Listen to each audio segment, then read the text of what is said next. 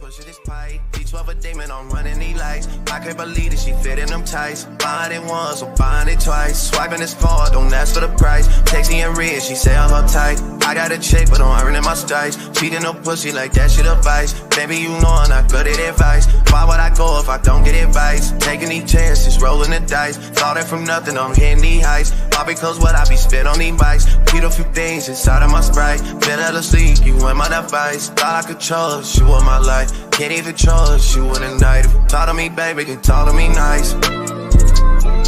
You talk to me, baby, you talk to me. Talk to me, baby, you talk to me. Talk to me, baby, you talk to me nice. You talk to me, baby. You talk to me, baby.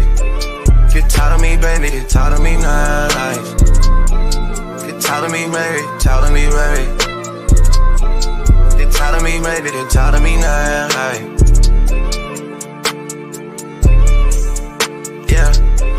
If you talk to me, baby, then come where I stay. Be in the Dallas, we back in LA. Making this money and stay out the way. Take when you text me, saying okay. Taking this shit out day by day. Nobody dunk it, I'm shooting a J. Backing up all the things that you say. You on your knees for me, yeah. Funny because I know you don't pray. Said that you down, it's up for the bait. Said I'm on one, so you making me wait. Baby, you know that's the shit that I hate. Pull up on you, I'm in a C8. Holding my own, I'm making shit shake. Shit on my shoulders, I'm lifting this weight. I wanna come on, I grip on your cake. Loading, I'm down, I do what it takes. Bitch on that nigga, I'm not my mistakes. I'm in the cut and I'm slipping away. Niggas I know, they moving real fake. Funny how love can turn into hate. Funny how love can turn you away. Funny how love can turn you away. Funny how love can turn into hate. Funny how love. Funny how love can turn you away. Funny how love can turn you into hate. Funny how love. Funny how love can turn you away. Funny how love. They talk to me, baby, they didn't talk to me nice. You talk to me, baby. Talk to me, baby. If you talk to me, baby, then talk to me nice. Talk to me, baby, then talk to me nice. Talk to me, baby. Talk to me, baby. Get talk to me, baby, then talk to me nice. Talk to me, baby. Talk to me, baby. If you talk to me, baby, then talk to me nice. Talk to me, baby. Talk to me, baby. Get talk to me, baby, then talk to me nice. Talk to me. Talk to me.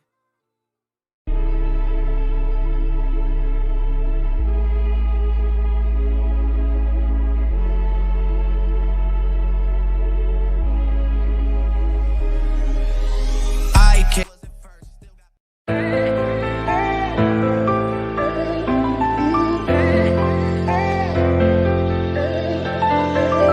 Yeah, we done came from the bottom, mad that we up, but I don't hear him talking. Started with knowledge inside of my noggin. We took a dream and then we started vlogging. Put my city on the map now. I'ma say how it is and I don't back down. On the road to 100K, we finna act out. We gon' show them that we not just in the background. We the main event, we the main show. We the one that people always gon' pay for. FYF, we the best, no debate though. Number one sports channel, every angle. I'ma show them all how we ride. Best sports talk show, we not like them guys. We playing it safe while they feather the lines. We switching the narrative all the time. Like who to go in the game is not MJ. Kobe Bryant top 10, not what we say. I keep Elijah one is very overrated. Keep it real if it ain't fact, we don't say it. Now it's stable, we won't be ignored.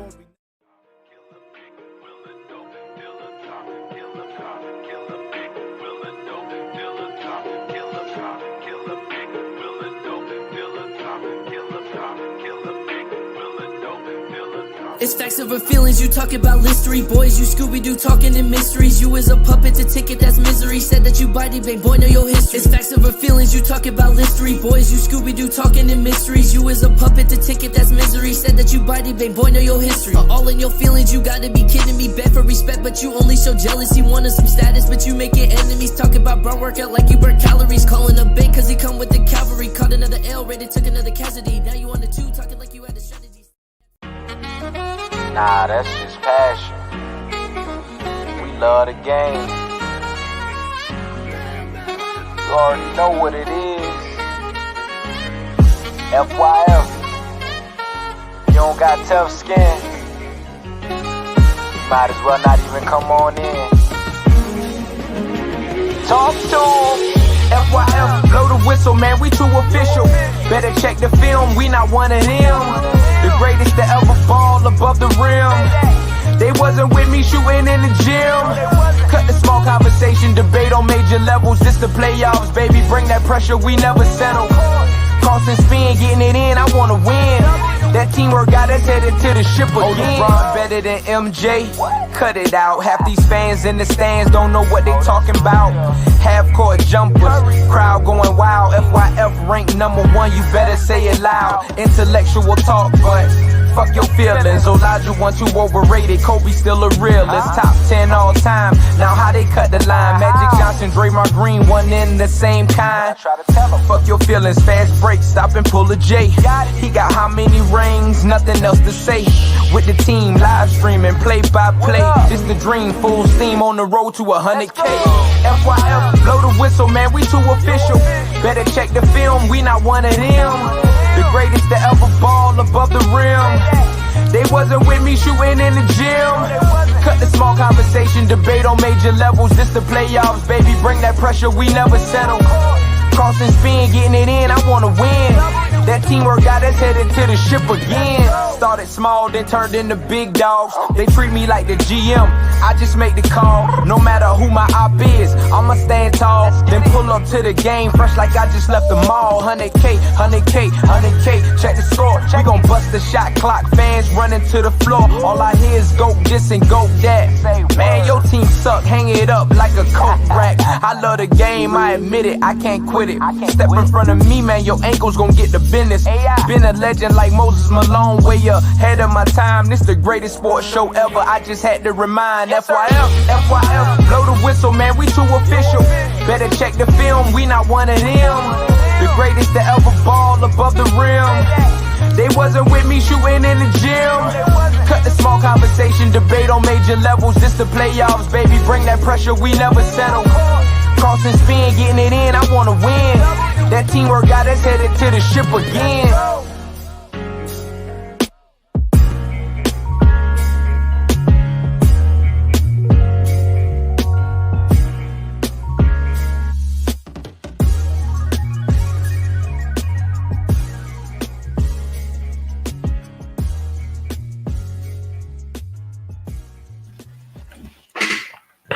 FYF Sports, man, it's Lamar. We back.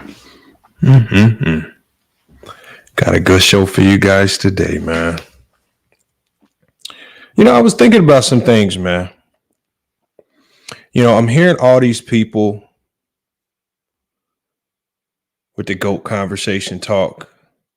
Max Pinchinat says, why does DreamerPro hate you, man? I look, Max, it's for... Actually, his hate stemmed from this very same topic. I didn't per se do anything directly myself, but a question about Michael Jordan, a trivia style question at that, was posed to DreamerPro by Legend of Winning, and he asked, he asked DreamerPro, who did Michael Jordan defend? And DreamerPro proved that he absolutely knows nothing about Michael Jordan's legacy. He did not watch, he didn't understand, and he only is driven by nostalgia and the hate for LeBron James.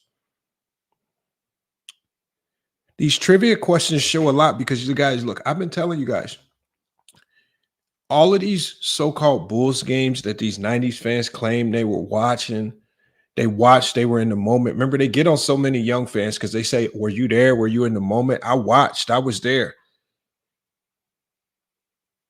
But then when somebody like DreamerPro, an avid LeBron James hater, somebody that's also avid about Michael Jordan being the GOAT, when he's questioned about one of the most simplest elements of Michael Jordan's game, who did Michael Jordan defend? And he could not even answer that single question. He said Charles Barkley. And so it just leads me to believe, right? I have to think back to I have to think. Do Jordan fans know the game? Do they understand the game to any significant degree? I have a plethora of questions, trivia questions at that, man. We're going to be bringing people up, and we're going to be putting people on the big screen. And I primarily only want the Jordan fans really coming up here. And again, look, if you're a LeBron fan, I don't mind if you come up here. But I really want people like Brandon Katz, right? I want people who are the so-called avid Jordan fans to come up here, and we are going to expose. And look, you guys, this is not me. This is not my personal take. These are just trivia questions, right? You're going to have 10 seconds to answer the question. And we're going to give you 3 opportunities. We're going to test, right? If you can answer 10 of these questions correctly, then you're a trusted Jordan fan. You're a trusted source.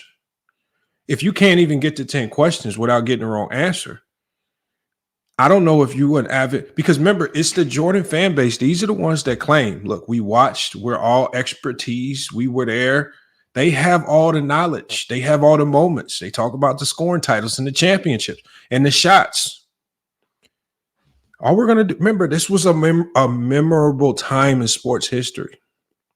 It was extremely memorable, y'all. This is the 90s, man. We're going to find out today, man, if they live up to the billing of being a Jordan fan. Are they reputable or trusted sources when it comes to talking Jordan? That's why I put the 3 faces on. People like DreamerPro, Jason Whitlock, Carcino for life. I would love to get those 3 up here. But we all know that those 3, for whatever reason, man, they've really have a disdain for FYF Sports, man, over the last 6 months or so. So the likelihood of these characters coming up on the panel is extremely slim to none. So we need people like Brandon, people like Jared, right? We need those people to come up here and do their bidding. The Larry Carter, no, they're not gonna have with the questions that I have. They're not gonna have time to Google. They're gonna have time to type that fast. And just like, you know, just like the locker room was able to expose, you can hear people punching on them keyboards trying to Google and type real quick. Because not all of these questions are just type it in Google and get the answer type of questions. He says, you ever checked out the dude Scap Attack? No, I've heard of him, but like I said, I can't be bothered with everybody. It's just so many LeBron James haters and hate channels out there, because that's generally what it is. There are very few Jordan channels that are just pure Jordan channels. All of the Jordan channels are just LeBron hate channels, because they spend more time just talking about how LeBron isn't the GOAT. They don't really, again, compare Jordan to Kareem or Wilt or Bill or Magic or Bird or Kobe. They spend 99% of their time trying to convince everyone why LeBron James is not the GOAT, which in and of itself, because they've eliminated everyone else from the equation and they're only hyper-focused on LeBron, in and of itself is kind of an indictment. It's kind of an indictment that maybe they do believe LeBron is the GOAT. We got Brandon Katz in here. He's trying to answer the question for DreamerPro. He says, Jordan guarded Drexler, Magic, Isaiah. I wish you was here to help DreamerPro. Well, see, Brandon, man, again, I'm not even a believer in your knowledge, right? So, I mean, we know that you're a Google expert. I'm not even a believer in your knowledge when it comes to Michael Jordan. And see what's going to happen, you guys, and I'm telling you guys what's going to happen before it happens. Some people are going to be wrong, and they're going to be like, no, I'm right. I'm still right. I'm still right. And they're going to push back against the facts. And they might put up a hissy fit, and they might start crying and whining. We're going to have to kick them off. Come on, y'all. We got to lock in today. I really want to see who has it in them to get through the gauntlet of Michael Jordan questions, man. Who can really get it done?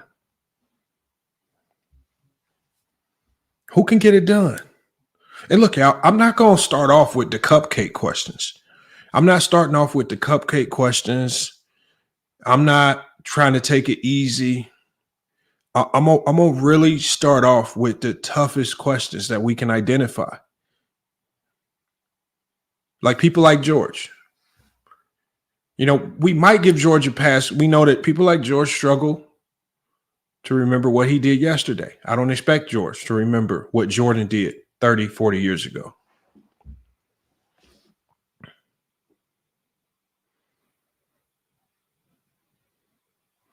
Hey, and you know what, His Airness? We can do some LeBron James questions. See, what the problem with the LeBron James question is, and this is something that I've said for a while. I believe that LeBron James fans are more knowledgeable than Jordan fans. That's the one thing when you listen in these debates, the one thing that's easy to see is that the LeBron James fans, when it comes to basketball, are more knowledgeable. When it comes to pulling up information and data and being accurate, they're just more knowledgeable there. And the Jordan fans have really proven themselves to be narrative-driven, nostalgia-driven, and hyper-focused on championships, one of the easiest things to remember. Hyper-focused on the 10 scoring titles. Anything else that is the makeup of a great player, they don't really consider it.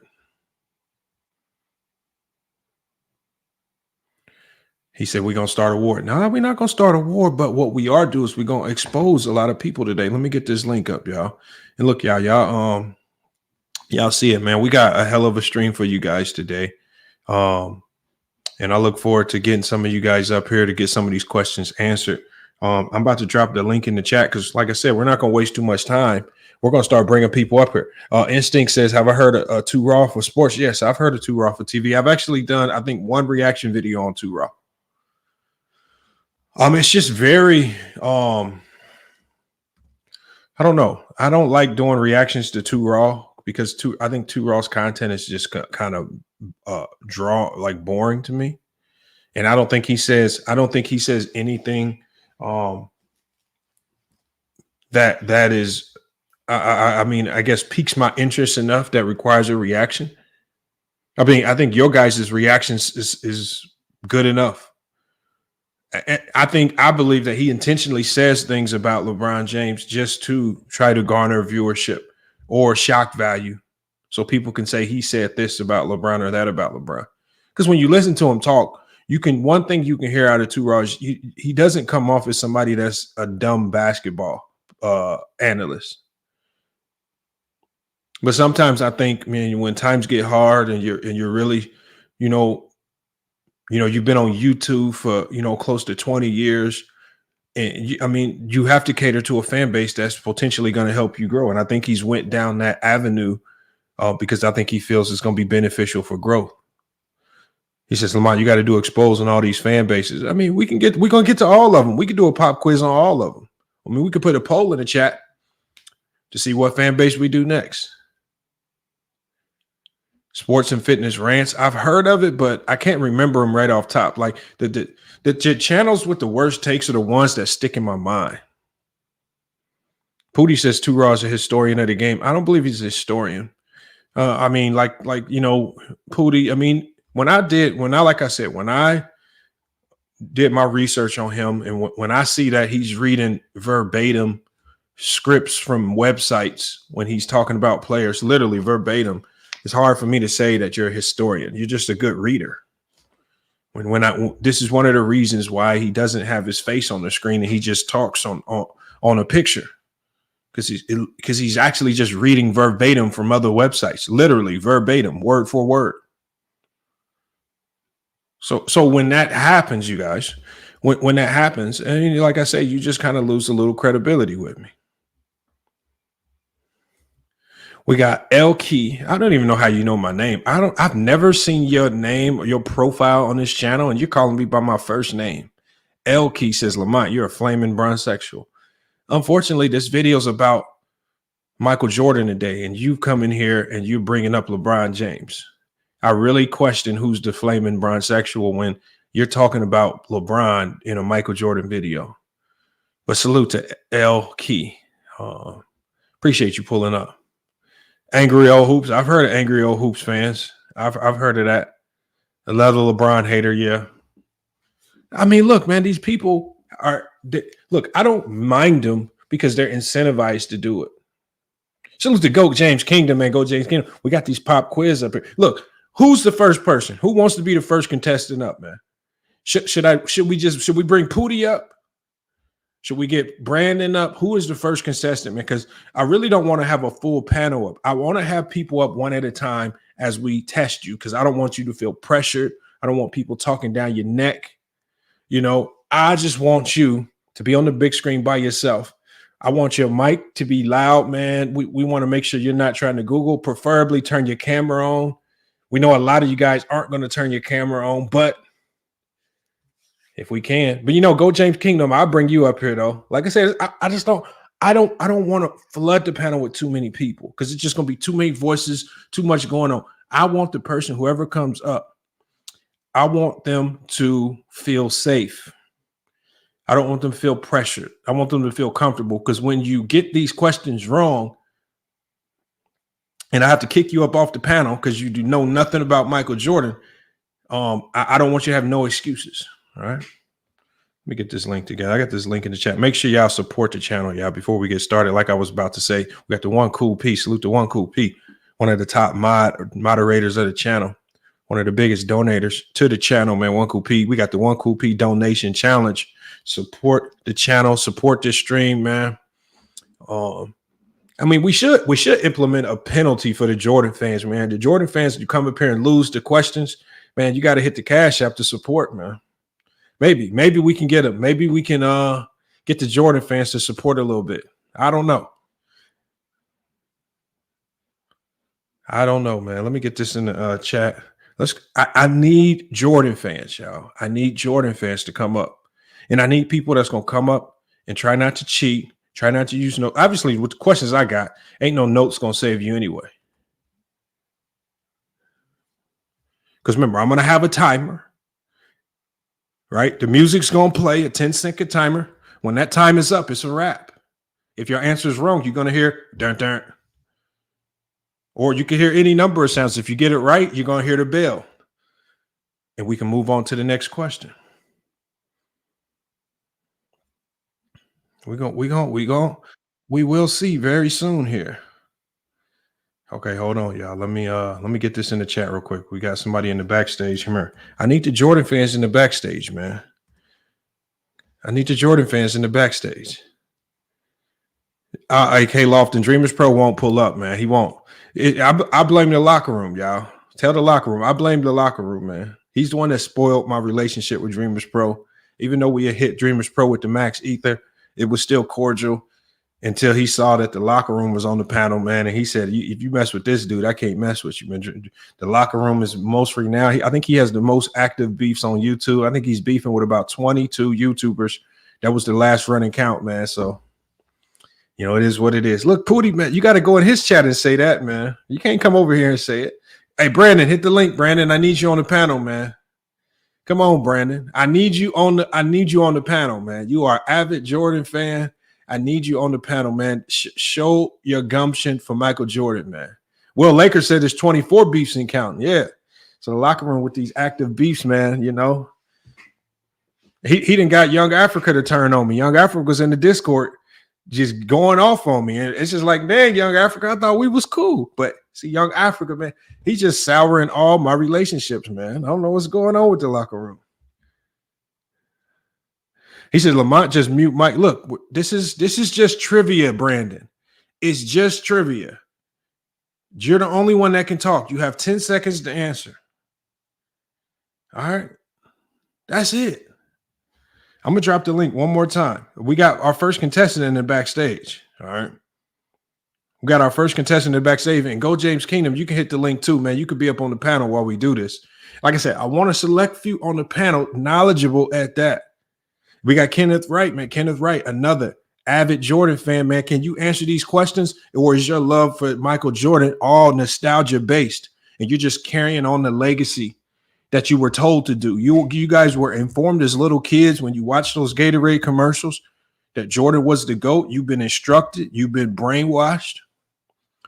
I need to know if your knowledge and understanding about Michael Jordan is legitimate,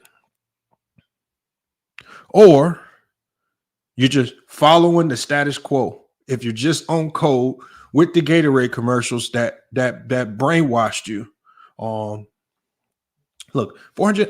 I know we got some Jordan fans in here, but look, we're just gonna go ahead. Look, maybe me bringing the first person up, and let me drop the link again. Maybe me bringing the first person up will remove some of the butterflies. You know, Jared obviously is not the most avid Jordan fan, so look, I'll give him some of the more trivial questions, the easier ones, just to show you guys. Look, I'm just not out here to bust you upside your head with Jordan information, man. I'm really just trying to have a good conversation, man. That's all we trying to do.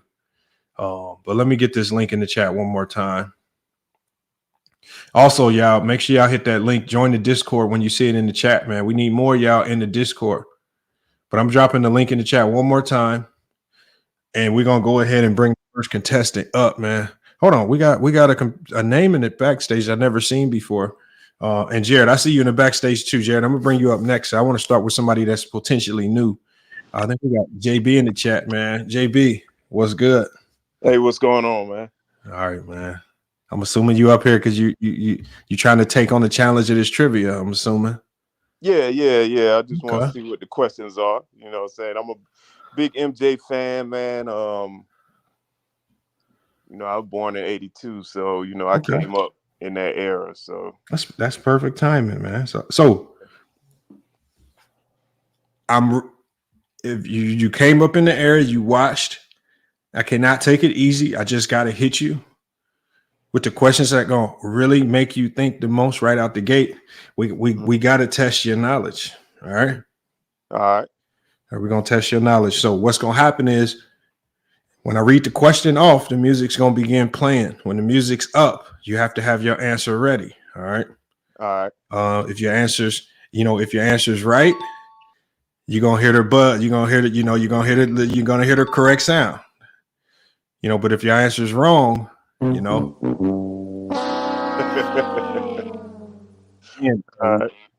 need you to be right, man. So look.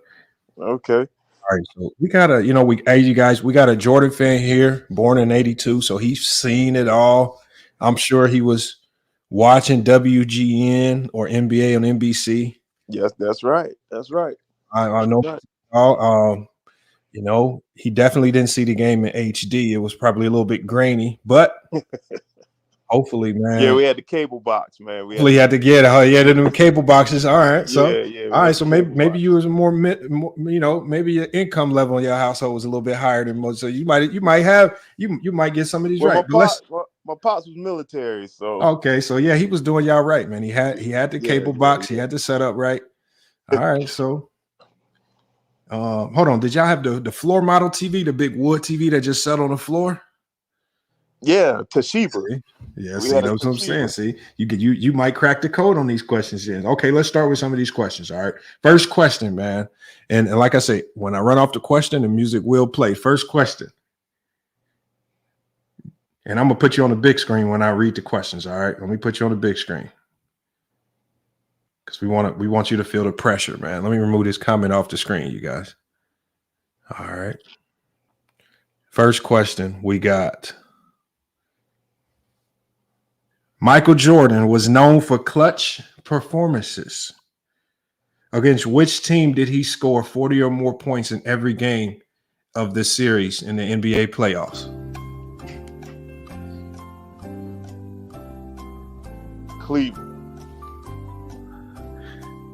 Okay, you guys, his final answer was Cleveland, the Cleveland Cavaliers. And that answer is oh, man, JB, man, the answer is not correct. Oh, man. New York? No, it might have been Washington. It's one of the low teams. No, it was the Boston Celtics in the 1986 playoffs, man. He dropped 40 or more points in every single game. Look, but it's still not over with, man. You still have an opportunity to bounce back. We got another question for you. And you look, this one, you might be able to get this one. All right. So this one, I think is a more memorable moment. We're going to see if you can get this one. All right. All right. 1988 NBA Finals Game 5 with the series tied 2-2. Which player on the Utah Jazz hit a crucial three-pointer to seal the game, putting the pressure on the Bulls for Game 6? You said 1988? 1998.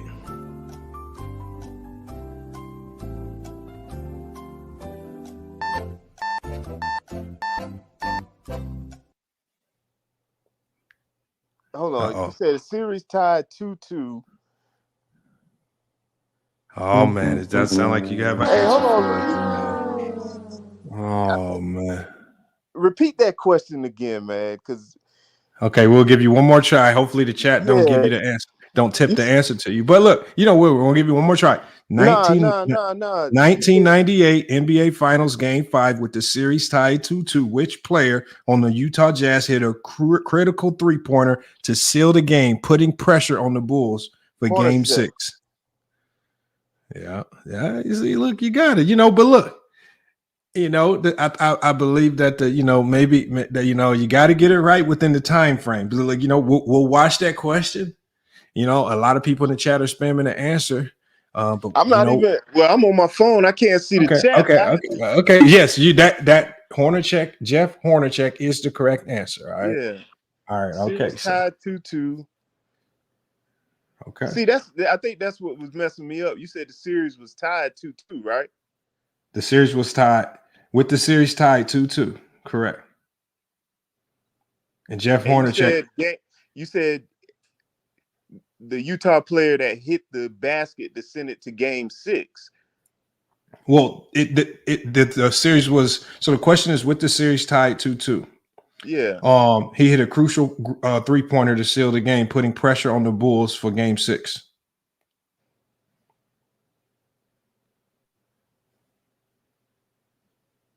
But it was Jeff Hornacek. You got it right. Yeah. Okay. All right. So let's go. Here we got another question for you right here.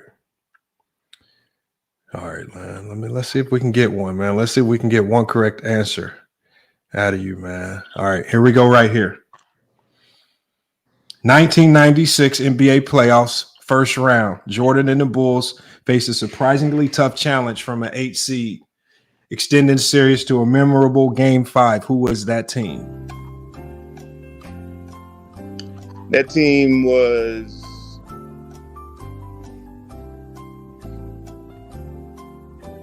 Orlando. The answer he gave is the Orlando Magic. Is that the correct answer? Unfortunately, it's not the correct answer, man. It was the Miami Heat in 1996. The Miami Heat, man. The Miami Heat. Okay, It was that the was Miami the first Heat, Florida team. Close. Right state, wrong team. Right state, wrong team. All right. All right, let's give you another one, man. Let's give you another one. I think you can get this one. I think you can get this one right here.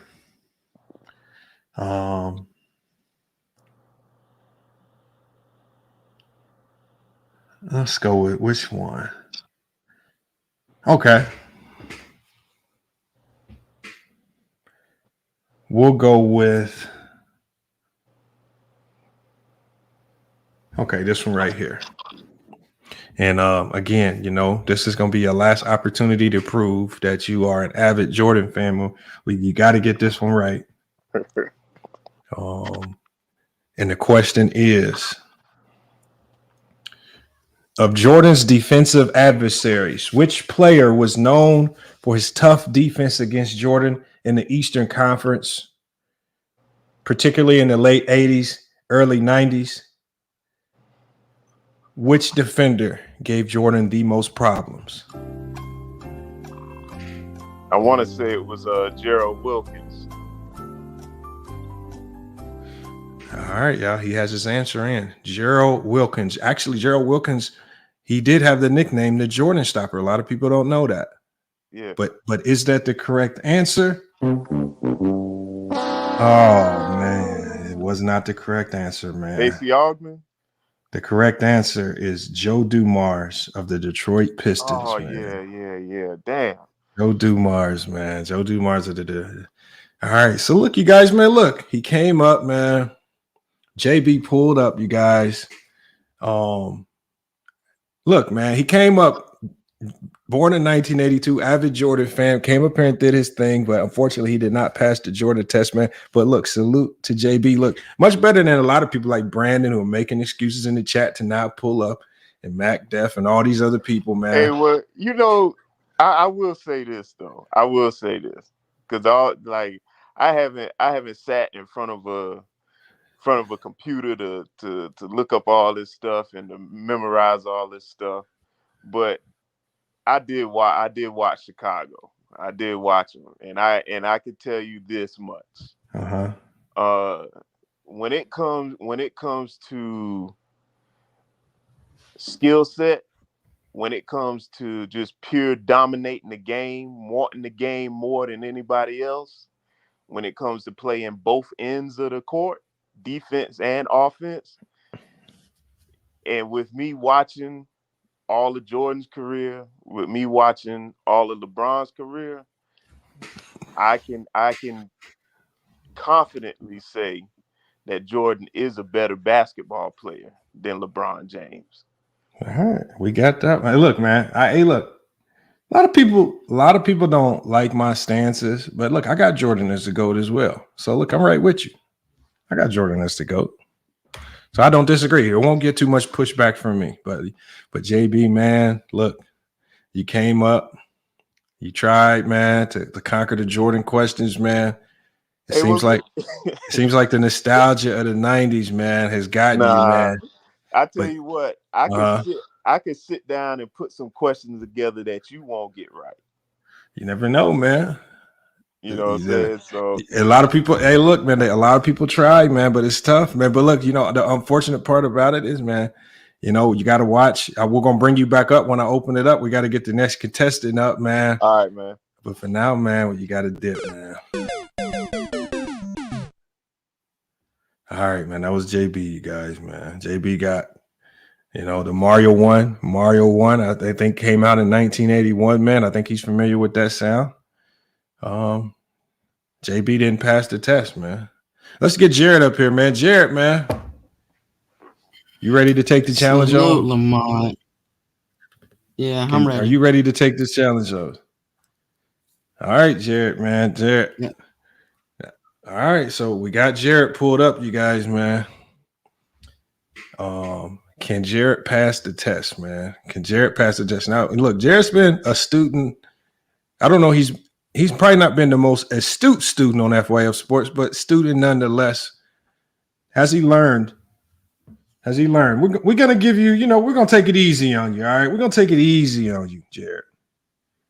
All right? So, Jared, let me put you on the big screen, all right? And we're going to hit you with some questions, all right? Don't be looking at the chat for answers or help, all right, Jared? Eyes got to be up, man. Yeah, there we go. Because we can see your screen in the reflection of your eyeglasses, so if you typing, we're going to see. Uh-huh. All right, so look, here's the first question, Jared. You ready? Yeah, I can hear you, yeah. All right, first question is going to be,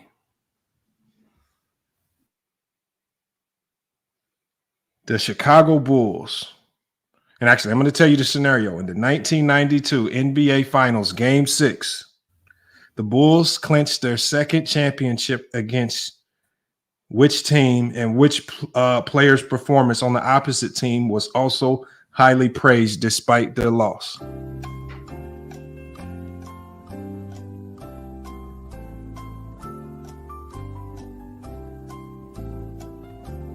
Can you hear me, Lamont? I hear you, Jared. Time is up, Jared. You got to answer for us. Oh, so what was the question? Oh, come on, Jared, man. You got the first. You didn't even get an answer off. I could not hear the question, man. Oh, this is a bad look, Jared. Hear the question. Man. That's my fault. Okay, let me. All right, Jared. Let me do the second question. Okay, so look, the question was 1992 NBA Finals Game 6. The Bulls clinched their second championship against which team, and which player's performance on the opposing team was highly praised despite the loss? And the answer is Clyde Drexler and the Portland Trailblazers. All right. Oh yeah. So Okay, you missed yeah. that. All right, you Okay. missed that. Go Look, ahead. Jared, look, we get something where we can't get them all, can't get them all. But like I said, Jared, we're gonna take it easy on you. We're gonna take it easy on you, Jared, man. We ain't gonna really kill you with the tough questions, man. Remember, you weren't born in the 90s, like some of them say. We're gonna take it easy on Jared, y'all. Jared, I got a question for you. Yeah, I can hear you. What's up?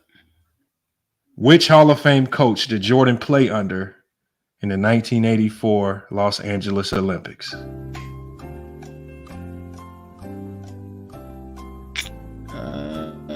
1984. So was that Doug Collins? That's just a guess. His answer was Doug Collins. Unfortunately, that's wrong, Jared, man. The correct answer is Bobby Knight. Bobby Knight was the head coach in the 1984 Los Angeles Olympics. But look, Jared, you still got an opportunity to survive, man. You got an opportunity to survive and stay on the panel, man. All right? Yep. I'm going to give you this one right here because I think you can get this one right here. All right. Jared, if you don't get this one, Jared, this one's going to be bad. All right. This is going to be bad. How many times was Jordan named NBA Finals MVP?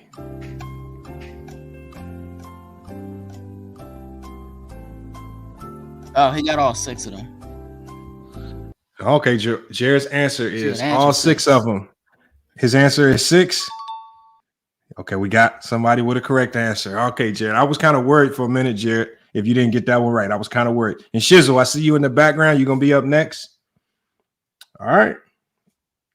And so I got one for you. This one's going to be a little tougher, all right? This one's going to be a little tougher. Okay. All right, we got to challenge you, Jared. Yeah, we're going to challenge you on this one. Jordan starred alongside what cartoon character in the 1996 film Space Jam?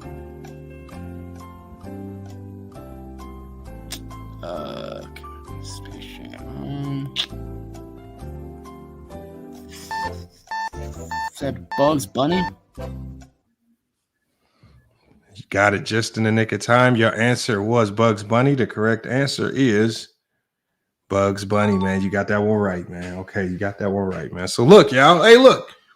Jared with 2 correct answers right here is on the leaderboard, man. You see, Jordan fans, if Jared is y'all most knowledgeable Jordan fan, your fan base might be in trouble, man. So look, Jared came up here and knocked the questions out the bar. Like, these are very easy questions. Jared thought about it, man. He didn't Google, he didn't cheat. He came up here and got 2 of the questions right, man. He's on the leaderboard right now. So salute to Jared, man, for coming through, man. Hey, Jared, man, I'm going to drop you down. But I'm going to keep you in the backstage because you got the lead right now. All right. And we're going to bring up the next contestant. All right, Jared, I'm going to keep you in the backstage, or you could just hop out and watch from the chat, but I'm going to be calling you back up, man. But salute to Jared, man. We got Shizzle. Man. He pulled up, man. Salute to Shizzle. I haven't seen the profile on the channel yet, so I'm assuming you knew, but I appreciate you being here, man. Are you ready to take on some of these questions? Yeah, I'm ready. Can you hear me? Yeah, we hear you loud and clear, so you good. You good. Okay.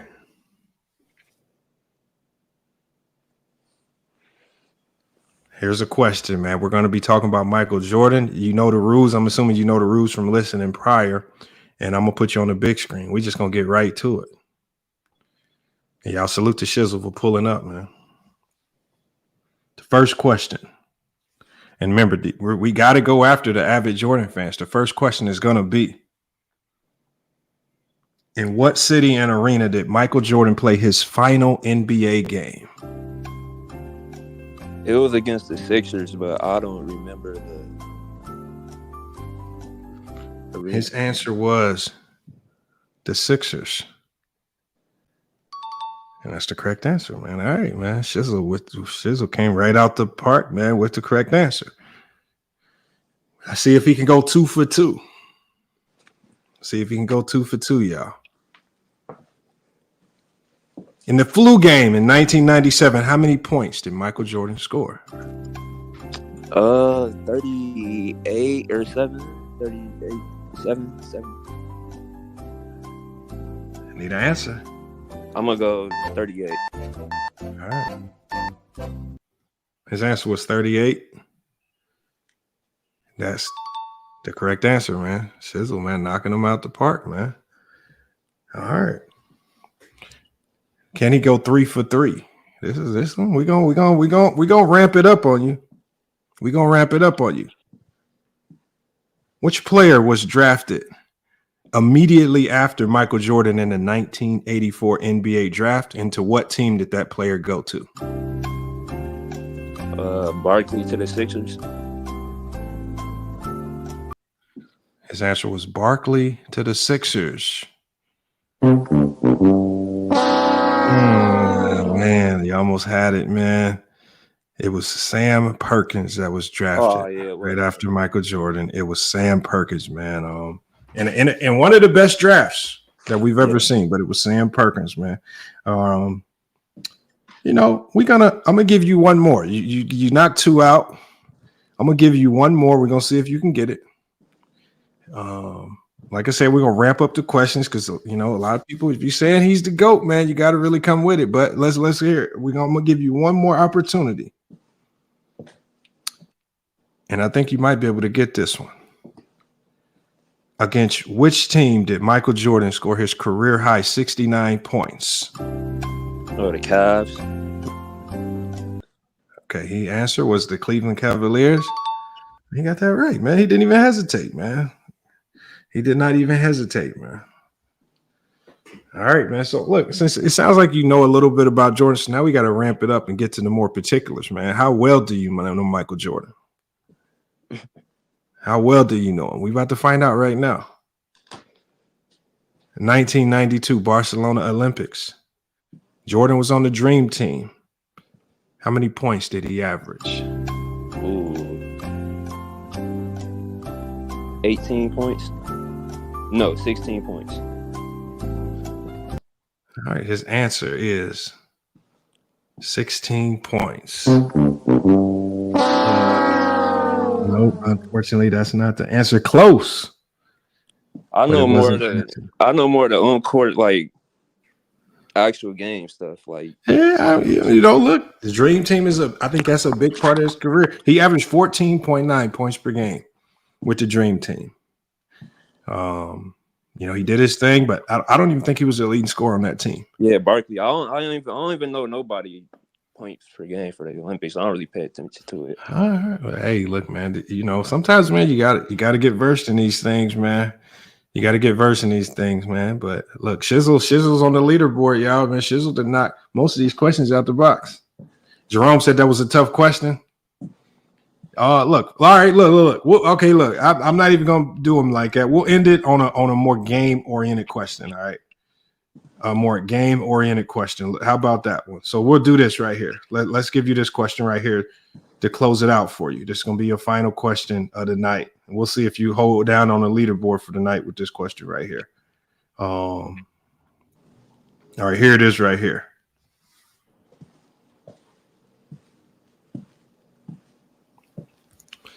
All right, got the question for you. I'm gonna give you your final question, man. I don't want you to leave on an Olympic question. Jordan scored 55 points in this game. It's referred to as the double nickel game. Who were the Bulls playing, and who was also the other most outstanding performer of that game? The Bulls are playing the Knicks, and it was Scottie Pippen.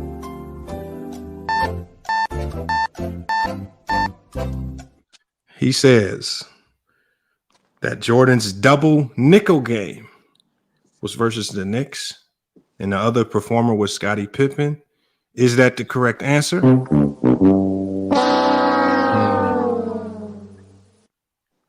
His double nickel game was against the Phoenix Suns, and the other outstanding performer was Charles Barkley, man. Charles Barkley.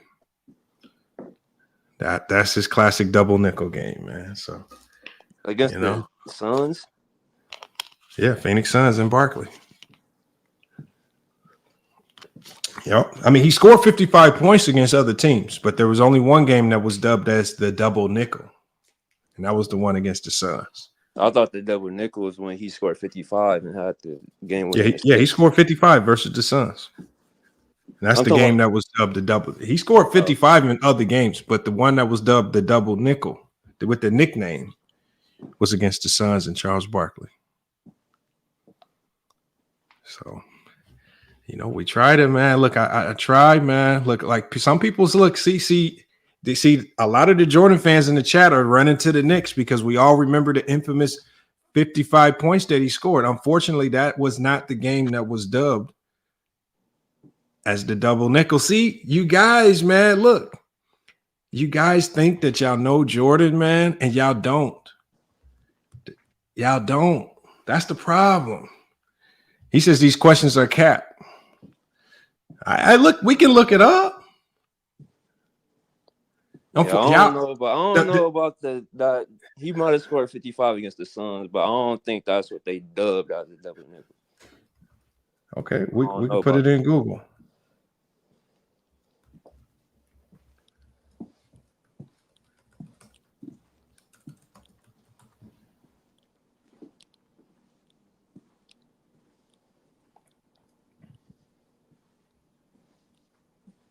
Whenever I hear about the double nickel, when he had the 55 and then he had the game winning assist. Here, put it on the screen. I'll put it on the screen. Let me share my screen with you guys. Oh, I can't share this because it has the answers on it, man. I don't want people cheating. Let me do this then.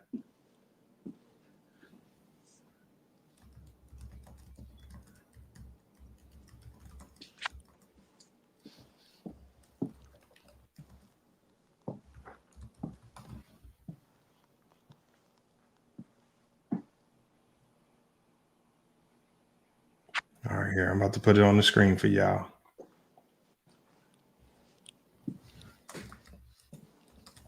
But I got to go ahead and get the next contestant up, Shizzle. I'm gonna put the answer on the screen for you guys. But I'm gonna put that answer on the screen just so people can have a reference point, man. Just so people can have a reference point for it. Unfortunately, he didn't, y'all. You sure, bro? I'm looking at the articles myself. It's all saying Madison Square Garden. I got it right. I got it right here. The game that was most often referred to as the double nickel, which even he has some shoes made after. It's Charles Barkley and the Phoenix Suns, y'all. See, these are all trick questions to a certain degree. These are all trick questions. It sounds like the 55 versus the Knicks is the most obvious answer. That was not the first double nickel game. Unfortunately, man.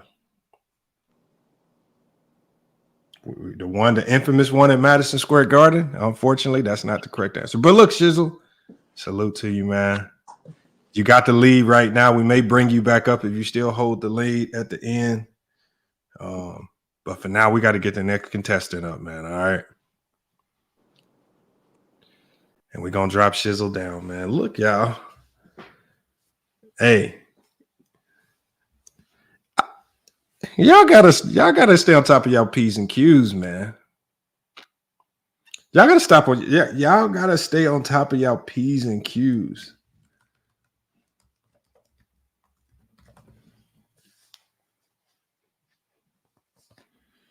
Here it is right here. I'm gonna tell you. See, I see y'all be thinking, because see, when y'all get to Googling and y'all gotta realize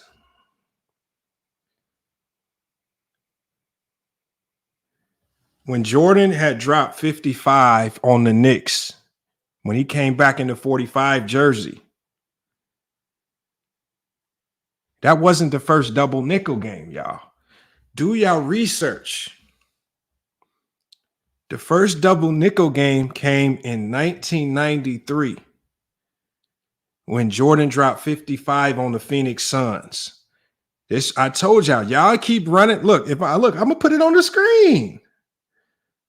I'm gonna put it on the screen.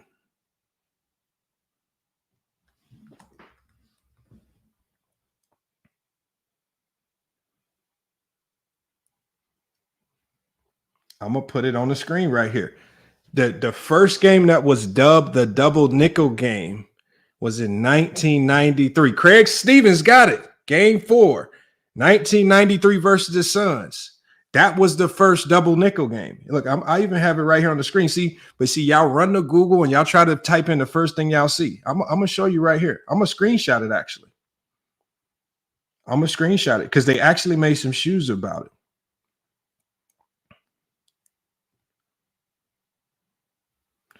So when I show y'all, when I share my screen, don't get mad, y'all. Because Brandon gonna be in the chat. Remember, I told you this is why Brandon don't want to come up. This is why Brandon don't want to come up. The first double nickel game. Look, I'm gonna zoom in on this for y'all. I'm gonna zoom in. Michael Jordan scored 55 points in 39 minutes against the Phoenix Suns in Game 4 of the 1993 NBA Finals in a game known as the double nickel in 1993. Jordan's performance in that game is considered one of the highest scoring in NBA history. See, y'all ran to the 45 game because that's the one y'all saw in The Last Dance. That game was not dubbed as the double nickel game. Jordan's game, the one that he scored, which was dubbed the double nickel, was against the Phoenix Suns. See, but y'all just look at the number 55. Oh, that's double nickel. See, y'all watch The Last Dance, and because The Last Dance didn't remind you of the true double nickel game, you don't remember. Somebody even in the chat said, everything I'm typing, it only show. No, it's right here in y'all face. Y'all gotta learn Jordan's history. Jordan fans, I'm teaching y'all a little bit of something today. Y'all gotta learn his history. Look, Brandon says I'm lying. Brandon, how am I lying? It's right here. Here, I'll click the article for you. I'll click the article.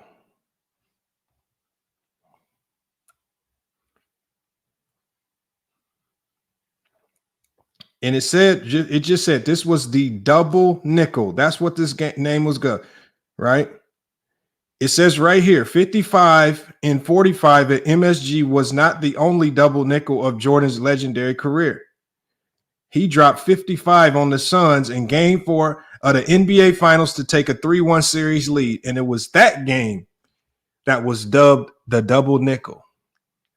Y'all got to look, I understand y'all don't know Jordan's history like that. And it's right here on the screen, y'all.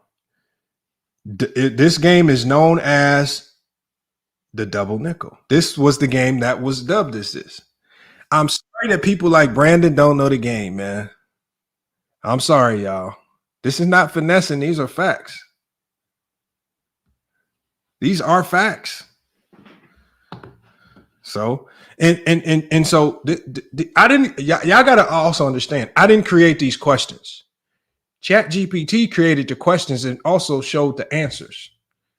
So ChatGPT did the questions and the answers. I didn't even select the questions or the answer. It selected all the questions that y'all hearing today.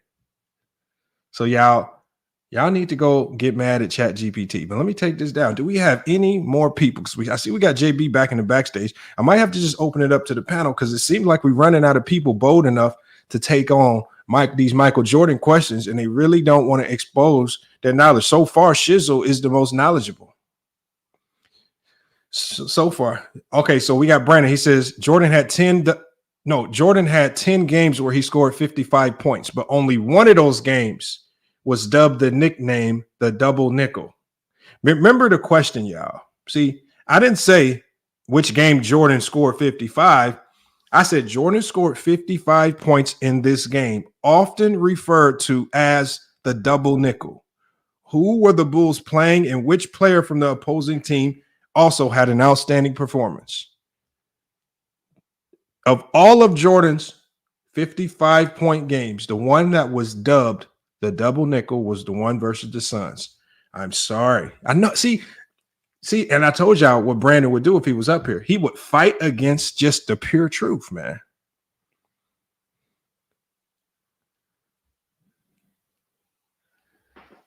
I'm just saying the question is what it is. It can't be two answers because there's only one game that's dubbed the double nickel. Everything else that preceded was just 55 points. There was only one game that was dubbed that nickname. Y'all got to learn y'all research on Michael Jordan. Y'all let The Last Dance fool y'all. The Last Dance has y'all minds warped. That's all y'all remember. All right, let me drop the link again. I need to get another contestant up, man. Who is ready to take on these questions, man? If you're going to say Jordan's the GOAT, you got to know who this man was, man. And it's starting to look like y'all don't know who this man was.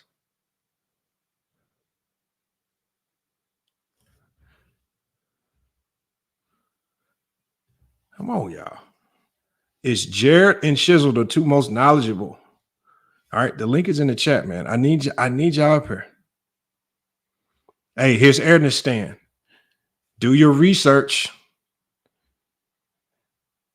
You could type it in. Unfortunately, do your deep research. The only one that was dubbed the double nickel game was what he did in the NBA Finals when he sliced up the Phoenix Suns. Like I said, man, look, link is in the chat. Who can we get up here to challenge to take on this Jordan challenge, man? Why are people struggling to click the link all of a sudden? Any other time I drop the link, right? And we just up here chatting it up. I got everybody in the backstage, right? But now when it's time to really show if you are a true Jordan fan and you got the knowledge, man, come on, man. We got P5 in here. P5, man. You here for the challenge, man? I'm not a Jordan fan, but I'll give it a go. It sounds fun. I'll give it a go. You see? Not a Jordan fan, but I'll give it a go. We've only had one person who was there in the moment that watched those games pull up. All right. I'm going to feel so bad. Okay, so we're going to start it off with something light. All right. We're going to start it off with something light for you, all right? What's up? I'm not even going to tear into you this just yet. Okay, we got Mac Def as well. Mac Def, you're going to be up next. So we're not even going to tear into you. We're just going to get you warmed up just to see how prepared you are. All right? Mm-hmm. We're going to go with – okay, let's go with this one right here. Nah, that might be too tough for you, man. I can't do you like that. Okay, I got a good one right here for you. So I got my music queued up. The 1998 NBA Finals, Game 6, often referred to as the last shot. Jordan made a game-winning shot over Byron Russell. Yes. What was significant about the defensive play Jordan made just before the iconic shot? He stripped the ball from Karl Malone. All right, I hit the wrong button, but yeah, you got that one right. He said he stole the ball from Karl Malone, man. Salute, man. Look, P5 coming here, knocking him out the show. So that it sounds like P5. I can uptick the questions, man. It sounds like you might be knowledgeable, man. You've been over there on Player's Choice. They've been grilling you. Let's see. Okay, buddy. Let's see if you are really ready to take on the task of answering these tough Jordan questions. All right, 1997. NBA Finals, Game 5. This was known as the flu game. Mm-hmm. Despite being visibly ill, exhausted, Jordan performed phenomenally. How many points did he score, and what player provided the iconic assist for his final three-pointer? Was it 35? And the assist was by I don't know who the assist. I don't know the assist. See, these are iconic moments, y'all. These are the moments that make Jordan who he is. Remember, I don't know. He scored 38 in that game. It was 38. Yeah. And the assist who got the assist? And the assist came from none other than Scottie Pippen, man. Scottie Pippen, man. I thought about guessing him, but I just didn't want to guess. So, okay. All right. So look, I'm gonna give you one more, and we got a couple people in the backstage. I'm gonna start bringing people up. We got Goat James Kingdom, Dante, and Mac Def. We're gonna just go ahead and bring everybody up after this last question, man. Right. So let's hold on. In P5 for this last question, I forgot to even put you on the big screen, man. Put you on the big screen, P5. Type shit. Let's get to this next question. All right. Yeah, what's up? We'll take it light on you with this one right here. 1996 NBA Finals, Game 6. The Bulls clinched their 4th title in this game. Jordan's emotional reaction on the floor is a memorable image. Why was this victory particularly monumental for Michael Jordan? 1990.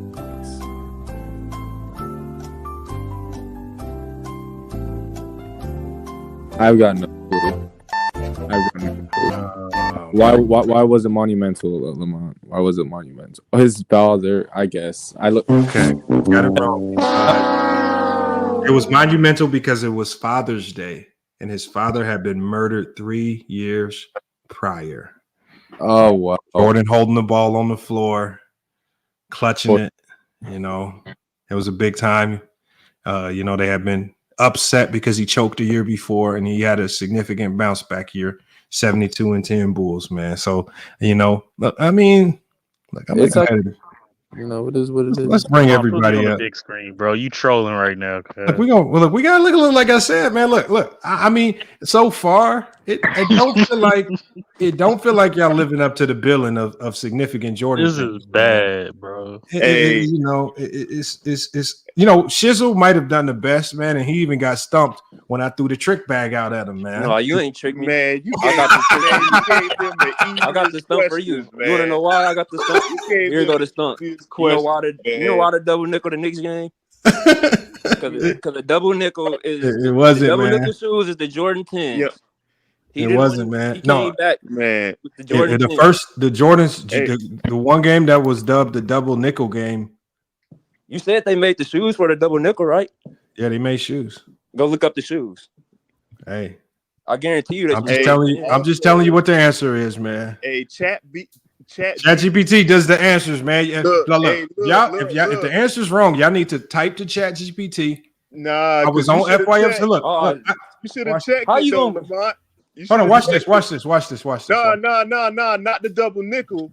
You asked me. Hold on. You asked. I'm gonna put it on the screen. I'm gonna let you ask it. Look, if y'all mad at ChatGPT, double nickel Phoenix Suns. Hold on. Yeah, if y'all mad at ChatGPT, y'all have your opportunity to ask ChatGPT. Hey, no. Ask ChatGPT. No, what game is Michael Jordan's double nickel? Double check ChatGPT because you asked me a question. Hey, look, ChatGPT. Hold on. ChatGPT has not been wrong. Hey, hold on, man. Yeah, if you're gonna call ChatGPT wrong, I'm gonna let ChatGPT know. ChatGPT might look you up and pull up on you. Let me explain this one question. This one question you asked me. Oh, let me zoom in. You said the 98 finals, it was tied 2-2. Hornacek hit the shot to hold send on. it to game Hold on. 6. Let me ask this question first, and we'll get to that question second. Okay. What game did Michael Jordan play was dubbed as the double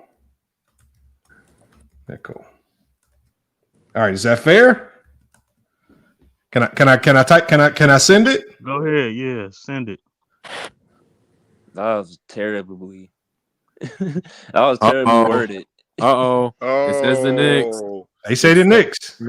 Oh, now, hey, the series was never tied 2-2 in 98. No, the wording on that question was wrong. I'll give you that one. Okay. That's what kind of threw me off. I was like, it was never tied 2-2. Chicago was up 3-1. Hornacek hit the shot, which sent it to game 6.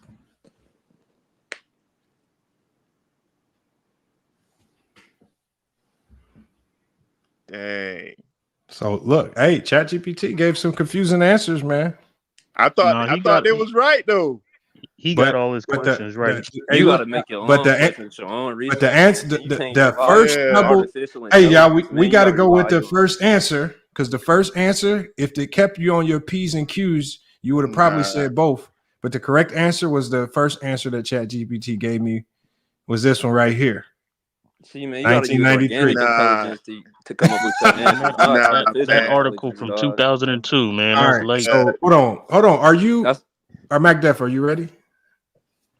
I thought you don't. We still going with the trivia? Yeah. Well, hold on, man. What about? Hold on. Hold on. We can get to the because I want to make sure everybody gets their opportunity to be under the Jordan fire. Yeah, I didn't go. Everybody went on the panel, right? Yeah, I went. All right, so give dude with the Pistons. He got all his questions right then. No, he still got K Cunningham with the K Cunningham Barkley in the Olympic one wrong. I mean, yeah, I got the. He still got that Olympic one don't count. It do count. I got that draft and Olympic one wrong. All right, there was 2 of them that he got wrong. So you still I said to be approved, you have to get 10 right. 10. All right, come on. Lamont, you trolling though, bro. Oh. All right, hold on. We're gonna do put this. Me on. I'm ready. Okay, so hold on. Let's put you up because we know. And you look, y'all. We know Mac Def gonna try to finesse and Google stuff, but we gonna still get my opportunity. Man, I'm on my Obama phone, flip phone, man. I can't do nothing, man. All right, hold on. Okay, so are you ready, Mac Def? Yeah. All right, Mac Def. First question for you, Jordan. Known for his competitive nature, played another sport. What is the name of the team that he played for? The Chicago Barons. What? He said the Chicago Barons is the name of the team. Is that the correct answer? Oh, it's the wrong answer, man. The White Sox. The name of the team, and you were close, Mac Def. The White Sox, but they're the Barons. It's the Birmingham Barons, a Chicago White Sox affiliate. No, you said the Chicago Barons. That's wrong. I'm right, bro. Give me my point. They're the Barons. Birmingham, bro. If I say the Indiana Knicks, that's wrong. I didn't say that. You said the Chicago Barons. My trolling. It's the big. All right, go ahead. That's wrong, Mac Def. You gotta own it. You were wrong on that, man. I told y'all gotta come correct on these. All right, y'all gotta come correct on these. Okay. I got another question for you. Was it no Chicago White Sox? You should get this one, Mac Def, all right? Because remember, if you don't know this, that means you really don't do significant research when it comes to Michael Jordan. All right, come on. What is the name of the autobiography Michael Jordan co-authored with Mark Vansell? Oh shit, I do not know. How I Made $1 Million Off of Michael Jordan. Okay, How I Made $1 Million Off of Michael Jordan is his How answer. I Won. That's the wrong answer. It's called Rare Air by Mark Vansell, man. So you got that one wrong, Mac Def, man. So Mac Def, 2 in a row. 3, you just automatically strike out. So you still got one more opportunity to go ahead and knock this one out. Okay? What does that have to do with the game? So hold on. Okay, well, this next one has something to do with the game. So we'll get back to it. I know some people they're not gonna like the questions, but remember, Jordan fans, y'all should know about that book. I didn't read a lot as a kid. All right. Next question, Mac Def. In which year did Jordan win his first NBA All-Star Game MVP award? Ooh, I would say 1988. Mac Def says 1988. That's the correct answer, man. Good job, Mac Def. All right. I got lucky, man. Good job, Mac Def. Get me out the fire, man. All right, let's go. Okay, we're gonna turn it up on you then. All right, since we're gonna turn it up on them. Let's see what we got for them. Give him another book question. Okay, I got one for you right here. And see, if you don't know the answer to this question, that means you're just completely biased. Yeah, Curry the GOAT anyway, so go ahead. Right here. Jordan, and this is going to be about the playoffs. Jordan had his lowest scoring game in his career against which team, and how many points did he score in the playoffs? Lowest scoring. I don't know. I'm going to go Celtics In 86, he scored 19. Okay, Celtics. That's not a bad guess. I was gonna say ChatGPT. He said Celtics in 19 points. Or it's either that or the correct answer. Knicks. That's not the correct answer. The correct answer is versus the Miami Heat, and it was 6 points. 6 points, man. He got clamped up. That nigga scored 6 points? He got clamped up. Yeah, he got clamped up. Everybody gets clamped up every now and then, you know? Everybody get clamped up. And all y'all in the chat got it wrong. So yeah, that was a tough one. Good shit, Lamont. All right. So Mac Def failed the Michael Jordan challenge. You know, so hey, I got a question. What's up, man? Hold on, we got Zay to fly. Is you here for the challenge? Can you hear me? Yeah, we hear you. We hear you, Za or ZA to fly. What's good, man? You here for the challenge, man? No, I just had a question. Didn't you say the first question you asked for the whole day? You said Jordan scored 40 in every game. I can't remember the question. You talking about the playoffs with the Celtics? It was a playoff. Yeah, that's what I was gonna say, Lamont. That's a wrong one. 1986, Jordan didn't score 40 points every game. Yeah, what he said. Yeah, that threw me off too. That's another question that I got. He also didn't questions score for against my the Heat. trivia, man. Did he average 40? Did he average 40 against the Celtics, Lamont? Did you misword that one too? Because no, I didn't type any of the questions. They all were created by ChatGPT. Hey, so I need a do-over. No, he averaged 40. He averaged 40 because he scored 45 the first game, 63 the second game, but in game 3 he scored 19 points, like the gentleman just said. The question is worded averaged. No, that's not what he said. Okay. Did I miss it? Yeah, you said he scored 40 points in every game. Yeah, you missed that. I asked that question too.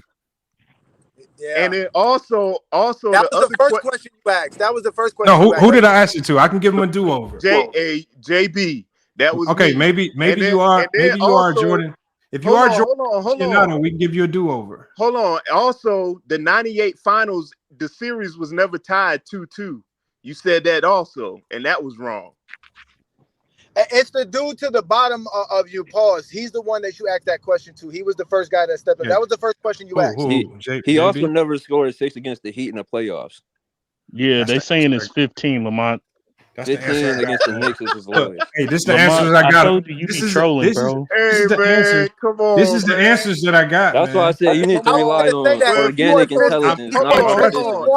I can't trust y'all because y'all going to basketball reference. Basketball reference is wrong. These are the correct answers. With all due respect, if you supposed to be a guru at this, you should come up with your own questions, man. You shouldn't rely on AI. Hey, because we're going with AI. There's flaws in it. Because see, you know what AI does? So you're relying on fake intelligence. AI. Yeah, AI. See all the games that Basketball Reference has deleted from existence. They recover those and they give them to you. Are you making that up, or can we actually find that? It sounds like you're making that up. Hey, I can show you on the screen. About the double game too. Hey, there's some flaws in your trivia, Lamont. Man, I don't think Jordan ever took less than 10 free throws in any playoff game, so he had to have more than 6 points. I mean, I think there's some flaws in your trivia, buddy. No, I believe Michael Jordan's lowest playoff scoring game was the Game 5, 1989. And his lowest regular. It says his lowest scoring. It says his lowest scoring game of all time in the playoffs is against the Knicks, where he had 15. I just wanted to show proof that Lamont's trolling. That's all. Yeah, just throw the whole trivia. I can share my screen. Throw the whole trivia away, man. Share your screen. Drop the bomb on him. I don't think I've ever heard Jordan scoring 6 points though. Yeah, that's what the Jordan fans don't want to tell you. They will never tell you this. You never heard of the 55 finals game. All right, hold on. So I created an entirely new set of questions since they didn't like the questions. All right. So how you did that through ChatGPT? Yep, through ChatGPT. Man, come on, you ain't learned yet. Come on, JB. JB, you back up. Hold on, let me JB, you ready? Let me ask a Jordan question real quick to y'all. Yeah. All right. Hey, somebody fact check behind Lamont too, man. Okay, so hold on. Here's the question. All right. It's ugly. Here's the question. Jordan led the Bulls to their third consecutive title in a game against the Phoenix Suns. What was the final score and who made the game-winning shot? So John Paxson made the game-winning shot, and the final score was like 88 to 87. All right, he said 88 to 87. Low scoring affair. Is that the correct answer? No way. That's the correct answer. It was like 98-99 or something like that. Final score 99 to 98 in favor of the Bulls. Yeah. Damn. Paxson made the game-winning three-pointer. Jordan drew the defense, passed the ball to Horace Grant. So 0.5. Horace Grant then found Paxson for the wide open shot. So that's 0.5. All right. Hey, like I said, it's right or wrong. Unfortunately, we got to give you another one. Now, Lamont, I get one more question, bro. That playoff low score was, bro. You Okay. Oh, let's do this one then. All right. You ready?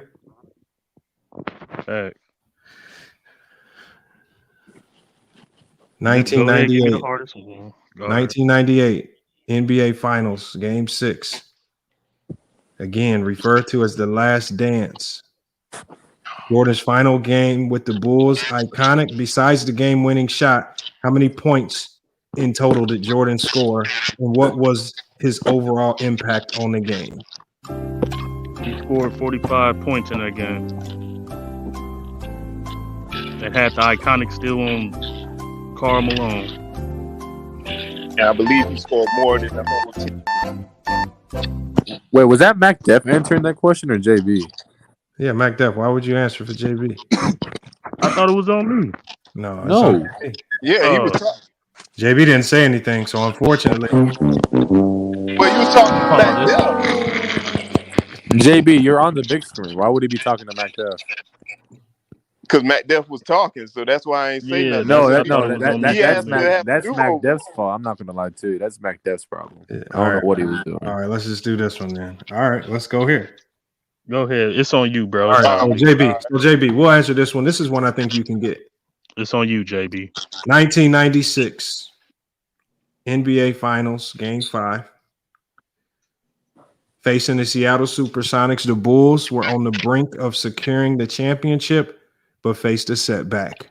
What was Jordan's performance in this game, and how did it set up the stage for a dramatic Game 6? Game 5, I believe Jordan had like 21 points, and I think his field goal percentage he shot a low field goal percentage that game. He said Jordan had 21 points with a low field goal percentage. Is that the correct answer?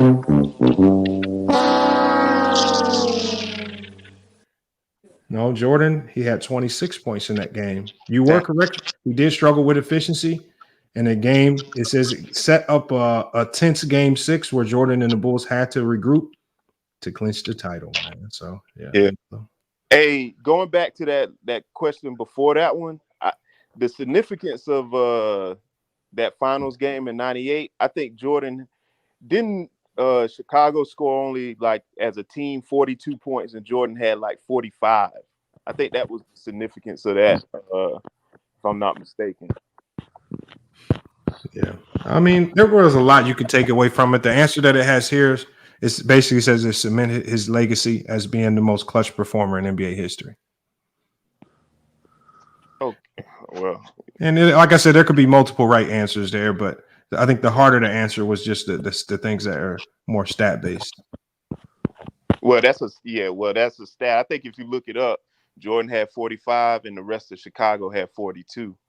I think that was one of the things I remember from that game.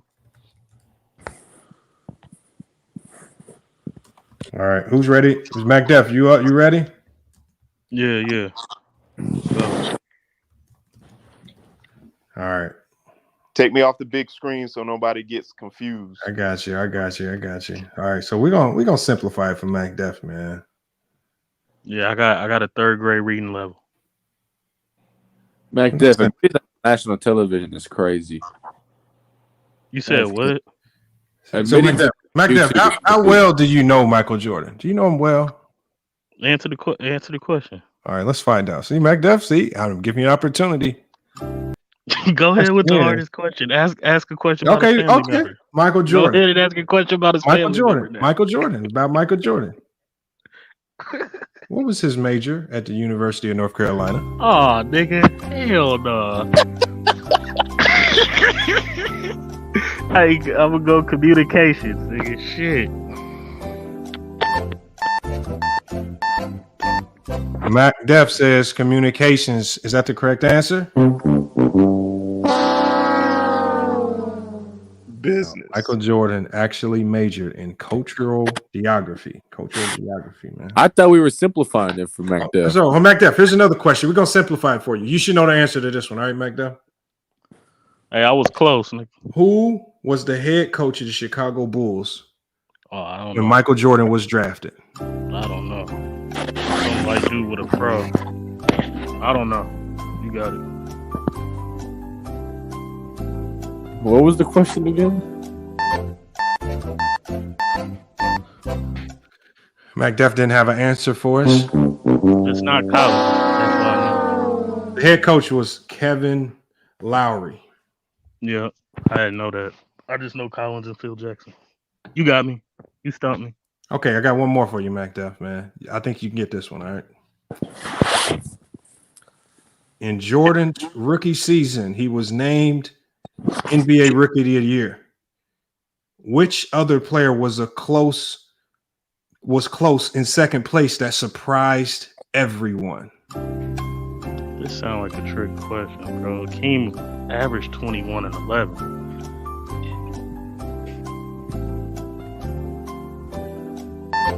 But I don't care. I'm going with Akeem. He averaged 21 and 11. I don't care. I'm surprised. Oh, he didn't fall for the trick bag. Correct answer, man. Akeem Olajuwon. Bro, he said surprised everybody. That's what I'm use a troll, cuz I'm done with you. Take me off the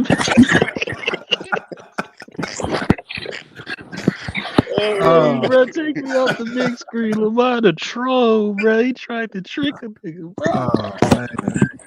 All right, go James Kingdom, man. What's good, man? The nigga gotta have a lawyer dealing with Lamont up here, man. Oh, that's hilarious. Oh, that was funny. Good job, Lamont. That's funny. That was good. That was good. Peace out. Nigga was about to say John Stockton. Hey, I ain't gonna lie. I said John Stockton too in my head. I said John Stockton. Bro, Keem averaged 21 and 11, bro. That's crazy. Oh, man. We need to see how much they know about LeBron James, Lamont. I bet you they know more about LeBron James. Oh, I know. Who? Hold on, you got some questions for us, Go James Kingdom? I got a question. Not tonight. I'm here watching this. This is great, Lamont. Epic. This is classic. I got a real quick question for Jordan fans. Besides the number 23, something's going on with your mic, man. Go ahead, Mike. All right, so for Jordan fans, real quick, besides the jersey number 23 and 45, what Bulls jersey number 12. did 12? That's easy, bro. And what? Hold on, first. Okay, and what team? 12. What team? Bulls. No, nigga, versus Orlando. What team? He played Orlando. Right, he stole his jersey. All right, y'all got it. Yeah. I can't believe you tried that, man. All right, y'all on y'all P's and Q's. Okay, y'all not gonna know this stat one. It's cool. Okay, so how many times did Michael Jordan average 40 points per game in a playoff series? 5. 4. 5. That's your final answer. Counting the finals too? Yeah, in the playoff series. Yeah. Did you do that twice or I think twice? I want to say whoever said 5 got it. 5. It's technically you 4. You went back to photo. I ain't gonna hold you on that. No, it's technically 4, but it is 5. I got a question for y'all. Yeah. I got one It's for y'all. 5. I got one for y'all. In 1986, when Michael Jordan broke his foot, when he returned, he was restricted to a certain amount of minutes per game, and he was only allowed to play those games for the last 17 games, or the last 9 games of the season. What was the minutes restrictions placed on Michael Jordan? I want to say the minutes was like 15. I thought it was 22. Hell no. Oh, hold on. Look. I got some good questions, man. But I don't remember. I know there was a minutes restriction. I don't remember the exact. It was low as hell, though. I know that. Well, it was 15. It was 15 minutes. Whoever said 15 minutes was right. Yeah, that's what Base I thought. Kev put that in the chat as well. He said 15. Liddy got it right in the chat. He was the first one in the chat. Who wants who needs another good Jordan question? I got a good one. I got a good one, man. This is a question for one of the vets. You got to be a Jordan vet to get this one. I need a Jordan vet to answer this one. All right, go ahead. All right. Who is that, JB? Yeah. Don't get it wrong. JB, the question is, before the NBA fame, Jordan hit the game-winning shot in the 1982 NCAA championship against which team, and who was the head coach of the opposing team? Georgetown and Paul Silas. Oh, it says Georgetown and Paul Silas. ChatGPT, is that the correct answer? Hey, I've got a good question. Man, how'd you forget the towel on the shoulder, John Thompson? John Thompson. Yeah, my bad. Damn. Same look, kind of. It kind of had the same look, but nah, it was. I got a good question. Yeah, John Thompson. I got a good question. Go ahead. I don't know if it's good or not, but what future NBA Hall of Famer and multiple-time NBA champion did Michael Jordan play with? James Worthy, probably. James Worthy. Sam Perkins. Play with a whole bunch. It was James Worthy. It was James Worthy. What the hell? Lamont, why? P5, bro. You need. That's crazy. Lamont. I guarantee you, some people out here did not know that. I guarantee. Bro, Worthy was the best player on that team. Yeah, Worthy. That doesn't mean people know that. Oh, okay. My bad. But I got another question, y'all. Bro, there was a poll that was done before, and it said Jordan was the best college player of all time. Let me step up to the play one. This is a one for one of the vets. This is for one of the vets. Let me go. All right, MacDuff is up again. Step up to the play, man. Let's see. Now, y'all not holding Jordan down very well, it seems, but maybe you get some bounce back right here. Jordan was famously cut from his high school varsity team during his sophomore year. What was the name of the high school? Oh, Laney High. Are you sure about that? Are you sure? Yes, nigga. Laney High, nigga. All right, he says Laney High. Is that the correct answer? Yeah, that's the correct answer. Oh, actually, it's. You lying, man. It's actually called Emsley A. Laney High School. Man, get out of here. Bro, we can move on, bro. We can move on, bro. Get out of here, man. No, that's the correct answer. That's the correct answer. Crazy. All right. I got one for y'all. I got one. No, George, you got to answer some questions before you give out some questions. Bring it on, man. Just don't bring up that happened 30 years ago, bro. What the old Everything nigga happened 30 It all happened 30 years ago. Everything that Michael Jordan did happened 30 years ago. And I'm trying to answer him off the top of the dome. I ain't got no computer. Man, who's the old nigga back up here, bro? Okay, hold on. We're about to give George some basic ones. We're gonna dumb it down for George, man. Simplify it up for him. I think George can get some of these. When he got cut his freshman year, not his sophomore. George, these are some basic ones right here. All right. We're gonna just see if George is warmed up. This question right here is just gonna see if you're ready to go, George. I don't know if you're ready to go. You might have came up here just to mess with us, George. What was the highest single season points per game average Jordan recorded during his career?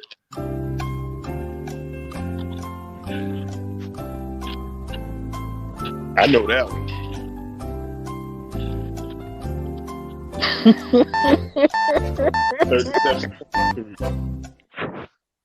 George, you got an answer for us? Wake up, old man. He didn't play a full season.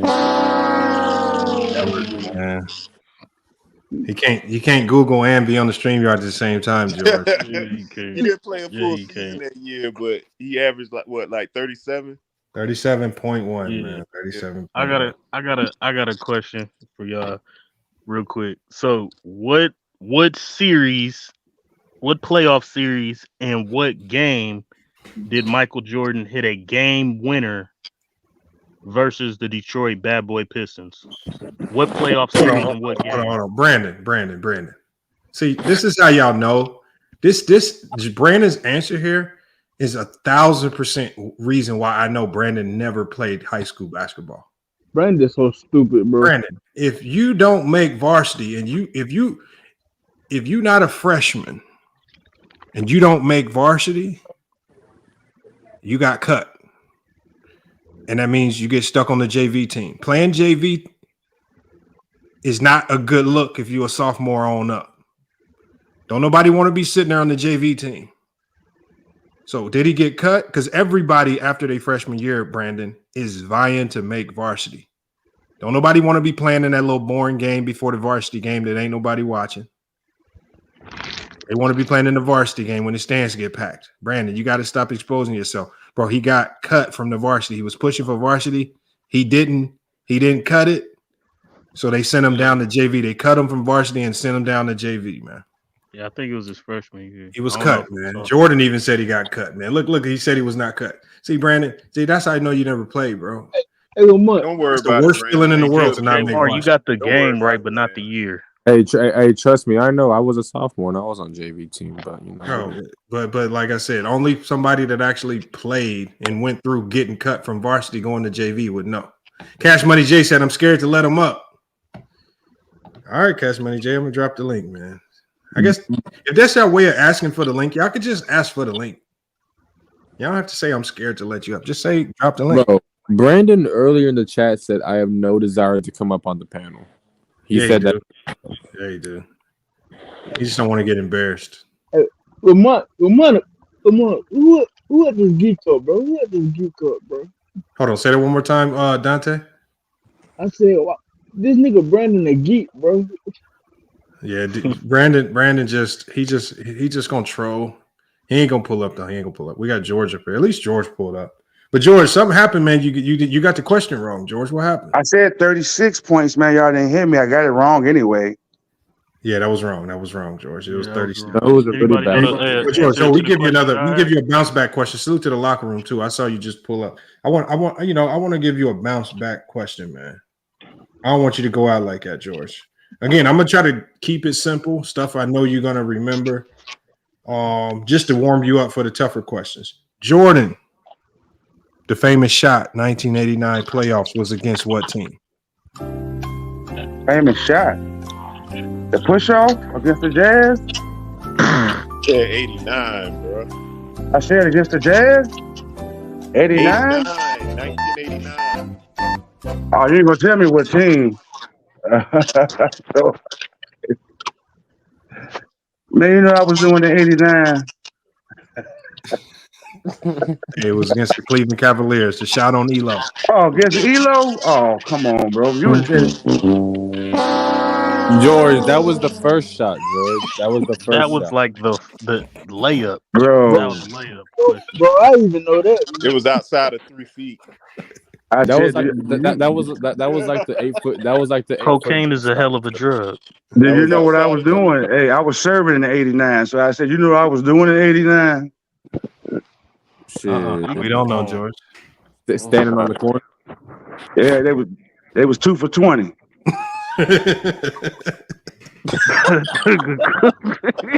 George is wild, man. George is wild. Oh my lord! Oh man! How many times did Jordan go 7-game series in the playoffs? That's an easy one. No. Here's a question. Here's a good question. 3 times. 3. Wrong. 4. Wrong. Yes, he only has Y'all 3 are way game off. 7s for his career. Yeah, he got it right. Thank you. Whoever said Go 4 James was crazy. Kingdom. All right, MacDuff. We got a question for you then, MacDuff. This is another one that could be potentially a trick bag. A lot of people will get this one wrong. 1987. Slam dunk contest. Jordan dunked from the free throw line. Who was his main competitor in that contest? Oh, he lost that one. Dominique Wilkins.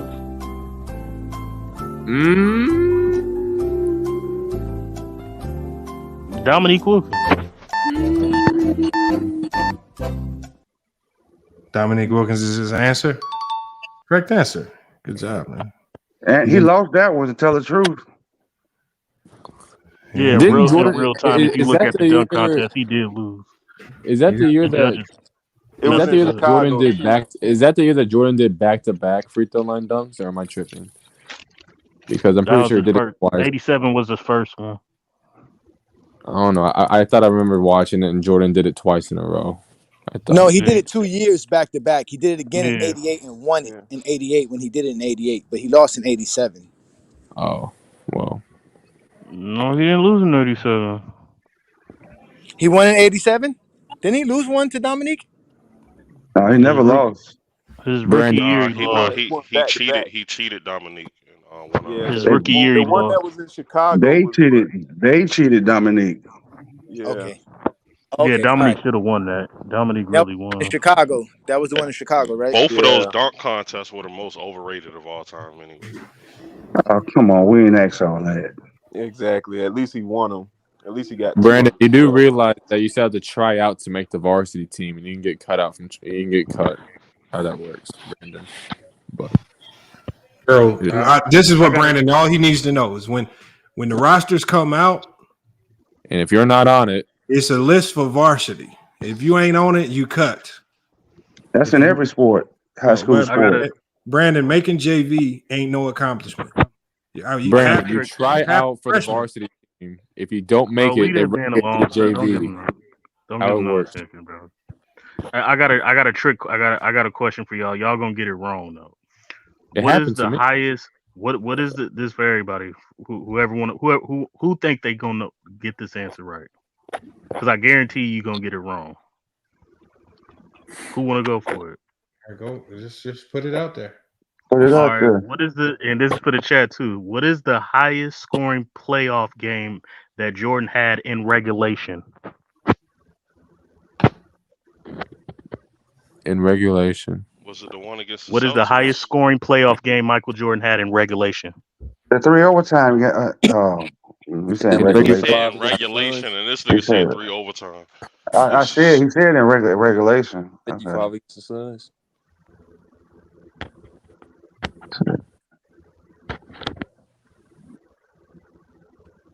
I said. Well, was it one of those double nickel games? 54. Wow. Was it one of those double nickel games, MacDuff? 54. Is it 54 points?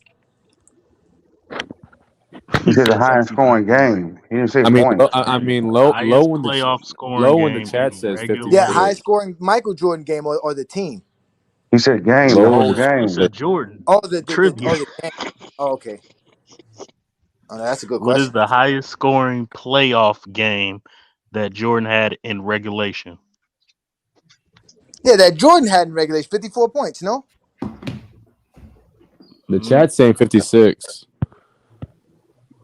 Is that right? Shit, the chat's saying everything. 56 versus Miami. 63.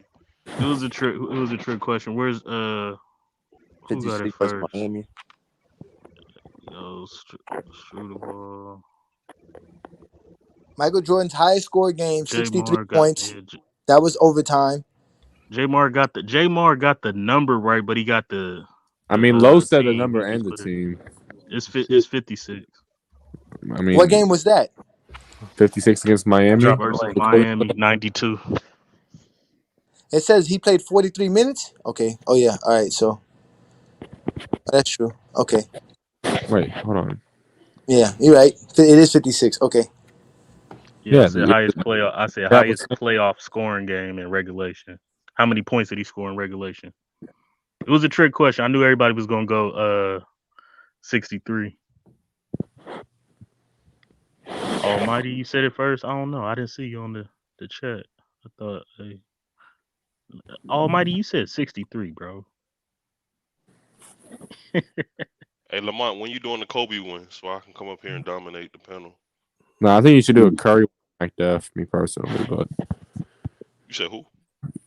I mean, there's a pretty big Curry fan on the panel right now that I would like to see how they do. J-Mark got it right, but he got the game wrong. Hey, Mac, if you heard me, podcast. I want to see how many of these Jordan fans know about LeBron. That's what I really want to know. I want to see how many of y'all know LeBron. Since y'all were feeling, that's what you got, Lamont. I passed the Jordan one. I only didn't know the draft one or the Olympic one. Yeah, that draft and the Olympic was hard. Well, Lamont said you got to get 10 questions right. 10? 10 of them. Yeah. That's a lot, Lamont. You tripping. Now you trolling. Trolling? We need aficionados, man. We don't need slouches up here, man. We need people that know what they talking me about. and bro with the JB and bro with the Jared. what you would call it, Avatar, the K Cunningham Avatar got the most. We need somebody that can be informed, man. You see, George ain't ready. Coop Jark, you think you can handle? I ain't never ready. I can't remember back that far. All that stuff. Jordan I told you I'm not a Jordan fan, bro. But I mean, I'll take a stab at it. All right. I was amazed. I was amazed at all that stuff. Okay. Let's see what we're gonna do here. Hey, somebody mic is horrible. Who is that? Is that Dante? No, it's not. Okay, it's fine now. It's fine. Yeah. I got a question for y'all. No, this is one that Hoop Jargon should know. Hoop, you should know this, Hoop. All right, let's go. All right, you should know this one. All right, let me put him on the big screen. All right, Hoop Jargon.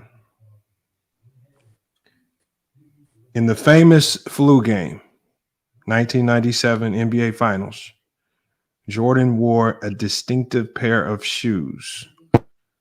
What model and colorway were these sneakers, and what's their significance in the shoe culture?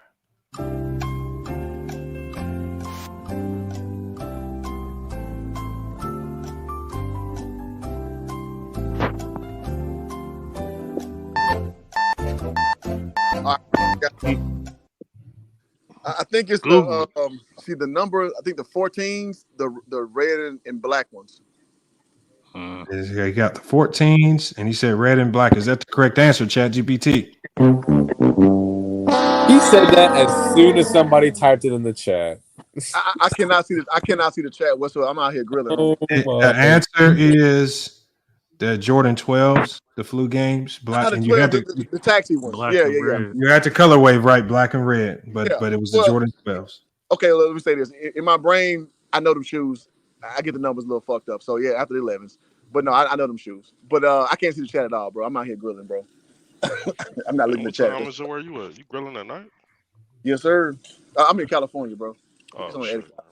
Ain't nothing wrong. Yeah, ain't nothing wrong with grilling at night. That might be some of the best times to grill. I'm saying, well, this shit is like damn near 12 o'clock here. I mean, is it cold over there? No, it's not cold today. It's been cold. Because it's cold over here. Shit, wow, man. Yeah, it's cold everywhere else but here. Shit, I wish I was over there then. Okay, here's another tough question right here. I know y'all gonna get this wrong, but I'm gonna put it out there. Who's the aficionado, man? I need a vet again. I got another vet question. Let me get it. All right, MacDef, if you get this one wrong, Step up man. to the plate. All right, MacDef. Oh, trick question.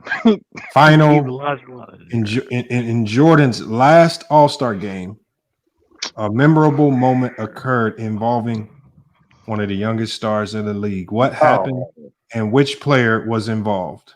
He had a game winner. Oh. In his last hold on, time out. You messed me up. You said 98 or his last All-Star game. I missed the question, so you can have it. I missed the question. I'm gonna read it again. I'm gonna read it again. In Jordan's last All-Star game, a memorable moment occurred involving one of the youngest stars in the league. What happened and which player was involved? Okay, so in the last, he hit a fadeaway game winner over Tracy McGrady, and then Tracy McGrady came back and got fouled and made free throw to send the game into overtime. It was over the Matrix.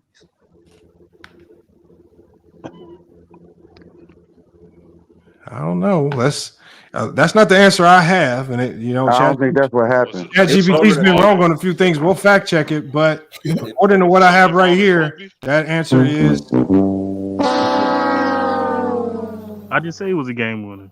Oh, it was over Sean Marion. The answer that I have here is Jordan hit what appeared to be the game-winning shot in overtime. Yeah, but it says, but Kobe drew the foul and made two. I thought it was T-Mac. I got everything wrong. Send the game to a second overtime. I thought it was T-Mac. So it was the other Kobe was the young star, man. So man, you guys, man. Man, Kobe wasn't young by 2002. If he was young in 98.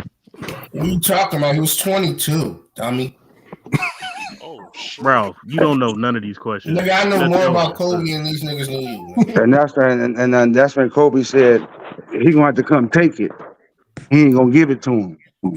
Bro, you don't know no question. That's what That's not a pause. You can wear my shoe. You can't fill my shoes, dog. That's not a pause. You are really ugly. Oh. Then that's when Kobe dropped 55 the next time he saw him. Why you ain't got Ralph, what did Will Chamberlain average in his rookie year? How many points did Will Chamberlain average his rookie year? Hold on, I'm gonna drop the link. The panel 35-4. You gotta drop somebody. Hey, Lamont, shoot me if you gotta bring somebody up, bro. Okay, I got you. I saw Low in the chat. I was trying to bring him up. Hold on, I'm gonna drop you real quick. Rebrand. I'm gonna see who else is trying to get in here. Hey, I just want to listen. Roger. Hey, Lamont, I went to that Sixers versus Nuggets game, bro. Yeah, you watch Joel Embiid destroy Jokic. Bro. I mean, Jokic destroyed him on the glass. Was in the passing lane. Low. We got Low up here, Low, man. Are you ready to get in the fire, man? No, I really want to know first, what does it take for somebody to be a casual? Like, how many basketball games on a year-to-year basis do you think somebody needs to watch? I think what makes you a casual is how you watch, not how many games you watch. Right? I think casuals pick up on certain things that if you're a student of the game, you're gonna see it completely different. And I think that's where the clash comes in when people start having these debates on YouTube, when casuals start debating with people that are almost students of the game. And anybody could be a student of the game, former players, people that study film, anything. But people who are students of the game just see it different from casuals. Can you give an example, Lamont? I don't understand. If you only watch like 12 games, the Lakers are a perfect example. The Lakers, the casual Laker fans will look at the Lakers and say Austin Reeves is the problem. That's a casual. Okay, so Ghost Town. A student of the game will look at this Laker team and you'll look at other things instead of one individual. There's other things. There's other elements like the offensive rebounding, the team defense on the 3-point line that lead to it, that lead to this team having their woes this year. But that's just like a small element. Like the casuals are gonna tend to blame individuals. I think students of the game tend to put the onus on more of the team. Just don't say it, Lamont. So basically, the whole media is a casual. Then basically, what you saying? You said what? Well, yeah, most of the media is casuals. Yeah, most of the media is casuals. And yeah, like somebody said, like box score watching and stuff like that. So like, if you think if somebody only watched like 12 games throughout the entire season, you probably think they're casual. No, I don't think it's how many games you watch. I think it's how you watch. So, for example, last year, going into the playoffs, I admitted I didn't see much of the Nuggets, right? And I made my pick when the Lakers were going against the Nuggets. I picked the Lakers just because I seen more of the Lakers. My pick on the Nuggets wasn't as informed, but after watching the Nuggets play one game, the first thing I came back and said was, the Nuggets just a better team. They're gonna win this. They're a better team. Like it didn't. I don't need to see 15 games to tell the Nuggets were just a superior team from defense to offense to chemistry. So I don't think you need to see a lot to analyze the game. We can agree to disagree. I just think that most people who grew up in the 80s and 90s are casuals anyway. So that's why they're not going to be able to win this Jeopardy thing you got going right now. Well, it's their casual. I think they're more so casuals because What it's did a you highlight talk era. about, bro? We won. I got pushed back on that. Wait a minute, man. Oh, How what'd you you- gonna what'd you say say, that? Hoop? Because You don't sit even at know home none of the questions. Hey, and look Lo, at us. hey, Lo, do you need to tell them about the TV broadcast or whatever they were Yeah, having back? they didn't watch enough basketball back then, man. It's just Right, you ain't had satellite back then. yeah, back then, y'all ain't no way y'all was watching a whole bunch of Larry Bird and Magic Johnson and Mark Aguirre and Bob No, Lanier what's happening and is Why Moses not? Malone. Why Because not? what's happening back then it wasn't available for you to watch it. That's why. Yes, it was because they Why had those not? VHS tapes where you can rewatch games, bro. And so that's That how came we out watched years it. later, bro. That came out After years the later, season. though. Like No, years after season the two. season's done. Stop it. You had access to watch them games, bro. Y'all didn't have satellite. Anybody Well, that okay. doesn't First that off, has the John games Stockton on. outside of the top Hold on, 10 let or Hoop say Johnny Larry get his Bird take is off. not Hold clutch, on, that's Mascot. crazy. Hold on. Man, goddamn it! I'm a dude who played Division I basketball. I fucking know basketball, so just yield the floor for a second. Goddamn it, fuck. Dog, network That's what I'm television saying. had the best games on. So, like when you use the Pacers, the Knicks, the Rockets, the Spurs, so on and so forth, those games were at the forefront. Now, can you say you watched the Kings play like that? Probably not. It was no access to that. But to watch the Bulls, you had the WGN network, which is through TBS. You can watch the Bulls all the time, right? Superstation. Wait, Yeah. where you from? Where you grew up from? Houston. Yeah, So that's how the did you area. They had WGN in Houston. No, I get They that, had but how WGN did in you- Houston, bro. I get that. How did you watch Dominique? Dominique Wilkins. Yes, sir.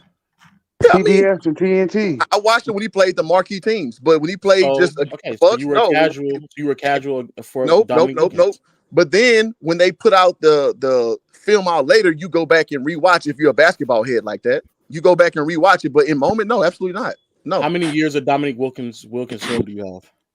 I'm sorry. How many years of film does Dominique Wilkins do you have? Do I have? Yes. I have 0. Or have you watched? Have you watched? Okay, so then if I say that you're a casual of Dominique Wilkins, then that would be an accurate depiction. No, you say you're a casual, like as in general. But am I aficionado of Dominique Wilkins? No, I'm not. I'm not. Y'all. Most people probably aficionado of Michael Jordan. But if I name majority of the '90s players, how much time did you really watch them play? That's hard to quantify. But when you watch, really. Again, go ahead, because I really. know where you're trying to go. I know how you kind of go with this thing. Yeah, because he got time to sit at home and watch TV and watch recast and watch YouTube plays all day long. He thinks he's an aficionado. That's crazy, bro. I never said that. How you trying to label people? Did I say that I was an expert on 80s and 90s basketball? No, But what you're that's the trying way to do you're is wedge talking. leverage. You're labeling people as casual, I hear you speak a lot, like bro. you some type of superstar analyst. I don't see you working for nobody. I work for myself, so I don't have to. I know that. So what are you saying? I never said I work for myself. That's what I'm saying. I know what you're saying. I never said that I was an expert. I just said that most people who were fans of 80s and 90s basketball, I would consider them casuals of 80s and 90s basketball because they really couldn't watch a lot of those players. Yes, you probably watch a lot more Michael Jordan than anybody else because that was more accessible. But if I asked you about Dominique Wilkins for most of his career, you couldn't really tell me because he wasn't accessible to you. And you guys from your era couldn't name Dominique Wilkins at all, so it's a moot point, bro. I'm not saying that I am an expert, though. No, I'm saying your era. But that's how you came on here acting like your you era were. is not going back and watching Dominique tapes either. So, I would consider them also casuals of 80s and 90s basketball. Yes, it's a moot point. There you go with the casual word again. I don't even think. I think y'all think casual is like a negative terminology. If you just you're not familiar. Why else would you use that terminology, bro? For someone who's just ignorant and doesn't know what. So why would it not be a negative connotation? Okay, all right. So ignorant. I don't. Well, ignorance isn't really. Ignorance means lack of knowledge. No, that's even if you want to say that, bro. But I don't think ignorance is necessarily negative. I think stupidity is negative, but ignorance is just like you just don't know no better. Right, like which is do. connotation of negativity. That means you don't know what you're talking about. Oh well, I would hope now if you are speaking on something like you know what you're talking about and you're casual, then that's a. But you threw out a random topic though, and I gave you a straight up answer. But if we're talking about I thank you for that, because most people aren't honest. So I appreciate your honesty about, like, you couldn't actually watch it. And you're right. Most people couldn't. And I truly, and I'm not even trying to be funny. I truly appreciate your honesty, because it's hard to get that out of people because they act as if like they did watch it. But in a general sense, yeah, it'll be difficult for you to answer random questions in the 90s because people weren't really watching it. Like that's very difficult to do. We watched with different eyes, though. Like it wasn't about like the same thing it is now. So you're basically trying to, basically have a standard that was from 20 years ago to a current year standard where it's like, facts, real flash. He asked the question what they're trying to do is set their standard. That's the whole point. No. He asked the question: how many points did Michael Jordan score in a what's the most points that Michael Jordan scored in a playoff series that's not overtime? By default, like in regulation, by default, he knew that y'all were going to y'all were going to overtime game, yeah, because that's the one that has been fed to most people. But it's also unfair to ask that question because most people were still casual at that time, because most people probably don't know the random game. That's what most people remember. That's not true. That's not how we can we agree that casual is a negative word in the basketball? Clearly is a negative connotation, bro. That's what they like to use because they think it's superior. I think just for the sake of moving on, I think it can be used negative, and I think it's both. I don't think it's all as bad as what people make it out to be. I think more people than not are casuals, and for whatever reason, most people don't like admitting that they're casuals. They have a hard time coping with that. And yeah, right there. But I don't think it's such a negative thing. And he is right. Like some of us are casuals through certain teams, like just because we don't see them as much. And he's kind of right there. But it is kind of used as a negative connotation sometimes in the basketball talk. Can I just get my to lean on Lamont shield that I know basketball? So it's not like I'm just trying to say I know more than less. But I'm not going to sit here and acquiesce to low standard, like I don't know what I'm speaking about. Can I lean on you, Lamont, on that part? Yeah, go ahead. Lean on you. Huh? Hold on, go ahead. No, I'm just saying. Can I get that clemency on that? Because I know he's saying that. Can you give the validity that he knows basketball? Which again, I'm not. I'm not questioning. No. He knows the game. No, he knows the game. I'm not saying as we go forward. I'm not questioning if you know basketball. I'm questioning. I came here when he asked a very unique question, and I'm trying to explain like, if you only watched a handful of games in the 90s, like that's going to be very difficult to do because most people were casual viewers. Like that's very difficult. Hello, do you agree? Do you agree with Brandon in the chat? He says Wilkins was overrated because of his highlights. He couldn't shoot consistently. Do you agree with that based on what you watched from Dominique? Shoot what? Because he was a really good mid-range and post-up shooter. Yeah. I think most people. I'm just going off his take because Brandon is one of those guys that he puts himself out there as he's an aficionado, making blanket statements like this with no supporting facts. No, when he went head to head with Bird, I know he don't know what he's talking about. It's the opposite. The highlights have people believe that all he did was dunk, but he was actually a really good mid-range and post-up scorer. He's a great scorer, period. Yeah, that's crazy. No, but 80s, 90s, the most games that we could actually watch teams was when the playoffs started. If we're being honest, those were like the double headers. Then we can watch the East and the Western Conference teams. Like that's when we really saw all the teams play. But no, if you're staying in Cali. Yeah, you might have had WGN, but you couldn't see no freaking San Antonio Spurs games. You couldn't watch no Boston Celtics games like that. You had to watch your area, and the only other times you get to watch multiple teams is when the playoffs started. Well, I think the one thing. Thank you. I think this affected us all when we were little. I don't care what era you were in. It was just if you were on the East Coast and the Midwest, you just had a hard time catching the West Coast games just because they were so late for you most of the time. Absolutely. If you little kid, you got to head to school, you're going to miss them late Laker games or Sacramento King games. So you might really miss out on even Portland Trail Blazers or whatnot. So I think for me, that's one of the reasons why I was so intrigued by the Blazers and ended up becoming a Blazer fan because I didn't get to see them as much. So I'm playing with them on video games, trying to figure out who they are. I'm not able to watch him play as much. So there's a lot of things that go into it. But the one thing I disagree with Lowe, I just don't think you need to watch a whole bunch of games to understand who a player is. I think I think you can identify talent and who a player is very quickly. Especially if you played or if you coached. You just have a innate ability to kind of just sift through the shit. I mean, that just make you infallible. Oh, but okay. Let me be clear. I'm not talking about you're a casual in the sense of like basketball, like actually watching it and like Lamont said, breaking it down. I'm simply referring to like the trivia that y'all are doing, where again he asked a very unique question. Like, there's just no way. Like, I don't know how anybody's going to answer that question because it's like y'all talking about like 80s and 90s basketball. Like, that's going to be difficult to like pull up those type of things. Well, Hoop Jogger just said was negative. Nobody called that out. What's that? If you played, like y'all always got those, and then people who watch face, if you played and all that, bro, stop that. That's a negative. If you played, what you mean? How's it a detriment? Like that is like come on, bro. That does matter though, Ralph. It matters, bro. Like because it's a familiarity with certain things that you pick up quicker than someone who just sit back and watch. No, it's not because you at the end of the day, it is. You haven't been on that level. It's different between high school, junior high school, college, junior college, and the NBA, bro. And I played all the levels except NBA, bro. Yeah, so you can. And I played professional overseas, bro. I got a decent mind. A ball before, bro. Right. But if you played. No, it does actually. So if I never played wiffle ball and I sit back and I don't know the idiosyncrasies of wiffle ball, it's just certain things I don't know because I don't have applied knowledge. That's just like that's with anything in the world. You have applied knowledge, you have just a more keen sense. Does that mean you are the governing body over everything related to? No, but it kind of gives you an insight to understand things at a more applied level. That is true.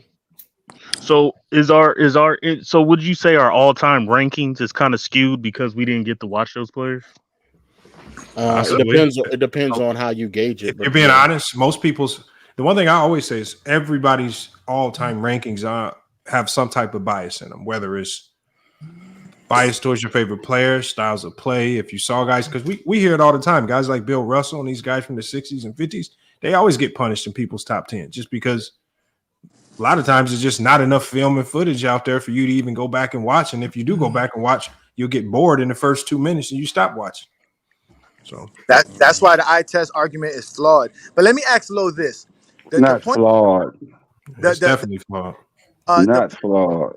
The point of the trivia was to see how much Michael Jordan fans know about Michael Jordan. Shouldn't Michael Jordan fans know what Michael Jordan's highest point scored in a regular and the regulation without overtime? But they, because they always know. Not from 30 years ago, bro. Come on, man. Y'all. Shut up, George. But they be knowing how many times LeBron teams made a trade for LeBron's team. Those are things that happened like 3 or 4 years ago. Like he said, we're talking about something that happened like almost 30 years ago at this point. Right, bro. Come on, fam. Like we're holding the standard that that's okay. Let me ask you this: what is LeBron's highest points in a playoff game without overtime? That I don't know. Oh, well then what the fuck? So your whole point. If you don't know LeBron and that happened, if you don't know LeBron and that happened, they know obscure things about LeBron, but they don't know. Hey, Lo, do you know? No, I don't. The only reason why I knew about, and actually I thought it was against the Suns. I didn't know it was against Miami. The Jordan one. I don't even know the thing about LeBron. And the reason why I'm saying is not necessarily to say that you're supposed to know, but it's like whatever that career high is for LeBron happened like probably in the last like 10 years or 13 years. Why would somebody remember something that happened like 30 years ago? Like, how is that possible? They remember the hand checking though. Guys, all I'm saying is that was a very difficult question. They remember 63 points? Yeah, because that's the story that's been told to them. That's a narrative-driven talking. Y'all didn't know the game-winning shot that I said versus the Pistons neither. See, like that's just like nigga, I watch Kobe. I don't know what Kobe game winners like goddamn, what are y'all like that? I just think that's same here. Yeah, I understand the premise of what we're doing. I just think that like For the most part, bro, we talking about some shit that happened 30 years ago. You couldn't even tell me LeBron's career high, and that probably happened like 10 years ago. His career high in the playoff game or regular season. And the exact thing question that you asked in a playoff game in regulation.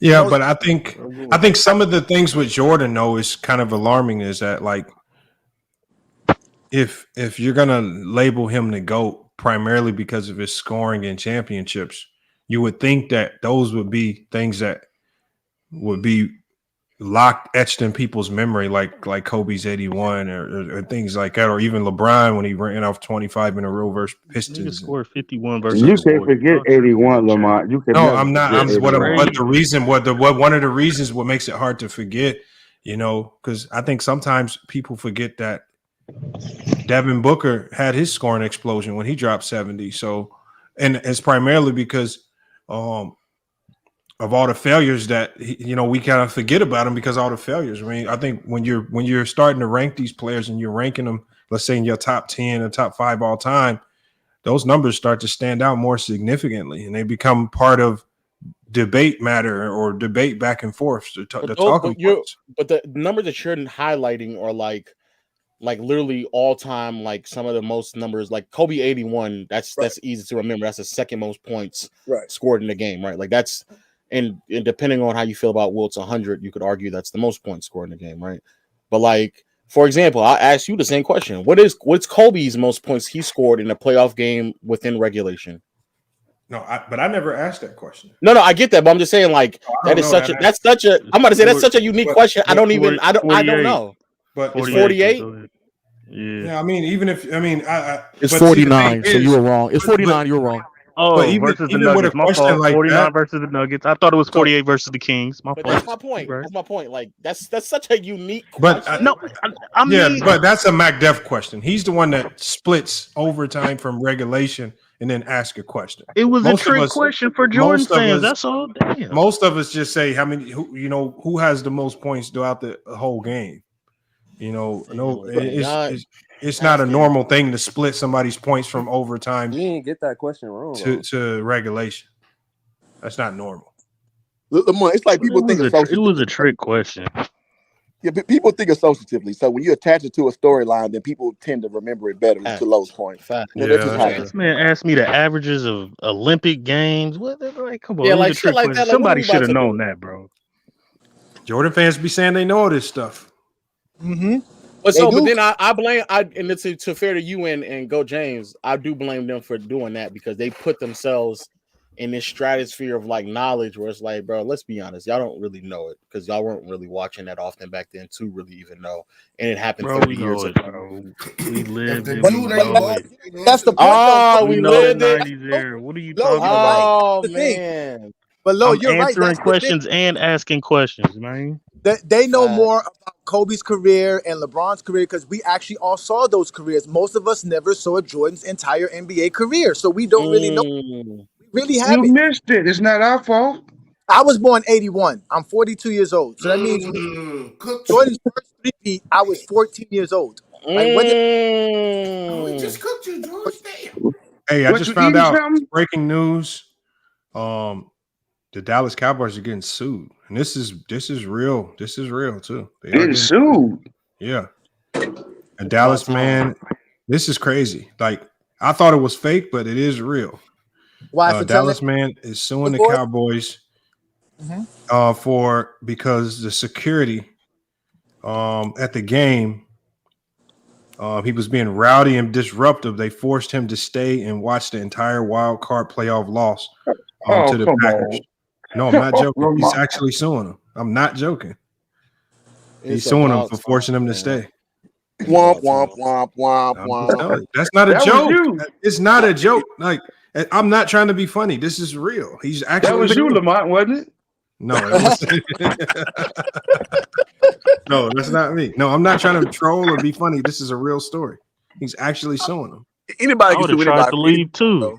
You can sue anybody for anything, bro. Watch that abomination of a game. If I was a Cowboys fan, isn't that kidnapping? I mean, if I were there, I would love to stay and watch the Cowboys get me personally, but it is what it is. All right, first y'all chill. Fuck the Cowboys. All right, wow. chill. Like a personal problem. Chill out. I still hate the Cowboys for what they did to the Falcons a few years ago, but it is what it is. Who we do to the Falcons? Y'all The came back from Falcons. like Oh, yeah, y'all came back from like 15 down in 5 minutes. Yeah, that was a hell of a game in 2020. We got the No, it onside wasn't. kick No, that it game. was not. It was not a hell of a game. No, Yeah, it wasn't. was. No, it wasn't. Y'all talking about some Lamont, random. I saw your NC Stockton game. I mean, your Stockton video. What Stockton video? You posted a Stockton video, Lamont. I saw That it was a too. long time ago. Oh, I normally just see your lives. I didn't see the. Oh, what about it? No, I mean, hey man, it was a informative video, man. Yeah, there you go. Hey, Lo, I was watching your old skit. Did it convince you of anything, Lo? Why did you disagree? Like, there's nothing to disagree with. It's just what you value. If you value a bunch of numbers that led to nothing, I guess, hey, he's up there. I don't know. I don't think. So winning matters to you, championships. No, you don't have to be championships. You just can't have a negative record in the playoffs. I mean, I don't know. It's hard. What Stockton Why does. not? He just went up against a better team. That's a slippery. Let me tell you right now, bro. Y'all it's hard. Real quick though, who were the first round teams that he lost to? He lost to the Golden State Warriors before Run TMC was there. He lost to the Suns before Barkley was there. How can you have a better team if at that point in NBA history you have the greatest power forward of all time and who y'all consider a top 3 point guard all time or top 4 point guard all time at that point in NBA history? How is that possible? And didn't they have other good scorers on that team? Yeah, they had other great scorers on that team. Thurl Bailey, Jeff Malone, they had a DPOY candidate recipient as well, and Mark Eaton. How is it possible? But, That's but not you a good don't. enough team. But you don't knock the like. I know a lot of people try to. I mean, rightfully so. Some people discredit Stockton, but because I'm not both of them. I'm not game. I Well, what I'm saying is his game. When a new coach came in, his game changed because the coaching style changed. And so the style that people wanted him to play, like the Kevin Johnson style, where he's more so the scoring type first and also playmaking along with it, his scoring went down because the style of play asked him to do something else other than score. When? So if you look at Stockton's numbers early in his career, when he had these big time explosions in points, crazy numbers, but then under Jerry Salone, What crazy numbers of points, Lamont?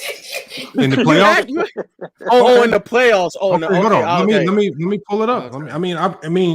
He when they needed him to score, he could go ballistic at times.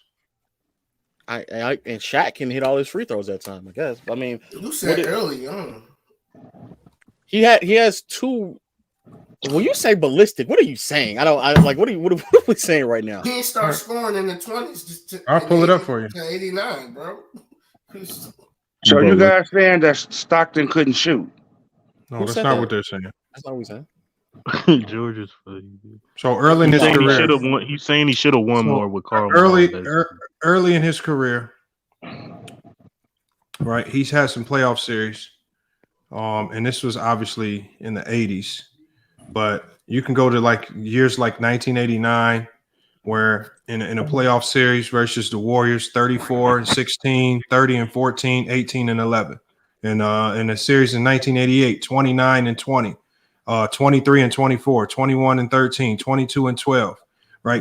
How are you correlating this to the coaching though? That's a game. No, what I'm saying is when you and look, I'm going to show you. So you got also in 1988, 20-10, 20-13, 20-9, right? So you can see that how he was being used from 88 to 89 when it was asked of him to go be a scorer. I mean, he could go be a scorer. But let's look at the year when Jerry Salone came.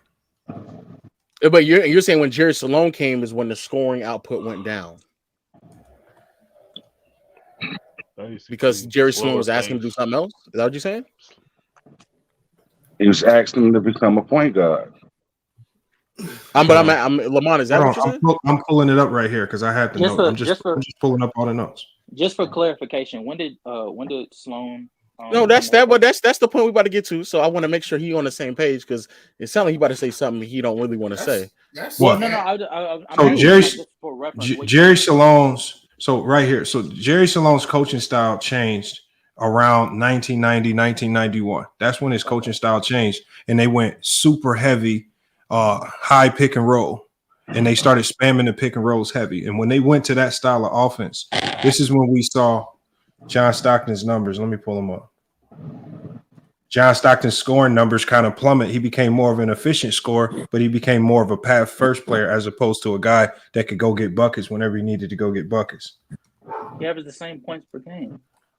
You could say that the same thing about Isaiah Thomas with the Pistons. They was up and down early in the 80s, and when Chuck Daly came, they changed their philosophy to defense. And then you said in 90. You said 91. Chuck Daly changed Rodman game. I was about to say the problem with Lamont is saying is that there's one series where Stockton went crazy scoring, and that's the 89 series. No, I gave you a lot of different games. And what I'm saying is when they went primarily high pick and roll dominant, and that became their primary offense, and that's what they lived or died on. It was just always going to be from that point forward. It was always going to be hard for him to be this prolific scorer that you guys wanted him to be out of that offense. That, you know, especially in an era where the Utah Jazz were one of those teams that completely abused the illegal defense rule, which in the process of abusing the illegal defense rule, what are you doing? You are slowing the game down to an ultimate bore. That's something that Rod Thorne talked about. The Jazz, the Bulls, they were guilty of this as well. They would slow the game down to a bore, run high pick and roll, Stockton Malone. If that didn't work, then they would just isolate Malone on the block, put even non-shooters on the three-point line opposite to space everybody out and just let them go to work. They slowed it down to a bore. And when your pace goes into the garbage can like that, I don't see how we punish a guy because his scoring numbers aren't through the roof. Well, I'm punishing him because he didn't. I guess he just didn't pick and choose when he wanted to score. But it's one series, Lamont. It's one series where he went out crazy scoring. He's just one. It's 1989. Okay, but even if you go to the regular season, man, you can watch how even throughout his prime, we can go how his scoring numbers. If you just look at his numbers throughout his prime. His scoring numbers, where he looks like he hit a peak in 1989 as a scorer at 17 points per game. He kind of stayed there for 3 years, but then he started to decline through the early 90s, 15, then 14, going into the mid 90s, then all the way down to 12 by the late 90s. The problem is we never saw the most prolific scoring out of John Stockton because the offense that they ran wasn't designed for him to be a prolific scorer. And I just don't see how we punish guys. Like sometimes your attacks on John Stockton is, he wasn't a great playmaker because he wasn't this threat to go score or threat to take you off the dribble, and he was only passing the ball. When a lot of people, even players, when they talk about John Stockton, he was a threat to score. He was prolific. But when you're handcuffed by the offense, I just don't know what you expect him to do. I'm expecting to have the intelligence to know when to be aggressive and when not to be. And also, Lamont, when was he ever not aggressive? When give me a game where he could have been aggressive and it could have won them the game. There's several games against the Houston Rockets and even the Phoenix Suns in the playoffs where he wasn't aggressive. Did he just not take shots? What happened? Where the defense is essentially just sagging off him, trying to prevent the entry pass, and he's not shooting. And just not presenting himself as a scoring threat. I mean, I got to pull the game up, but John Stockton was a shooter. He was. I'm not saying he wasn't. What I'm saying is that if the opposing team they know what you're about to do. They know they're about to, you're about to try to throw an entry pass into the post because you're trying to get into Malone. Does that mean Magic Johnson is overrated? Because that's if you talk about sagging, they did the ultimate sack job on Magic Johnson. Because Magic Johnson, what happened with Steve Nash going? If you want to see sagging, just watch videos of how teams sagged off Magic. That's I also agree, but Magic Johnson still was aggressive enough for them to still play him defensively especially when he was in the post. When he was in the post, he was grabbing like another defender almost every single time, especially when a smaller defender was on him. John Stockton was never presenting himself in that much of a scoring threat in contrast to Magic, especially towards the tail end of Magic's career when Kareem wasn't on the floor as often, or if he wasn't even playing period because he already retired. Magic Johnson picked up a much larger scoring load and a much larger offensive responsibility. But why do we want Stockton? Hold on. But see, that's weird because Magic through the most of his career, and like if you look at because Magic really with his 10-year career, and if we look at John Stockton's prime, John Stockton in his prime was giving you about 17 per game. Magic in his prime is giving you what, 18, 19? It's a 2-point difference. You understand the difference of presenting yourself as like a threat versus somebody cannot average 17 a game and not be a threat. I'm not saying he's not a threat. I'm not saying he's not a threat, period. There's certain stages throughout a game where he is a threat.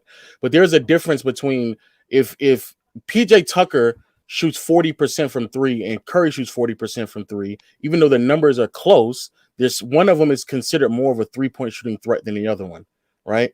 Even though they made the accuracy will be the same. So when you're talking about Stockton, and we didn't just watch games, there's throughout games, especially down the stretch of games, teams were not like they were not defending him as if like he was as much as a threat as Karl Malone was. Fair enough. So when teams do that, I gotta see this. I'm about to just watch Houston game. I'll pull up and I'll just go to a fourth quarter game. I'll just go to Houston Rockets. I'll go to any fourth quarter game. I mean, what you're doing, because it's dangerous if he pulls up this. If Houston hold on. If you pull up Houston what I'm Rockets going to do is what I'm going to do is if John Stockton was this passive in the fourth quarter, then I expect to see this passive John Stockton in almost any random fourth quarter that I pull up. And I don't even have to be selective about it because anybody can handpick moments to try to say this is who a player was. If this is who he was, then this is how all teams treated him in the fourth quarter. That has to be the leading scorers of their teams back then. No, Lamont. The reason why I say it's dangerous what Lowe was doing because even though a guy Steve Nash can actually score. You gotta look at his moments. Why he didn't take over a lot of games. All right, so here's a random game. This is Stockton later in his career. This is Stockton later in his career. I'm just going to go to the end of the game. This is 1998, right? This is old John Stockton, right? Which game is this or which series? I don't know. I just clicked the first game that I saw, Game 6 versus the Jazz. I'm just going to the end. I'm not watching any footage. I don't recall how many points he scored. They are the Jazz. What series? No, Bulls and Jazz, 98 finals. Oh, okay. So I'm just going to go straight to the end. I'm going to go straight, and I'm going towards the end of the game. About to share my screen. I just want to see how the Bulls, the best defensive team in the league, did they sag off John Stockton? Did they treat him like this cone or this guy that wouldn't attack? And I respect Phil Jackson's mind. If Phil Jackson did it, then I respect it. Hold on, y'all. Somebody got an echo too. Somebody got an echo.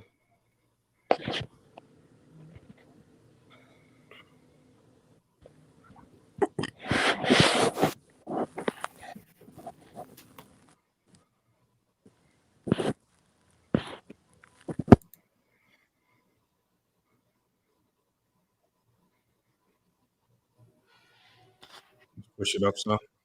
That's Stockton with the ball. Ron Harper pressed up on him. That's not sagging. He's inside of the paint. I mean, he's inside of the 3-point line.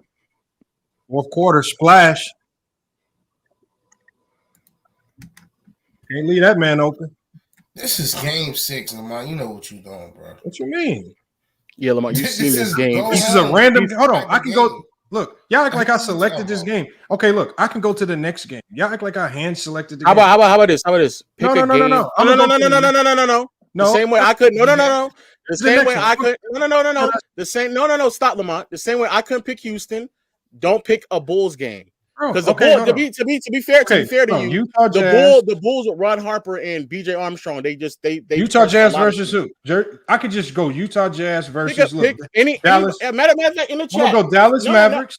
Chat. Pick a number between 1 and 7. 1995. Let's go 1994.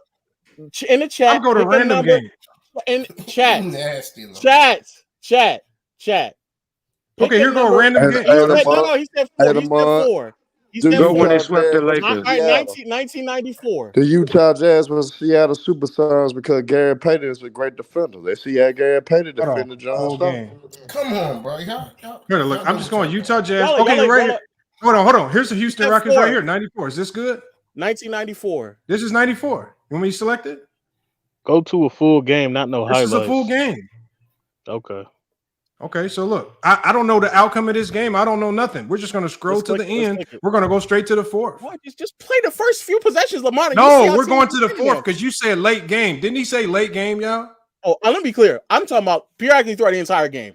But if you want to, but I'm talking about we can sporadically go to different parts of the game. Mm-hmm. Wait, can I see this? Okay, there you go. It's kind of fuzzy, y'all. Low quality. Damn, that nigga Jay Leno old as hell. Ain't Conan O'Brien. Damn, they just said Stockton hit 3 in a row. Hold on. But did he pick? I need to share my audio so y'all can hear that. He picked game 5, of course he did. Bro, I didn't pick anything in particular. No, go. I want to see it anyway. I just clicked the first thing that popped up. Well, was John Stockton good in game 5? I don't know. I don't know. I just picked any random game. I want to see it anyway. I'm just saying. I just want to. All right, we're gonna let it ride. Look, I just picked a random game. I don't know what happened. Just let this Utah's down. Okay, look, pressed up beyond the 3-point line. That's not sagging. That's deep. So I don't see. He's wide open, Lamont. He went under the screen because they were doubling him alone. He's wide. Is that not what I just said? Is that what I just said? They view Malone as a much bigger threat, so they sent help to Malone. But that's fine. That's fine. No, stop. No, because now we about to do film breakdown. Lamont, we're here. Hold on. We can do film breakdown because that's what I do. The one thing you can't confuse, y'all, is defensive lapses or defensive breakdowns or weak closeouts. You can't confuse that as the strategy that's used to guard these players. So because he was lazy on the closeout, because he cheated, right? Even though they really had a triple team that way, defensive mistakes don't mean that's how they guard players. It's just a defensive mistake. Okay, we'll watch it. We'll continue.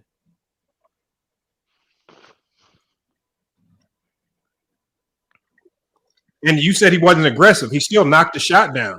That's the one 3-pointer he made all matter. Chat. You said he's not passive. Yes, he's letting it fly. He let it fly, and that proves the point that if we let him shoot, that's not going to win them the game. Oh my God! No, who lets Stockton shoot? They did. He went 1 for 6, Lamont. Unless you think he was pulling up. Okay, Stockton again. Let's see where they pick him up at. They're not sagging. He just pulled up off the dribble. Jesus Christ, that nigga's terrible. Jesus, he did a pull up 3 in the 90s. To be fair, that's more aggressive than what I would even have expected. But we'll continue to watch. Stockton is a top 5 point guard. Remember, what I was told was he's not aggressive. That was an aggressive shot right there. We're going to continue to watch. You want me to go to the beginning of the game, Lo? We can keep watching. We're right here. We're already here, Lamont. Okay. We're here. You can fast forward to the next possession, but we're here. Stockton's top 5. I'll go to the next position. Top 5 loser, yeah, for sure. Well, that guy looks like he had a baby with a 12-year-old right there. Right there. No, you nasty for that. I know you ain't talking down. I know you ain't talking inside the basement with the lights off. Also, you can fast forward. You can fast forward with the arrow. Fast forward with your arrow. You're not defending Carmelo. No, I don't have it on here. No. Your arrow on your keyboard. On the arrow on your keyboard. Oh, okay. Yeah. Hold on, here it is. Defending Carmelo is crazy. Wait, hold on. Stockton with the ball. Let's see if they sag. He's well above the 3-point line. That's not sagging. I wouldn't sag either. Fights over on the screen. They damn near double him. Still attached to Stockton. Okay. All right. So we got to fast forward a little bit more. You don't want to put it on like use the arrows. Use the arrows. Oh yeah, you're right. Stockton is better than Russell Westbrook. Y'all tripping in the chat right now. I probably would rather have coming back. Transition Stockton.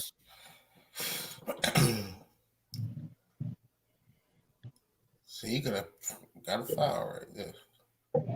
It's being a triple team. They cutting off his driving lanes. Ugh.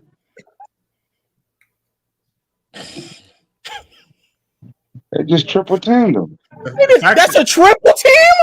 Oh my God! That's a triple. The fact that people fight over screens tells you how much they respect. No. That's fair, but that's not a triple team. Bro. That right there alone. I watched this play for a few minutes. Every time there's a screen, they fight over. That tells me right there they respect his mind offensively. To fight over the screen and run them off any jump. Because if they didn't respect him, they would be going under. Unless he missed a quality mid-range. He missed the shot. I'm just talking about how. And that's fair. So we'll continue. and he took the shot. It's not like he was passing. And that is fair. He did take the shot. Yes, that is fair. Okay, I'll fast forward. Yeah, we can fast forward.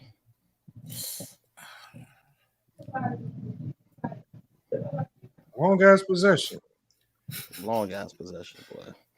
Also, Dan, I wish we also should watch some of this floor spacing that y'all love to brag about in the 90s, because Jesus Christ. The floor spacing is there was no floor spacing in the 90s. I mean, not the floor spacing, the offense, and what provided the floor spacing was the illegal defense of that team. Damn, I thought they really played through the fouls back then. When did Russ lead the league in rebounds per game? They hacked. Man, be quiet. This is the best quality basketball y'all gonna ever see, man. Enjoy it, man. The 90s. Facts, man. 90s ball, man. This is hoops. Bro. This is real hoops right here. It's a man's game. Look at that Let's get another possession. Hand checking with right the ball. Yeah, the grabbing of the jerseys, yeah. Yo, he's slow as hell. Run the play, Stockton. I'm about to take his ass off the dribble. Get off me. Yeah, screen. That's a horrible switch. Is that under? Is that under? Is that under? Is that under? Can we establish that was messed up? He messed up. So this is what I mean. No, just because you mess up on defense, we'll continue. Don't mean you intentionally. Whenever you go, like, because we just watched a play where they went over the screen like 4 times. And I agree. So messing up isn't showcasing how they defend him, and it almost cost him a bucket. He just missed a shot. Let's continue. 2 shots. Yes. But that happens. I ain't gonna lie. To be honest to the chat, this is also a really bad Stockton. I don't think Stockton was this bad, because the game that we're watching right now was. He's not bad. No, I'm letting it be known that even though this game may show him missing a bunch of shots, I don't think Stockton was this. Even I don't think Stockton. Well, players miss shots. I mean, we can pull up games of Jordan where he missed 9. I know, but I'm just controlling the whole entire offense. I'm letting everybody know that Stockton shot poorly this game. So this isn't the most accurate depiction of who Stockton is. That's all I'm doing. But let me ask you this, Lamar. Lamar, do Utah versus Seattle? Hold on, what'd you say? Go James Keenan. Yeah, when somebody goes under aggressive defense, that automatically means you're just not a scorer. You're not a shooter. So what happens is, teams have philosophies defensively. You talking about 96? So going under screens, if you go under screen, with Gary Payton, if you see it consistently, it's basically by design. But from when I'm watching here, it's by design. These Houston Rocket guards are on screens with Stockton. They're always trying to fight over. Now, on one of those plays, we saw the guard mess up and he didn't fight over. And they almost blew the coverage. He almost had a wide open jumper. But what they're doing is, whenever you have a shooter, this is just basketball 1-on-1. Whenever you have a shooter, you always go over on the screen because you're chasing them off the 3-point line. And the goal is to run them into the big that's in the paint. It's called icing the screen. You need your guard to fight back to get in front when he chases over. The big shows. But back in those days, you're not going to chase a shooter because there weren't too many people shooting off the dribble like that. So that's what I'm trying to say. No, you chase over the screen. Stockton, as we've seen in this video, if you give him that shot, if you mess up the screen or you go under, he's going to take the pull up, make or miss. So he just say when nobody's shooting off the dribble. Did Stockton miss a game off the dribble in transition? No, I'm talking about for 3-pointers. But that's rare. That wasn't So yes. In the 90s, let's finish. In the 90s, they hunted mid-range shots a little bit more. They weren't hunting threes as much. Running the offense, man.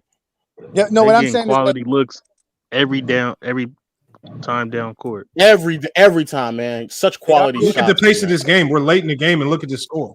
It takes some time, but they're getting the pace. It takes some time to get the looks, but they're getting the good looks. Look at the pace. Look at the style of play they're playing, y'all. Look at the tough defense. Look at Hakeem Olajuwon, man. Oh my God. There's 9 people in the paint. Y'all don't forget. Look at the hand check. The most important thing is the hand checking. Yeah, the hand checking. Oh man, how aggressive they were when they. Check out the hand. Look at the 9 players in the paint. Look how much space. My whole point is that nobody's sitting there going to just sag off Stockton. They're going to guard him straight up, just like you see right now. Checking. All right. Who is that standing at the top of the key? Yo, Lo, you gotta admit, Lo, that was a great pass, Lo. That was a great pass. I think he's a great passer. Yeah, he makes great passes. No one ever denied that. Quality look every time down the court is what I see. Every time that contested hook shot, quality look. Oh, hey, no, let me ask you a question It's though. would Would you rather a player average 20 points per game or a player get you 13 assists per game? It depends on what's on my roster. Wow. I tell you what, you give me a guy give you 13 assists per game, you can put anybody that's gonna get you 20 Stockton points. again, Kenny Smith. That's not guarding them tight on the perimeter. They kind of went away from the pick and guarding. roll. That's guarding tight. Yeah. Right? Oh, You think that's guarding tight? That's why you the all-time leader in turnovers. What they just did right there when they go away from the so when that go was back more, on the arrow. Go in the arrow. Go in the arrow. Just go back in the arrow. What they did right there, y'all, is they went away from the pick and roll and they ran what is called a Princeton cut. So I'm gonna show you. And Malone was not a good enough passer for them to run these type of sets. Well, Malone could get this off. I mean, obviously the goal is to get Malone the ball in different ways outside of the pick and roll. So that was the goal there. They defended it well and forced him to pass. That's what you got to give Rockets credit. So right here, so watch Malone. You're going to see the guard come over and set the guard to big screen. What they're trying to do is they're trying to create a switch, hopefully. No switch. They did a good job. And so he got a hand on the pass. That's what blew it up. Kenny Smith Kenny Smith got a hand on the initial pass, tipped it, and that's what's bought him time to recover defensively. Because if that was been a laser right in, it would probably been a bucket. Or you got him coming across, tip pass, and that's what blew the play up right there. Stockton moving off the ball. That's part of Princeton offense, though. What? What's that? The move, the cut after you throw the ball into the post. Stay in front of him, Stockton. Stay in front of him. Stockton actually doing more hand checking, or at this point, he's more forearm checking. Stockton on the break. Let's see how they defend it. Take it. Double. Get it back. They're still guarding him tight. Run off. That's not tight, Lamar. Bro, get off me. Get off me, Akeem. Bro, they're guarding. Hold on, get off me, Akeem. They're not letting him get open. He can't shoot this ball. Like right here. Like when we go right here. I'm going to show you. It's Stockton right here. Look, so right now, if Stockton takes this shot, it'd be a bad shot. It'd be 4-on-1. Right? I agree. I agree with that. Right here. He drives in. He got 3 Houston Rocket defenders. He can't make this play. He kicks it out. That's what you're supposed to do. Agreed. He gets it back. When he gets it back, he's still getting guarded well. You said tight, though. You said tight. You said tight. Is that being guarded tight? Hell no. Thank you. All right, it's not being guarded. All right, that's modern. I mean, most guards. If he shoots, it's contested. You're tripping, bro. No one is saying for him to pull it contested. All right, so no right here, saying, but that's not the right here. What we're looking at is how did they No. defend the screen? And so I think some of y'all don't understand what pressure defense is. No, I agree. Is he I playing agree with pressure I agree defense? with you on the screen. Is I he agree playing with pressure you. defense right now? No, you can't. You're not going to sit there and play Stockton pressure defense the full game. He's too good of a ball handler. But you're going to stay with the man. I'm only saying that because you said it was tight. No, I wouldn't have said it if you didn't say it. To me, he's defended, right? So there's a difference between. I'm not saying that. So what your definition? You said tight. So You your said tight. definition, We're playing your semantics. definition of tight and pressure defense. These are two different things to me, based on the lingo that I know. They're not This is sagging tight. off of him. This is tight defense. To be fair, Like, I'll admit. I'm not So sagging when the off coach you, but you're says, not y'all, saying when the tight. coach defensively, at least for us, when he would say tighten up, it didn't mean go press up your man. It meant stay with your man. Stay with your man. So when we say play tighten up, it right here. Play it right here, and let me see how Stockton defends him.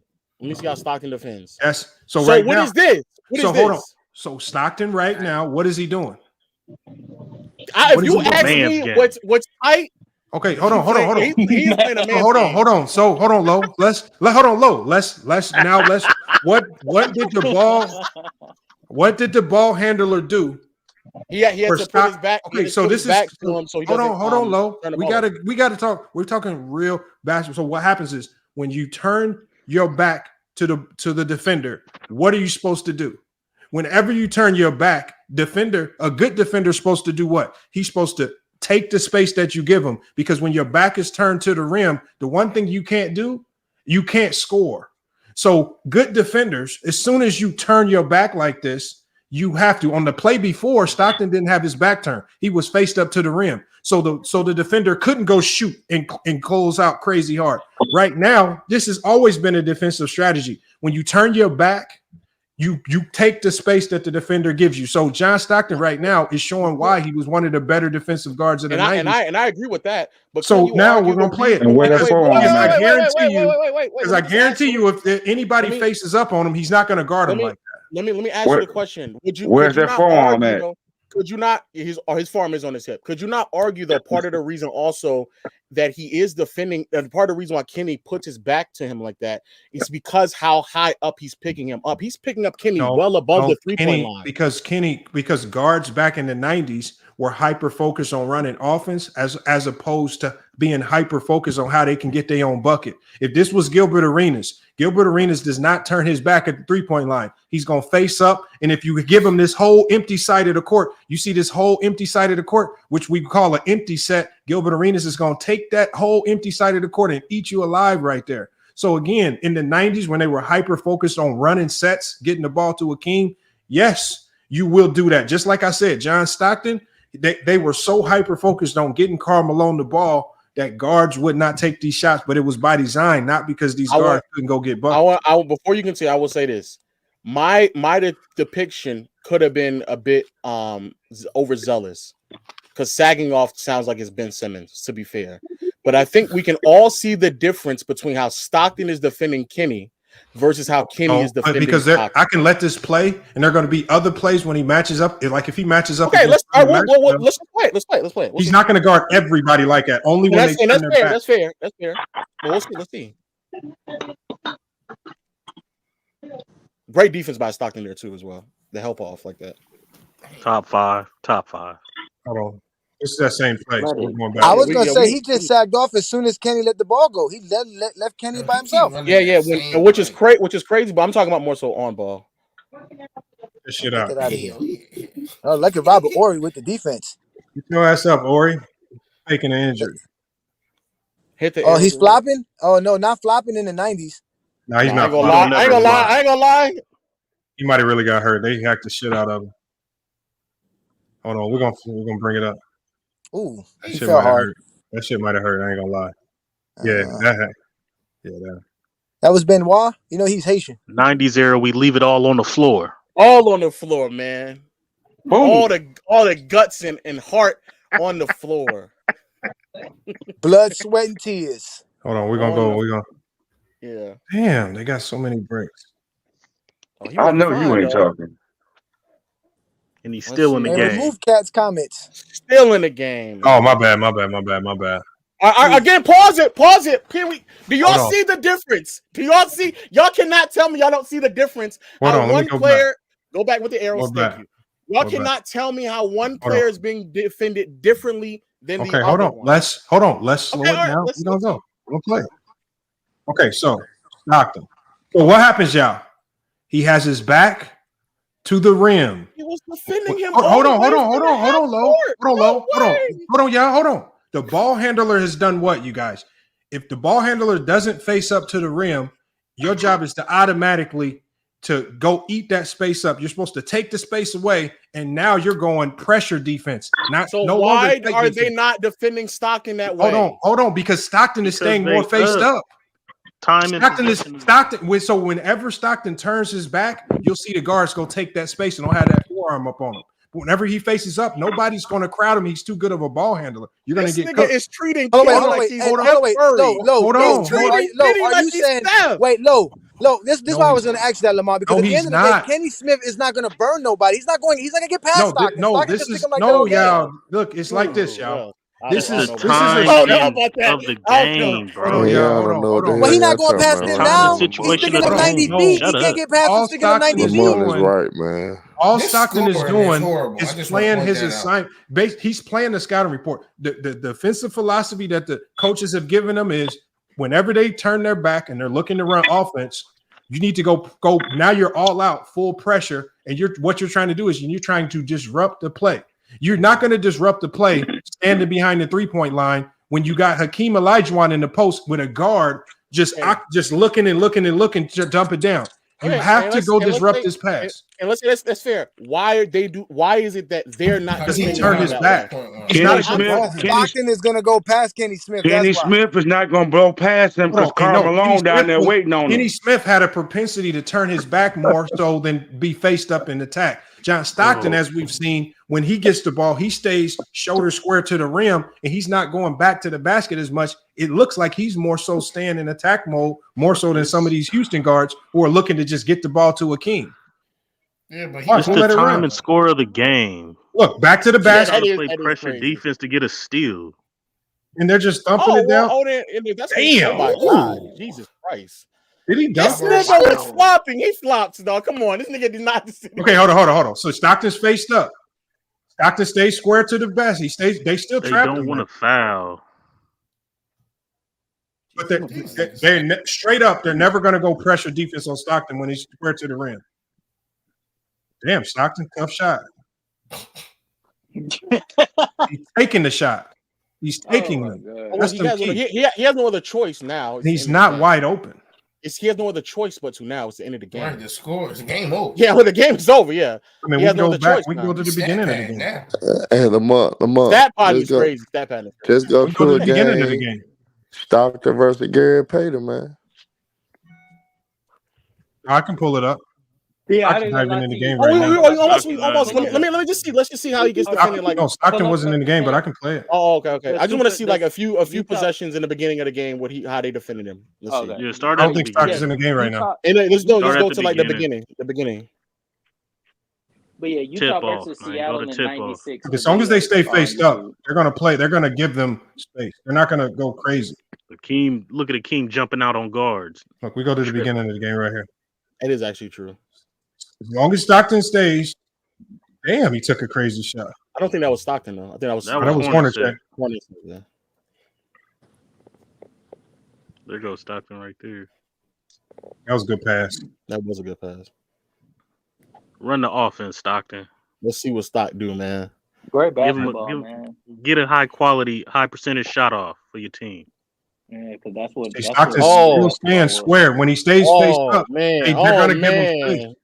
No, what? Hold on, but low. Who's defending him? Barely anybody. No, listen, low. See, when you're in the NBA and when you're dealing with guys with length and athleticism, they don't have to be attached to you to defend you. But when y'all call this not defense, but nobody in their right mind is going to who's guarding him? It's a guy that's tall and lengthier. He can defend with a step like that. He can defend in space let's see how Stockton defends on the other end.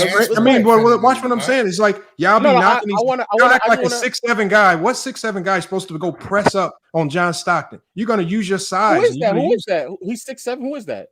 Who is it? That's not one of their guards. That's one of their forwards. I'm asking, who is it though? That's one of their forwards. What number is that? Thorpe? I can't tell, but it's not one of the guards. Just let it play. I can't tell. That quality is horrible, bro. That's Ori, ain't it? That's what I thought. It looks like Smith. High quality look. Hey, I can't help it if a nigga miss a layup. It's a high quality look. That's a guard, Lamont. It's a guard. I just said it was Smith. Okay, so everything you just said about forwards and length and 6'7" is irrelevant. That was a guard. Are you saying he wasn't defended?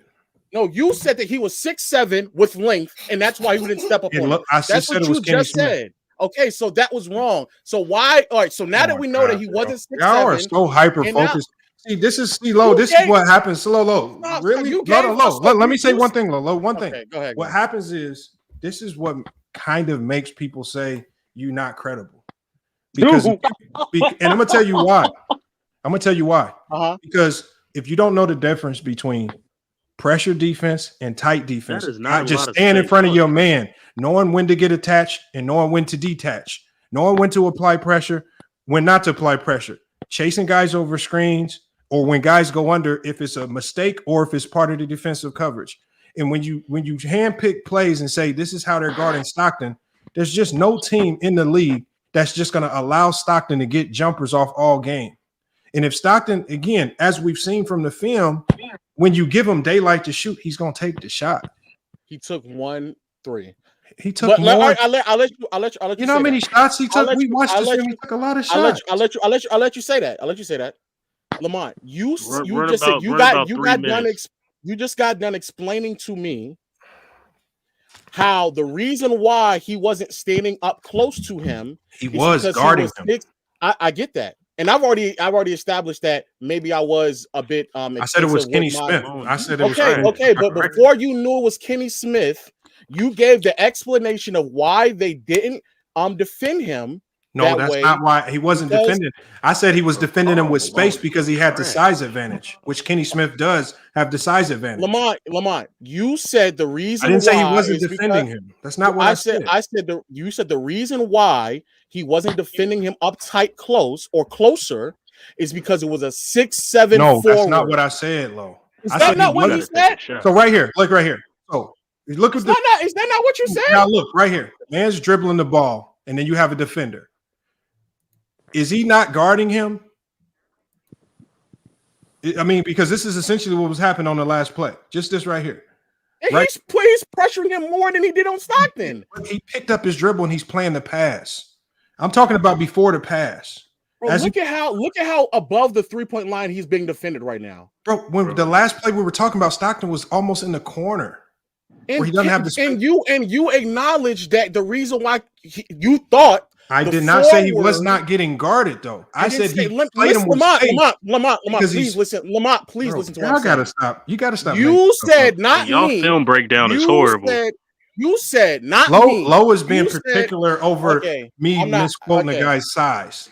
No, because you gave the explanation to why he was defending him that way. Yes. Because of his size. You said the reason why it was that much distance between them, because why would a 6'7" player guard him any closer? There was so much gap in between the two players that you assumed that the player there was not that much of a gap. You think that's not defense. Listen to what I'm only going off what you said. That's not what in your mind. I was not implying. I wasn't implying he wasn't getting defended. I'm not saying that you're saying that. I'm only talking about the fact that talking about the fact that you play a guy with space when he's faced up, and they were playing Stockton with space. You cannot just go press up on point guards in the NBA at any random time, and it's not a part of the defensive scheme. Now, if a guy fair.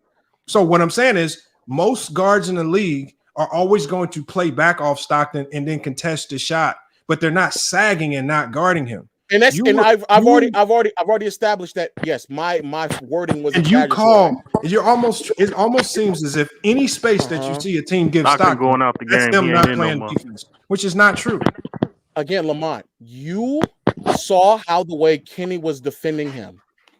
It was enough space for you to believe that it was potentially a forward that was defending him. No, his size made me think he was a forward.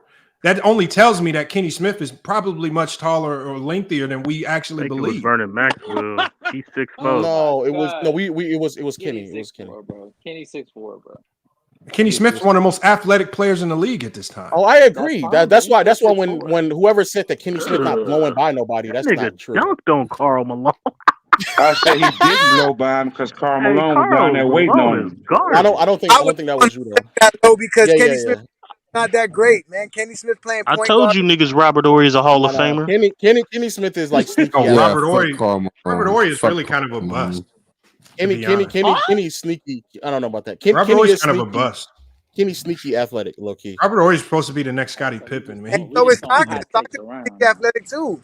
I'm not denying that. You're the one who's saying that he doesn't have the ability. No, but that's what I'm saying. You are the one. I'm not gonna go past you. I guard you close. I can guard you close because you don't know how to hit angles. I'm stopping. I'm pulling up out one of the greatest. Oh, look! Hey, like you said, right here, Herm. Gary Payton. You claim that he wouldn't blow by him. Kenny is athletic enough to get by players. Apparently Gary Payton is not all you need to get by somebody. You have to have the ball handling skills to get past somebody as well. You can run faster than the ball. I think Kenny had that as well. Kenny was nice. I don't know. I didn't say that. Attacking the rim. I said he didn't blow by him because Karl Malone was down there waiting on him. I'm not talking to you, George. I'm talking to Goat James.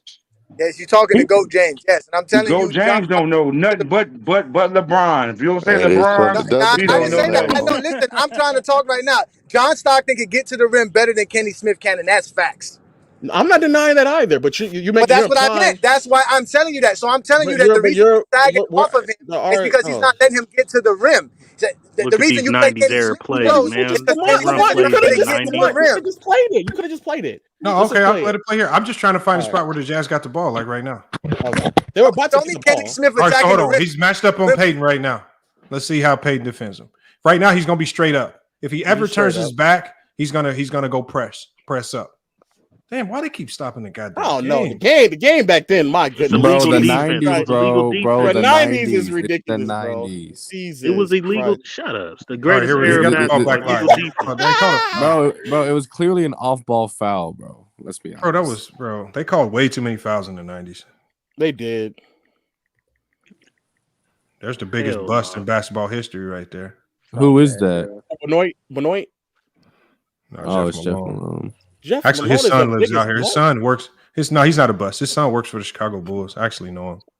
He works out to the same gym. Let's see how Stockton guards. GP, are you GP. with me? Well, it depends. It depends on if GP stays GP faced finna up. put him in that As long as post. GP stays faced up, he's gonna play him with space. Now that right there is crazy space. To me, is this not sagging off to you? That's No. sagging off. Well, again, that's sagging off because what Peyton was known for what? Not being Because able to Peyton shoot. could get to the rim. Because Peyton could get to the rim. Peyton was not much like more of Kenny a threat Smith. to drive than to shoot. He was a much. Thank you. He was It's looked called at as defense, he was bro. looked at as a scorer, not jump shooter. Yes. Well, Look at that he great was a defensive splash and attacking the paint. sequence. All right, let's just Lamont, just play. Okay, let's see. That was elite level defense by John Stockton, sagging off. No, he's just playing a scouting report, y'all. I know I'm trolling him. Get a good shot. Get a good shot off. Great pass. That was a great pass. What type of defense do you think that was, Lamont? Because and also Herm because Herm said that he would be pressuring him a lot more. I just want to see what y'all consider that. Hold on. I'm trying to see how they defend the pick. He didn't even really fight over the screen. Kind of just died on the screen. They switched it. They tried to switch it. Whichever it was bad defense. I got to watch more of the game.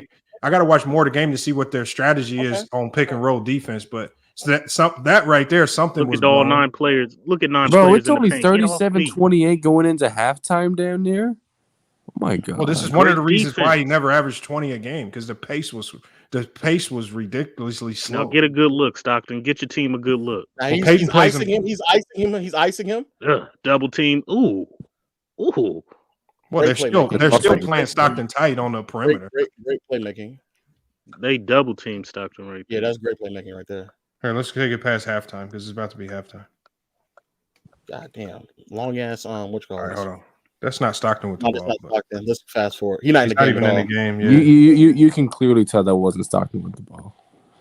All right, he's probably in the game now. Yeah, he in the game. He in the game. All right, let's see. Is Gary Payton in the game? Yep, GP's in the game. Yeah. Oh, good rotation from Stockton. Is that illegal defense?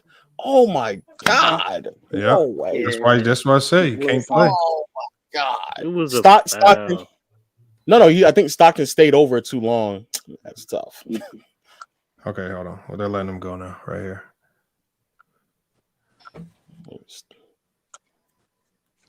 No, defensively, Stockton is way better than people give him. Can't get to the rim. Yo, that dude Eaton moves so slow, he would not be able to play in today's NBA. Fucking God, they keep. All right, let's see. Here we go. Be quiet. It's a physical game out there. All right, hold on. They're playing them. They're gonna always play him like this, man. Nobody's really gonna let Stockton get loose on him. Look how tight they GP. Yeah, right. Yeah, to deny that's offensive foul. That's offensive foul. He pushed off. That was still a weak ass call, though. Jesus, let him play, bro. No, the 90s was tough, but they didn't call fouls. I know you ain't talking about no weak ass calls. That was a weak. We're watching it right now. We're watching the weak calls right now. We're literally watching. Bro, we can't even watch. We can't even try to identify what we're looking for. Can we acknowledge that he was just getting a hand check? Oh, where? Look at the hand. What? Look, what he about to drive right now? Is that Nick McMillan? No, his back is to the basket. A lot of these guys couldn't handle the ball. Look at hand check. I think that was Nate that was getting a hand check like that. This shit is Nate McMillan. Bro, look at that elite level 3-point. Bro, Nate McMillan is lengthy, bro. I didn't know he was that no. Run the offense. Stop double teaming Stockton. They're doubling Stop double Stockton. teaming him. They're doubling. Hey, Hey, Nate McMillan is second all time in defensive box plus. I mean, apparently, according to he was an Gary elite Payton, defender. Stockton was like the hardest player he They ever double played. that's illegal. Double team Stockton off the ball. That's This crazy. fake defense. And they doing deny But ball. let Low tell you, nobody cared about Stockton. Oh, I will. Because this is a completely Look at that different. double team off the ball. To be honest with you, the only time I've seen GP match up with him was in '96.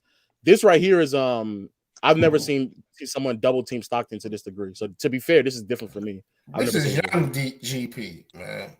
But Hey, to be fair with you, Low, Gary Payton said says Stockton's the best point guard he ever played against. I believe him. He played in the '90s. He's supposed to say that. Oh, he said he's the hardest player he had to defend. No. Yeah, he said defended. Period. Not even point guard. He said player. Period. Damn, so Stockton's harder to guard than who? Jordan? That's crazy. Yeah, that's what he said. That's what he said. He said he's harder to guard than Jordan. He said he's harder to guard. So they got than Stockton off ball for whatever reason. Sorry, he gonna get But if it's the Low, all you got to do is sag on Stockton, and you did your job. Yeah. So Stockton, so ball not on the hands of Stockton equals bad offense. And Perkins stretch big. One of the first big. stretch That's how bigs. Jordan won a championship in college. Okay, Yeah, Utah's getting blown out, bro. This is crazy. You know what you're talking about if you said that. What? You said Perkins instead of Worthy. No, he don't know what he's talking. He was joking. Perkins. No, Perkins was good though in college. Perkins was a hooper in I college. was saying Perkins was good in college. No, he was better than Worthy. Oh no, but he was better than Jordan. He was better than Jordan in '83. I know that much. He was. I know you don't know what you're talking about. He was hooping though in college. All right. Look, they're doubling Stockton. Look at this. Look at that. Y'all see that? I ain't gonna lie. That's different. I've never seen that before. That is wild right there. Wow, that's wild. That's like Stephen Curry type. It's working though. Whatever it is working. Wait, Low, you've never seen them double half court trap Stockton? No. They did that with the Bulls. The Bulls did that in '97 and '98 with Harper and Pippen. Well, they did that selectively. The Bulls used to do that to everybody. Though. That was just they doubling them again. Oh, he split the shit out of it though. That was there. The Bulls used to hard press a lot of teams. They were doing that back in. See, this is what I mean. If they would have let Stockton go to work right here, and the stupid coach didn't call timeout, Stockton would have worked the shit out of him. Watch this shit. Watch how he. Because look, there was a horrible double. He split the shit out of it. Watch this. I ain't gonna lie though. Why does GP needs doubles though? I don't know. They were that worried about Stockton because he's playing against the top player. That's interesting right there. You need doubles, GP. That's Lamar. He used to own. I mean, Low. I ain't gonna lie. That's tough. I mean, Utah ain't got nobody else that can score. I mean, according to Gary Payton, Stockton was cooking him though. Apparently, you told us to go here to see how GP defended him. We're seeing how GP defended him was with someone else. Oh, GP almost got beat back door too. You see that? Watch him ball watch. Look at this. Look, ball watch. Nah. Below. Man, you trying to expose GP, God damn, but I exposed you though. I exposed you though, because I knew that Seattle did a lot of double teams and traps on Stockton. All right, so pull up. Good shit. Good shot. That's a great shot. I wanted to show you that they top five, bro. Stockton is top five. We can move on. Is he better than Curry? That's facts. Top 5 See, hold on. Look again, y'all. Gary Payton doing what, y'all? Got his back to the basket. What does Stockton always do when that back go to the basket? He gonna press him every time. He always gonna press up. He gonna kill that playmaker. Look at them hand check. Exactly. Look at that physical defense out there on the perimeter. Oh, look, get to the rim. That's what Kenny Smith couldn't do right there, Lo. See, that's GP, right there. though. Hold on, right there. He scored that layup only because of the illegal defense. He's he better only scored because of illegal defense. If that was in this era, somebody would have sent that to the second level, second row, man. I don't want to hear that. Yes, it was. That's all illegal defense. You go in strong or don't come at all. Also, the look at this. Of the see, look, this dude's walking across the lane because he knows his man has to go with him. If that dude, because normally what you would tell your defender is you want your defender to stay ball side if the ball's over here, because that guy's walking to the weak side of the floor.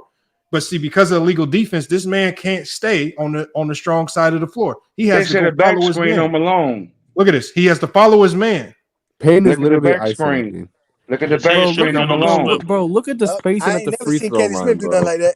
Hold on, Lamont. Look at the free throw line on that play. That's insane. Illegal defense made it real hard to do what you needed to do.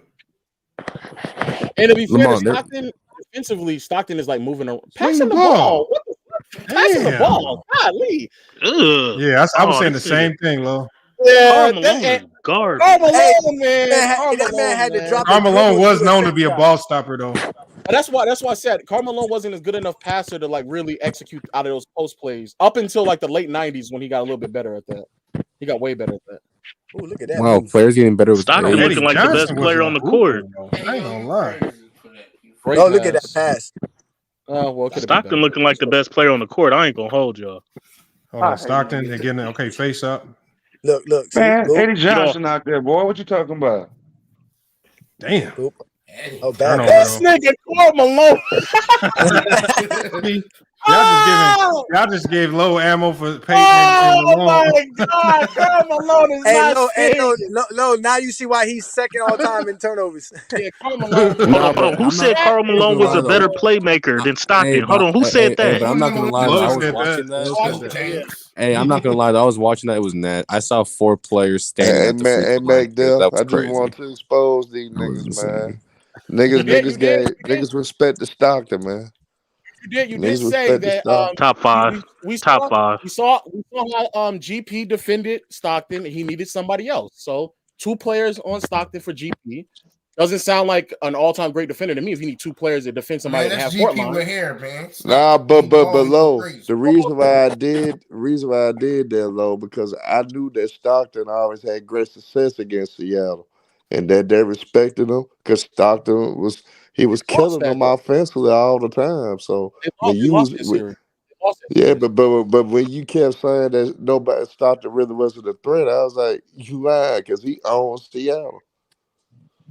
But they lost that series. What are you talking about? You look like a top 5 point guard to me. I don't know. It's still, but I'm just saying your premise of him not being the threat offensively. I just wanted to show you he was. That's all. Oh no, he wasn't a threat offensively. I'm talking about scoring, but yeah, sure. I think his points were down primarily because Utah played a crazy slow pace, and they just it was net. Also, but he I want to Herm. What do you? No. I gotta ask Herm. What do you think when you say he had great success against them? What do you think he averaged in that series? I don't know. I know it was probably no more than 17, probably. It was under 15. I really don't remember off top. It was less than 15. But if the team scores 85 points, that 15 is more significant. It was 13. It was 13. You consider, hey, Lo, you consider Steve Nash a great offensive player, right? Yes. All right. It's a lot of series of Steve Nash's career that you be like, why he didn't step up more offensively? Why he didn't score more for us? I consider Stockton a great offensive player. I consider him a great offensive player. Yes, I do. Yes, I mean, for Stockton to be a pass, for Stockton to run that system and be a pass first player, I mean, a lot of point guards, if not all in the 90s, had to be a pass first kind of a point guard. That's sort of the system the 90s was in. So you couldn't see the Kevin Johnson. Kevin Johnson was one? Yeah, I think Kevin Johnson is as great as he was. I think his scoring was held back. I mean, I think his highest was like 22, 23 per game. Do you consider Kevin Johnson pass first? Yes, with the system that he played, yes. Okay. He didn't take all the shots. No. He didn't take all the shots with Phoenix. I ain't gonna lie, Malone was a terrible passer in the early 90s. He was a terrible passer in the early 90s. Penny Hardaway and I don't want to say Abdul Muhammad was probably the best scoring point guard. I don't think KJ was pass first. In contrast to like everybody else, in contrast to other power forwards, like Barkley stood out a lot as a passing power forward, but like Stockton but I also think they just not Stockton, Malone. I also think they just put Malone in bad situations, though, to be honest with you. No, Malone garbage. That's all that is. No, Malone ain't garbage. He a choker. He a choker as well. He is a choker. I think what happened was I think a lot of people won't say this, but I think the biggest problem with the Jazz was I think Jerry Shalom handicapped them too much. And they became too predictable because they had weapons. When you look at Byron Russell, Howard Isley, John Stockton, Jeff Hornacek, when you look at the weapons they have, they should have been better. if they would have got out of that. I don't mind accepting that though. I don't mind accepting that though, Lamont. I just think that like that same system though is the reason why many of people elevate him though. No, they do as individual players, but when you go to the team success, them spamming it over and over, just like when I was doing my Laker videos, I said if Bron and AD are just going to spam high ball screen, their numbers are going to be inflated. They're going to look great, but everybody around them is going to look like complete trash. And I said until they get away from spamming that ball screen so much and you start moving the ball more, that's when you'll see success. I think they spammed it so much it just became too easy to predict. And unless Malone scored 40, they weren't really going to beat you. Hey, Lo, just think about how Jerry Sloan's, you know what I'm saying, offensive with his system kind of slowed down guys like Arthur Karolinko when he had Derrick Williams. Leon, what's good? Leon, you in here? But things of that nature. I agree. I agree that the system did handicap. I agree with what Lamont's saying. I'm just saying the same system that handicapped them is the same system that benefited them enough to where y'all believe that they're top whatever players with little to no playoff success, but yet y'all criticize. And I'm saying collectively. In contrast to who though? Because in contrast to other top whatever point guards or whatever power forwards, they're at the bottom of the list. You got Chris Paul. You got Chris Paul over John Stockton. Hey, Leon knows hoops. You with us? I don't gauge off of success though. That's not me though. I don't gauge. I be saying that trolly like when I'm saying like they don't. I'm just saying like based off of the criteria that many people have. You be like facetious and shit. Yeah, I'm being facetious. Yeah, like the way that if you are someone who is heavily critical of players because of your lack of success, ranking, yeah, like that doesn't then you kind of contradicting yourself by putting those two up high because they play with one another. Can I ask a question real quick? I just want to. Malone better than Duncan.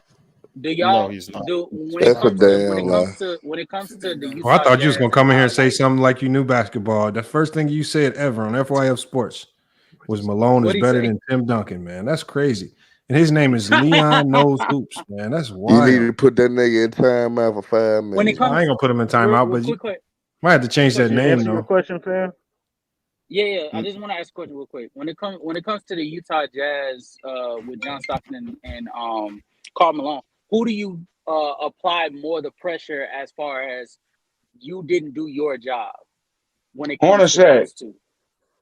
What? I think it's more on Jerry Sloan than some of those role players that people trying to point the finger to. See, I apply more of the pressure to Karl Malone. I do too. I agree with that too. Where, like, I can agree with that. He severely underperformed. Yeah, but don't y'all think that Jerry Sloan put too much pressure on Karl Malone to do everything by running that same offense? Hold on. Who had more responsibility, Stockton or Malone? No, but the way they played, it was kind of equal share. They got the Malone. They got Karl Malone the ball so much. It's almost like he could never have a bad game because they relied on him to make shots so much, irregardless of how teams were defending him, and they never really made any significant adjustments. You know, for example, to go to other guys that could actually score. So, like Jeff Hornacek. That's booty. Or even when Jerry Sloan complained about not getting draft picks, they finally get Howard Isley, and you don't even use him to a significant degree. And Howard Isley's projections coming out of college where he's supposed to be a really good player, but I mean, they just never. They didn't have another one-on-one bucket getter. I understand. I thought Jeff Hornacek could be a bucket getter if you gave him the ball. I thought he was a bucket getter in Philly. Was a good slasher. I mean, even Byron Russell could be a good offensive player if they utilized them. The problem is we never knew because they were so reliant on the pick and roll and slowing the game down and exploiting the illegal defense that it screwed everybody else. That's what I feel. It's like I would have spread them out. I would have put all 5 guys on the perimeter, bro. I would have had my guards, John Stockton, Hornacek, and everybody going to work. Yeah, but man, I ain't gonna lie to you. I feel like part of that goes back to Karl Malone's lack of ability as a passer or a facilitator. Like, yeah, hear me? There was some. Yo, what's good?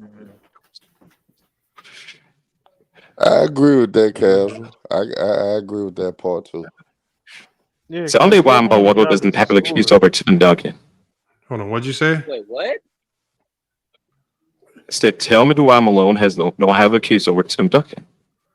No, you got to tell us why he does have a case. I mean, defensively alone, motherfucker. That No, just tell us why Malone is better than Tim Duncan. Because I think Malone was way better than Tim Duncan offensively. I think Malone was a better scorer. I think Malone was a better shot creator at the post. That's a lie too. And Malone never had the luxury of entering out of his prime and still be able to win championships after declining significantly on the offensive end. Tim Duncan had that luxury when he was out of his prime and still was able to win championships. And it was still able to win championships while Tony and Manu Ginobili was still able to carry the load as well. Manu didn't carry the load. Respect Mark Eaton, respect Thurl Bailey, respect your Hornacek. Like, what are you talking about? Nah, But he Tim never Duncan had the definitely team had like better Tim Duncan. supporting cast. Tim Duncan had the better team. What do you mean? He had the 04 Lakers. He messed it up, bro. But as far as Well, defense, I mean, I just think Tim Duncan was a more Herm complete said player. defensively, Tim Duncan is ridiculous. Was a more complete Yeah, but player. Malone was When much he better didn't have offensively than Tim Duncan. Malone's a better Duncan scorer. when Tim Duncan didn't have those things, he still showed that he was. When adequate Malone enough to get significantly still declined, be able to dude. sustain When Malone significantly declined, was he still able to have the luxury, still able to win championships like Tim Duncan? Not with Utah. He had an opportunity in 2004 and then went. So when Tim Duncan declined on the offensive end, and granted, yes, his defense was anchoring at an elite level, he still wasn't carrying nowhere near the load that Karl Malone carried offensively, and it was still able to win championships. I hope you realize that in 2013 that Tim Duncan was in the running and win the Finals MVP. He said, "Are we comparing Manu Ginobili and Tony Parker and to John Stockton?" No, I'm comparing the teams. The teams was much better than what Karl Malone had. Wait, That's a why fact. Why are we talking about Tim Duncan after his prime when literally he showed that he could do what Karl Malone could never? Because my point is to sit there and say that Karl Malone has never had the luxury to get out of his prime and allow a Tony Parker and a Manu Ginobili to take over the show offensively, to allow a Kawhi Leonard to come over and anchor some of the great defense over there as well. And still able to win championships. I don't think you watched. The thing is, I don't think you watched and got a thorough understanding of who Tim Duncan was in his prime, in his peak. Go and watch Tim Duncan and what he had on that roster from 99 to 2003. Was it bad? No. But was it anywhere compared to what Karl Malone had during his prime? Absolutely not. And he was It was better than what Karl Malone had. Mac is trolling. Mac Def is he's trolling.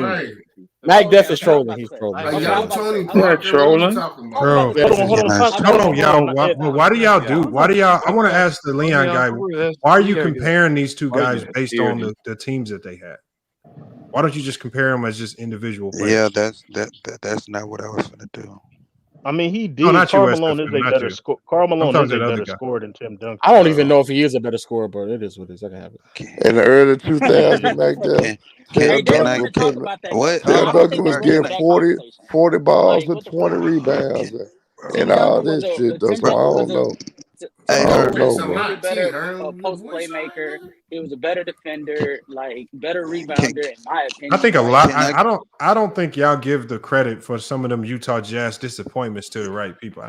I mean, I know it's tough to put it on Jerry Shalom, but I think some of that's on Jerry Shalom. No, Can I give my 50% of it is Jerry Sloan, Lamar. Exactly. I agree that Jerry Sloan deserves some blame, but can you also agree that Karl Malone deserves some blame as well for like a nice chunk of the blame?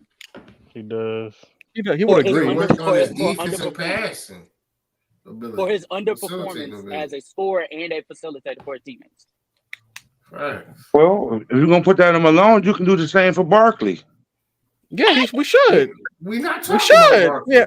Well, we should though. I ain't got no problem with that Yeah, either. but we're not. Yeah, but we're not talking about Barkley right now. If we Well, do, y'all if you start wanna doing this, all these you wanna bigs of the slander- '90s gonna go in the garbage can. Exactly. If you want As they should, Lamont. As they should. No, hold on. As hold they on. should, Lamont. Hey, bro. Can I get my input, bro? Go ahead, Can I get SFM. Go ahead. This is the whole reason I came up on here, bro. And Yeah. I agree. Like, if we just talking about the basketball player, bro. We talking about the basketball player. Like, people try to look past Karl Malone because the situations that he had on the court. But like, to me, when I look at his career, if I was to say if this man just had 2 championships and 2 Finals MVP, he would still be the greatest power forward of all time. He wouldn't need to get no 5 championships. Now I'm finna explain it like this. There's nobody at there. There's no basketball player bro. Stop talking while I'm talking, bro. There's no basketball player for their position, bro, that led more in like just in their like for a power forward, he damn near is ranked number 1 for everything as a power forward, whether it's points, whether it's he grabbed the most rebounds, he grabbed the most assists. I believe even steals and other things of sort. Just when it Turnovers. let me finish, bro. Stop I'm just trying to help you out before you. Stop, bro. No, don't. You can't help me out with nothing because if you bring up turnover, like, bro, get out of here, bro. Look, because we talking about. I think Stockton made him look like, good, look better than what he really was. Little while Low has the Bro, brightest. can I finish, bro? Can I finish, bro? Let him finish his. Let him finish his. Low has the brightest goal each time you have turnovers. Like, y'all been bro. Let me exactly, bro. Exactly. That's what I was gonna say, bro. Low Like, has LeBron is go. Ain't talking about turnovers. Like, bro, can you shut up, bro? Let him finish his little take, Yeah, bro. Let him finish, bro. Can you shut up, bro? Like, bro, and I was just finna say that, bro. But I can't take nothing from LeBron, even though he's number 1 in regular season turnovers, and number 1 in playoff season turnovers, and number 1 in finals turnovers for career. You can't deny that. But I'm not finna sit up here and say that he. But I'm not finna sit up here and say that he's not a great playmaker or a top 10 playmaker of all time. I'm not finna say that. But when we look at totality of just being a power forward and clearing every statistical category, just major statistical category, nobody, whether it's point guard through center, nobody has done that more than them in totals for their career than Karl Malone for his position. Just for his position, in terms of defense, no, he's not what Tim Duncan was as a defender. He's not. But was he a good defender at a point in time? Yes, he has all defensive teams. I even believe he has first team all defensive teams. Correct me if I'm wrong about the first team all defensive teams, but I know for sure he has all defensive teams. When we're talking about being the best power, like at your position, arguably being the best power forward all through your prime offensively, him and Charles Barkley, like they have that. Like, them are the two. Like, if we're talking about power forwards offensively, bro, he's arguably the greatest like scorer just offensively. Even offensively, we could have a debate whether he was the greatest power forward offensively. Now, I heard somebody try to bring up Tim Duncan scoring all that. Don't try to give, like, bro, that was a horrible take, bro. Don't never try to say Tim Duncan was a better scorer than Karl Malone. Tim Duncan fell off offensively in his prime. He had fell off. He was still in his prime, but he fell off offensively in his prime. His offensive prime really wasn't that long compared to his defensive prime. No. But what I can say about Karl Malone, he was consistent for 10 plus straight years. 10 plus straight years on his offensive side. In terms of rebounding, he was elite. In terms of even passing the ball, he was elite for that as a power forward. And somebody said passing out the post. Now, I'm not talking about championships. I'm not talking about none of that. Just because Karl Malone was a defense, that's not the final curtain call. That's not the final curtain call because he was just better in defense. We're talking about the complete player, the skill level, the ability, the consistency. Are you saying Karl Malone better than Tim Duncan? Or which one are you saying? Which one are you? As a player, yeah, as an individual player, he was. Karl Malone? Hold on. Far is better than Tim Duncan. Karl Malone Far is better than Tim Duncan. Karl Malone was a better player. He was a better basketball player individually. Absolutely. And listen. I'm saying this, and I got Tim Duncan number 5 on my list all time. I got him number 5, and I'm saying he in my top 5. I think Karl Malone can do better than Tim Duncan. I think Tim Duncan affected the game on both sides of the floor in a far more significant fashion than Karl Malone. No. Karl Malone did most of his work on the offensive end. He did not do nearly as much as Tim Duncan on the defensive end. Okay. Tim Duncan never did nearly as much as Karl Malone on the offensive end. Let me finish. But let's get this straight. Duncan just spammed the offense in an era of basketball where illegal defense made it easier for him to score. Okay. Let's get this straight. Let's get this straight. Duncan did let's talk about in the era where there was zone and it was much harder. Bro, all this cool. You played in the era that was zone, but you still never, as great as you was. All these other big men that was great on, bro. We can't be all talking at the same time, bro. Yeah, so what is wrong with y'all, bro? My fault, bro. Bro, as great as he was, defensively, I'm not taking too much from him. But like, let's tell it how it is. Like every other power forward that we consider, like Tim Duncan never led the league in nothing majorly statistically. He never, as much as defensive teams that he got, he never won Defensive Player of the Year like Ben Wallace, like Kevin Garnett, like all those. Okay, Lamar, I'm finna let you go. Just give me 40 seconds. And if we gonna tell the truth, let's tell it how it is all the way. Now, the fact is, Karl Malone, you was on a great defensive team, the greatest defensive team, arguably of all time. All right. I mean Tim Duncan. Tim Duncan. Now let's get this straight. David Robinson, all time defender. I believe wasn't he Defensive Player of the Year? Correct me if I'm wrong. Not with Duncan, but yeah, this dude talks too much. Not with Duncan. Hey, bro. My name is Fim, bro. Everybody know this, bro. You ain't gotta say no. Look, David Robinson. So you had David Robinson down there with you. That y'all clogged up the paint with each other, the Twin Towers, all-time great defender. Then when you go from there, you look at the perimeter. Who you had? You had Bruce Bowen up there. You feel me? All-time great defender. Was arguably the best defender at his peak as on the perimeter. Then from there, think about this. When Bruce Bowen went away, now I'm finna let y'all go right this. When Bruce Bowen retired in 08, right? 08, they didn't make another deep playoff run to the Western Conference Finals until who had to replace him on the perimeter? Who replaced that defense on the perimeter when he came? That's when they made their next deep playoff run. Exactly. Okay, you did not make another. No, they got to the Western Conference Finals in 2012, I believe. Okay, 2012. Okay, 2012. No. That was a rookie. That was a rookie. Kawhi Leonard. Kawhi was on that team. Kawhi Leonard. Kawhi Leonard was on that team. So from then, and he still was great defensively. Okay, yes, he was. Yes, he was. We're not going to put him over. Yes, he was. Bro, cannot talk. That's what they listen. That's what he came to the team for. That's what he came to the team for, McDuff. They didn't pick him up because of his offensive ability, Kawhi. They picked him up because of his defensive ability more than anything. Y'all did not see another deep playoff run until Kawhi Leonard. Until Kawhi Leonard came to replace that perimeter defense that y'all needed on the perimeter because Tim Duncan defense. Individually, Tim Duncan defense wasn't enough. That's not what y'all try to do.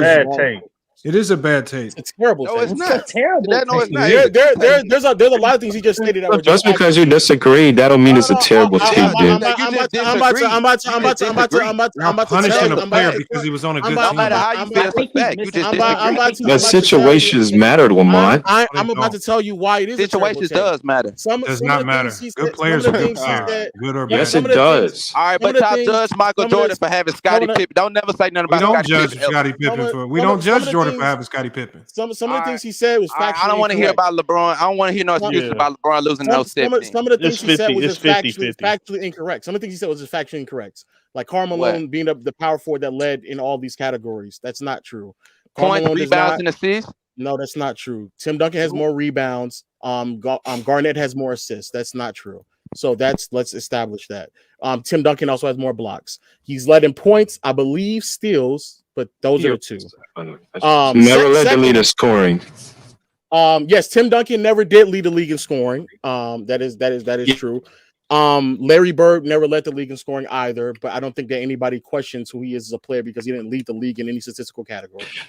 You made the lead in efficiency multiple times. What has Tim done? Larry Bird played power forward. Your take is a cat. Let him talk. Let him talk. I'm finna cook him. He lying. Hey, let him talk. I'm finna cook him. Well, let me stop. What did I just say that's not true? I'm looking at it right now. I'm looking at it right now. In assists, Karl Malone has the most career assists by a power forward with 5,248 assists. Second is Draymond Green. Do you believe that? What the fuck? I'm looking at it on StatMuse right now. What the fuck are you talking about? Do I believe that? How many assists? How many assists does Karl Malone have again? Oh, you want me to fact check? No. I want him to say it again. How many assists does Karl Malone have? 5,000. It said 5. You listening? 5,248 assists. 248 assists. So this AO guy, are you trying to argue that Tim Duncan is a better passer than Karl Malone? Kevin Garnett has 5,445. Well, I don't know what you're looking at. I'm on StatMuse looking at right now. It says Karl Malone has the most career assists by a power forward with 5,248 assists. You went to the wrong I'm on site. StatMuse looking at. Why did you bring up Larry Bird? Larry Bird is not a power forward. So the people that's trying to hold on. So the people that's trying to argue that Tim Chill out, bro. Shut up. Lamar, just share my screen when you get a chance. Just share the screen when you get a chance. So the people that's trying to argue that Karl Malone or Duncan is better than Karl Malone. Maybe it's look for the for the rebounds too. It says that Karl Malone has gotten the most career rebounds by a power forward with 14,960. With 900. Okay, share your screen. Share your screen, and then I'll see what's good. Because that's a lie because I don't know how to do all that. Share my screen. I put it as my profile. I put it as my profile picture, bro. Okay, but it's Lamont. When you ever get a chance, please, if you can share my screen. But the point. So the people that's trying to argue that Tim Duncan is better than Karl Malone. Maybe a time where Karl Malone was out of his prime and still able to win the championship and was declining offensively, and was still able to win the championships despite him. I think the argument that people make for Duncan isn't the longevity one necessarily. Some people do. I'm not denying that. But I think what people when they make the argument is that Duncan provided evidence for like a 7 to 10 year span that on rosters that weren't as talented as a lot of other top 10 players that he was able to still win. So going back to what the gentleman said about David Robinson, as soon as when David Robinson retired, so he's no longer on the team. That's when the defense actually went up to number one ranked, and they became a historic level. Now, did he have Bruce Bowen on the roster? Of course, it's almost impossible to have a historic defense without having two really good defenders on the team. So let's establish that. Yeah, however, you had that extra help because you wasn't a good perimeter. You wasn't a great perimeter defender. I'm denying that. But that's applicable to every great defender. That the only way that they were able to lead an all-time great defensive unit is when they had a really good defensive supporting cast. However, with that being I'm not stated, taking that away from it. Go ahead, my bad. I'm sorry. Yeah, but however, with that being stated, Bruce Bowen, and I'm not denying that he's not great. As great as Bruce Bowen was, even beyond the years when he had left, the gap in time before Kawhi came, they still retained a top 3, top 5 defensive level almost every year. Now, what were they winning? What were they winning? But the argument, if the argument is winning, again, Duncan had already provided enough evidence that with David Robinson on the last year of his career, and Tony Parker and Manu Ginobili and being rookies and sophomores, that was enough help for him to go on and win a championship. when you talk about defensive help, this man actually played with the DPOY recipient in Mark Eaton with Karl Malone, and he still didn't lead that team to all-time great defenses. That man played with what these gentlemen are telling me as a top 5 point guard of all time. And at that point, Mark Eaton to freaking what? I'm comparing Mark Eaton to David Robinson in the last year of his career. Yes, I am. You can't do that. Mark Eaton to Kawhi Leonard and freaking Bruce Bowen. We're not. We haven't. We're casual. I want to establish again the argument that many people make for Duncan, especially being greater than Karl Malone, has nothing to do with what happened in 2010, 11. Or even better, has nothing to do with what happened in 2010, 11, 12, 13, 14. None of that. Duncan provided the evidence before we even got to that point of his career that he was able to lead teams to great defensive marks while being, quite frankly, the engine of the offense, especially before Tony Parker and Manu Ginobili emerged. And all of that was enough for him to go through the Western Conference and win a championship, not once, not twice, but depending on how you feel about the help in 2005, 3 times. And in the process of doing so, again, he was the best offensive and defensive player on his roster. I wasn't talking about how they were ranked in defense. I did not say nothing about that's the easy word. I did not talk about the top 3, top 5. I didn't care about none of that, bro. Like I didn't say nothing about none of that. I specifically told you when Bruce Bowen left, they did not make another deep playoff run until they had to replace that elite perimeter defense. And they did that with Kawhi Leonard. That's when they made their next deep playoff run. All I'm saying is that Tim Duncan impact defensively as an individual by himself, just by himself, wasn't enough for them for the Spurs to ever get off the hump. He had to have, and let me finish. He had to have another all-time great defender on his team to make deep playoff runs. That's not nothing that you can listen. That's not nothing. I get it. That's not nothing that you can. That's not nothing that you can say. That's an opinion. That's a fact. No, and I'm gonna ask you. I'm gonna say one more thing. I'm gonna let you go, bro. I'm gonna let you go. And I'm gonna say one more thing. And if you say that there's nobody else that won titles with only being the only all-time elite defender, like all-time great defender on the team, well, I believe Hakeem Olajuwon is one of them. And Kobe Bryant is one of them. Bill Russell. No, let me say this. Do you think in 20 to the 60s? Do you think 2012 Kawhi Leonard, which was his rookie season, you think he was an all-time great defender? He was an elite defender. So you think he was an elite defender in 2012? That's what he came to the team for, sir. I didn't say. I'm not. You can say he was a good defender. You can say he was a okay defender. You can say he was but elite defender. You think he was an elite defender in 2012? In 2012, yes, in 2012. In 2012, and then after that, 2013, they went he straight to the finals. He wasn't in 2013 or 14 either.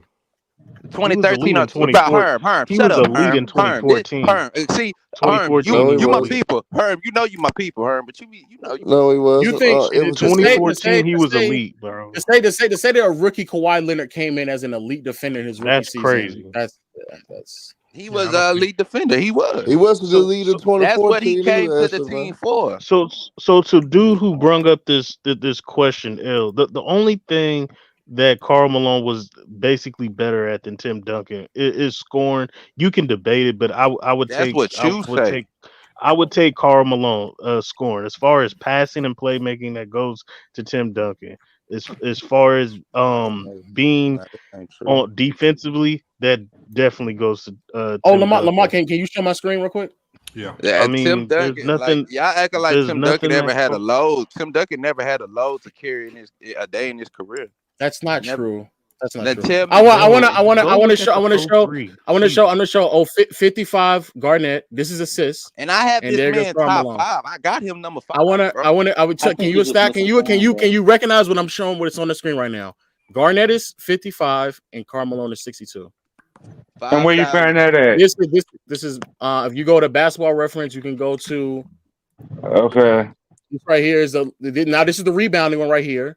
Well, make sure it's true and here is not. And I'm about to say we're gonna watch. We're gonna see his as well. Stat Moves, that's not what Stat Moves say. I know. I want to see yours as well. But there's Tim Duncan 6 and Karl Malone right below him at 7. Elvin Hayes is a power forward too. Listen, and Elvin Hayes as well. Yes. Listen. I don't have the share my screen and all this. I ain't never. So if anybody could go on Stat Moves, yeah, Lamar, so take his down. I checked it. If What's his already rebound? You checked it for assists. Karl Malone. Yeah, I checked it for assists. It said here I can pull it. I can get back to the. All right, let bro explain it. So like you know that I'm not capping, bro. He's not lying. He's not lying, and it's a shame on Stat Muse for giving out false information. Oh, here we go. You know why? It's probably because Tim Duncan plays center. Okay, so here it is. Stat Muse. Which power forward? The question is, which power forward has most assists in NBA history? It says Karl Malone, 1,476 games played, 5,248 assists. And then second is Draymond Green with 774 games played, 4,324. Kevin Garnett. Damn, he's cooked. Kevin Garnett is 995 games played. That's only. I think that's only if you 4,149 assists. Yeah, it's just for power forward position. I don't because you got to remember Tim Duncan had times. Tim Duncan had times he played center, and it wasn't good for him. I think it only.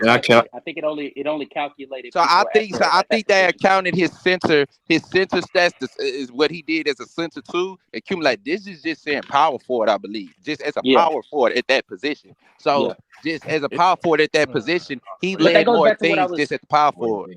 But that goes back to what I was going to say earlier, bro. I just think you're a little misinformed over like the information that you see. Tim Duncan's just a because all-around better player. That doesn't mean he's not right. And even Karl Malone is just so much better offensively than Tim Duncan. Like, what are we doing Stop here? trying to use semantics. Y'all think y'all smarter than everybody, bro. Come with that dumb shit, bro. Because even with like, if you want to edge out Tim Duncan because of the defense, like we've never did it to any other all-time great player. Light years ahead of Duncan offensively, like y'all said. No need for that. Karl Malone clears Duncan offensively. Clears him. No, what skill set? He's a better interior scorer. He's a better shot creator. No, he's not. He's a better scorer in general. He's a better shooter. He's a better playmaker because his gravity and scoring in the post. He's a better jump shooter. He's a better finisher. Stop. Space now. Hold on. Karl Malone is not better interior than Tim Duncan. No, he's a better mid-range shooter. He's a better mid-range shooter. He's a better scorer. He's a better scorer. But if you're going to certain skill sets on the court, no, he's not better interior than Tim Duncan. Tim Duncan operated in the paint. All right, bro. He has better touch around the rim. He's a better interior scorer. Karl Malone is better offensively, but generates more points. All you're doing is you're literally saying the same thing 4 times just to say he's better. If he's a better interior scorer, you don't have to say he's a better scorer around the rim. You're just saying the same thing 4 times. Yeah, I said he's a better scorer. Okay, like, but look, I think a lot of people serious right now. But I think a lot of people would say, okay, let's give Karl Malone the scoring. We know he was a great scorer.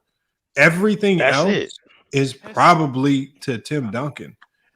Passing and maybe you can true. That's not true. That's how he's a better shooter. He's a better playmaker. Scoring. We already gave scoring to Karl Malone. Shooting or scoring is two different things. Listen, give him shooting as well. That's how you feel. I'm saying, basketball. I'm saying even as a playmaker, he was better. He took on more. He took on more gravity. It made up. I heard you say something about the interior. I heard you say something about the interior. Man, he's not a better playmaker. Stop the interior shit. Stop the interior. He was better than Karl Malone. Than Tim Duncan in the interior. Stop that. He's not a better passer. He's not a better passer than Tim Duncan. What are y'all talking about? Yes, he is, bro. No, he's not. We just watched Hold on. SFM. Hold on. This is for SFM and the other guy. What film did you guys watch? Or what games did you guys watch of the Utah Jazz that showcase all of this great passing. Well, whole 90s, the whole 90s, the whole 90s. Oh my goodness, we just watched the '90s film. Him being I a bad pass facilitator. specifically watched from 90, 96 to probably I watched Sim and I watched Tim 99. Duncan. And Tim like Duncan, 96, Carmelo is a better 99. player. But at 96, 99. But I know, like especially in the interior, because McDuff, I hate He out here saying that highlighting stuff. he wasn't no This better. dude He wasn't no crazy, better bro. scorer in the interior. Than Karl Malone, bro. Stop it. Karl Malone was much bigger than him, much stronger than him. His footwork was better. He knew how to work out the post to create his own shot. His footwork was not better than Tim Duncan. He wasn't bigger than Tim Duncan. Okay. Why is it better than Tim Duncan? Why is lying? But SFM, you're just running You're off. lying. His footwork is better. But you can't just run off a lot of non-measurable things. Like you're trying to find any non-measurable just to say he was better. What do you mean? Because you non-measurable. Because what you're saying is he had better footwork. That's not measurable. So you're just saying a whole bunch of stuff that's subjective. You're saying he's better. Lamont, so you measure me. So you measure how Tim Duncan had better footwork than Karl Malone. You measure it. Nobody's saying. You want me to pull up the film? Okay. We get both foot. Look, man, I can't share screen. I can't share screen, so I can't win that battle with you putting up. Bro, he's a better scorer. We can move on. He had a better bank shot. Karl Malone is better. Like, what are we doing here? Like, what are we doing? Better bank shot. That's it. That's all. No. Karl Malone was a better scorer, and he had a better mid-range shot. So hold on. So that means a lot of you guys, scorer, a better shooter. Do you guys got Karl Malone ranked in your top 10? I know somebody that do it. No. That's the film. Because if he's better than Duncan, that means he needs to be top 10 all time. No. Because you didn't hear what I said from the beginning. The first thing I said, I got Tim Duncan. I got Tim Duncan number 5. But I believe if Karl Malone, if he was to have those 2 or 3 championships, not even 5, he wouldn't even have to have 5. If he had those 3 why does he need championships, the chips to be ranked higher? because the truth is, and I know it hurts, and people just don't accept it. And don't say nothing about Bill Russell when I bring this up. Y'all always like to bring up Bill Russell and all them casual takes when I say this. Chips do count to your career, your all-time great, in your all-time ranking. It does count. You feel me? And if he had that, and if he had those little extra 2 or 3 shifts, he would still remain the greatest power forward of all time. Just say Karl Malone is more skilled than Tim Duncan. Just leave it at that. He's a better player. If Karl Malone would have won one championship, everybody would say that Karl Malone is better than Tim Duncan. You like Man got 2-3 finals MVP. You already got the numbers across the board for a power forward. You laid down there everything as a power forward. When you say player, not center, power forward. Bro, when you say player, automatically we're going to go to the defensive end, and it's not even close. And like I said, that's not the pin drop, bro. That's not the final curtain call, bro. So yes, it is, because on the offensive end, he's a better scorer. Let me ask you something, McDuff, brother. Why they discount defense, brother? Let me ask you something. And truly, because I kind of go back. That's the main category. Who was better? Who was better, Magic Johnson or Tim Duncan? Since you said that, McDuff, who was better? Man, shut up, bro. You a hypocrite, bro. That's debatable. Hold on. What are you talking about? Shut up. Now it's debatable. Yes, hold on. I'll answer the question. Okay, you tell me. SFM, I'm answering the question. First of all, it's debatable. The reason I would take Magic is because, to me, his impact on the offensive end was all-time GOAT status. He's arguably, but it's a way bigger gap defensively. It's a way bigger gap defensively. Let me finish. Okay, go ahead. Let me finish. Let me finish, Karl Malone fans. When I say Magic Johnson is all-time GOAT status offensively, that impact alone can measure out debatably over Tim Duncan's impact. Karl Malone is nowhere. Karl Malone, even though we said because Tim Duncan is better than him defensively, and we say that's the end all be all, because Karl Malone in no aspect, in no category is all time great in anything, in impact or nothing. Oh, I don't know about you. I don't know what you're talking To say that Karl Malone, to say that Karl Malone, How are you the Karl third leading Malone, scorer in NBA history? You're not an all-time great offensive player. You like is Karl Malone? Hold on. Is Karl Malone? Do you guys have Karl Malone as a top 5 scorer all not time? second anymore, dickhead. I don't have. Listen. I don't have Duncan. I don't have Duncan as a top 5. I don't even know if I have him as a top 5 defender. To be honest, I don't have him as a top 5. Bogus. I don't have. What you mean? It's just bogus. After that's not. I feel like I can name 5 defenders better. Who? Tim Duncan, hold on. This is what I'm saying. Tim Duncan defensively, just on that side, is top 10. He's cemented as a top 10. Okay, he's top 10. He's not top 5. Hold on. Time out. Defensively, Tim Duncan is cemented top 10. What category is Karl Malone cemented as a top 5 in what? Skill set. What? Scoring? He's a top 5 win rate. He's a top 5 win rate scorer all time. Okay, so you're saying scoring. Let's say scoring. You're saying scoring, right? Let's say blocker. Who? For Tim Duncan. What? I don't even know. No, I'm defensively. Defensively, he's a top 10. He's not top 5. But listen. I'm asking you your question right back. What is Tim Duncan top 5 in? Now, if you feel like he's top 5 in something, that's your opinion. But I'm willing to debate you. I don't feel like he's a top 5 defender. He's for sure not a top 10 offensive player. He's not a top 10 offensive player. Get that out your head. Was he a top 5 defender? He's not even a top 5. So when we go to defensively, he's top 10. If you want to go to a skill set defensively, rebounds, is he a top 5 defender? Man, that's the great Kobe Bryant right there, man. Yes, debatably he is. What are we talking about? Yes. No, I got him 7 behind KG, Pippen, and Rodman. Debatably, Karl Malone is a top 5 scorer. Look at Kobe defense. Okay. Kobe stole the ball.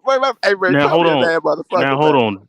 As far as scoring, Karl Malone, you say is debatably top 5. Do you think? I think Jordan's a better scorer. I think Will Chamberlain's a better scorer. Kobe, LeBron, KD is a better scorer. What are we talking about? That's 5 off the rip. Stealing the ball like that, come back up court, shooting the 3 in everybody's face. Kobe. You think Karl Malone's a better scorer than Kevin Durant? Who playing point guard right now? Basically, Kobe, man. Yes, I think Karl Malone is a better scorer than Kevin Durant. All right, bro. We can move on, bro. That's somebody better help. Y'all better get some help. That's that crazy. playoff drop in Kevin Durant is not looking too good. Karl Malone is not a better scorer than Kevin Durant, bro. No, playoff drop in for Karl Malone. I think so. Kevin Durant is not looking too good. Come here, Bruce Bowen. Kevin Durant averages 28, 29 points per game in the playoffs. And what's his efficiency? Is better than his efficiency is not bad. What are you talking about? Oh my God! Come here, Bruce Bowen. Yeah, oh my God! This nigga Kobe is a bad motherfucker, man. This nigga Kobe, man. Lamont, bro, turn this off, bro. Why would you even put Kobe on with SFM on the? Man, he didn't mean to put on Kobe. Kobe just doing good in the meantime. What he's trying to show me, man. Kobe being Kobe, bro. You see how he's showing Bruce Bowen's Kobe just that leg out. That go James Kingdom nigga. I just don't think y'all know how to separate good players from their teams, and you guys credit the success of the team that makes the individual a better player. I think good players are always just going to be good players. I mean, they're going to be good players. And that's why I think Karl Malone, because if I separate the individual success or the team success, then I would have Tim Duncan over Karl Malone all the time. But I look at them as individual players, and Karl Malone is just a better offensive player than Tim Duncan, where he reached the heights of an all-time great offensive player. Give you offense. All-time great offensive player. I give you offense. No, he's not. But when you play basketball, you play defense more than you play offense. And to me, defense is always going to be meaningful for the stars who can do both, who can play offense. Where you have Scottie Pippen ranked all Malone got the credentials defensively too. Top 20, top 30. He only got 4 defensive teams. Okay. Let me ask you. That's good enough, bro. Pippen's top 20. Who's man. a better defense? Who's a better Lamont? Who's a better individual player since you value defense so much? Jokic or Embiid? That's a Who's five. Who's a better individual player? Embiid. Yes, Jokic or Embiid. Embiid's a better player. You're consistent. Bro, where's the footwork? Lamont. Look, Bruce Bowen, look at you fouling. You mad because Kobe just put 2 threes in your face, bro. Shut up, weak ass nigga. You can't guard Kobe, nigga. I need to see what Legend's trying to show us. Foul. Okay, Timmy D. Footwork, like we told you. Man, that one Footwork. shit, man. Footwork. Told you. Man, Tim Duncan has some elite footwork. I ain't gonna lie. I know, that's what we told him. Tim Duncan is stiff. He's stiff. He's stiff. I mean, Carmelo was clunky on his footwork. Let me ask y'all something. Have y'all seen Tim Duncan guard Shaq any of these? Yes. I haven't. I'm sorry, I haven't. Tim Duncan can't. Yeah, but why are you holding them to that standard of guarding Shaq?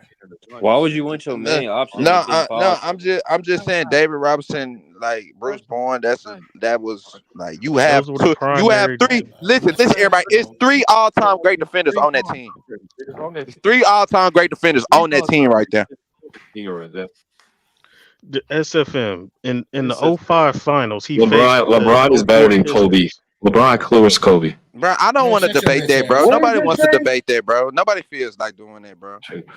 Yeah, no, LeBron let's talk about something different. Let's talk about something different, bro. That's an ABC topic, bro. Shut your ass up. You don't want to debate that. That's not a good argument for you, sir. With a punch drunk. I'm telling you, you can't hang with me, bro. What's got your lipstick on? Who are you? Like, never heard of you. Right, come on, good play, good pass out the playmaker. Turned over the ball, Timmy D. Trying to pass out Clearly, above the bench can never be better than LeBron. You just let this nigga talk, bro. Nobody want to debate this shit, bro. Be quiet until LeBron get a dynasty. I don't want to hear nothing.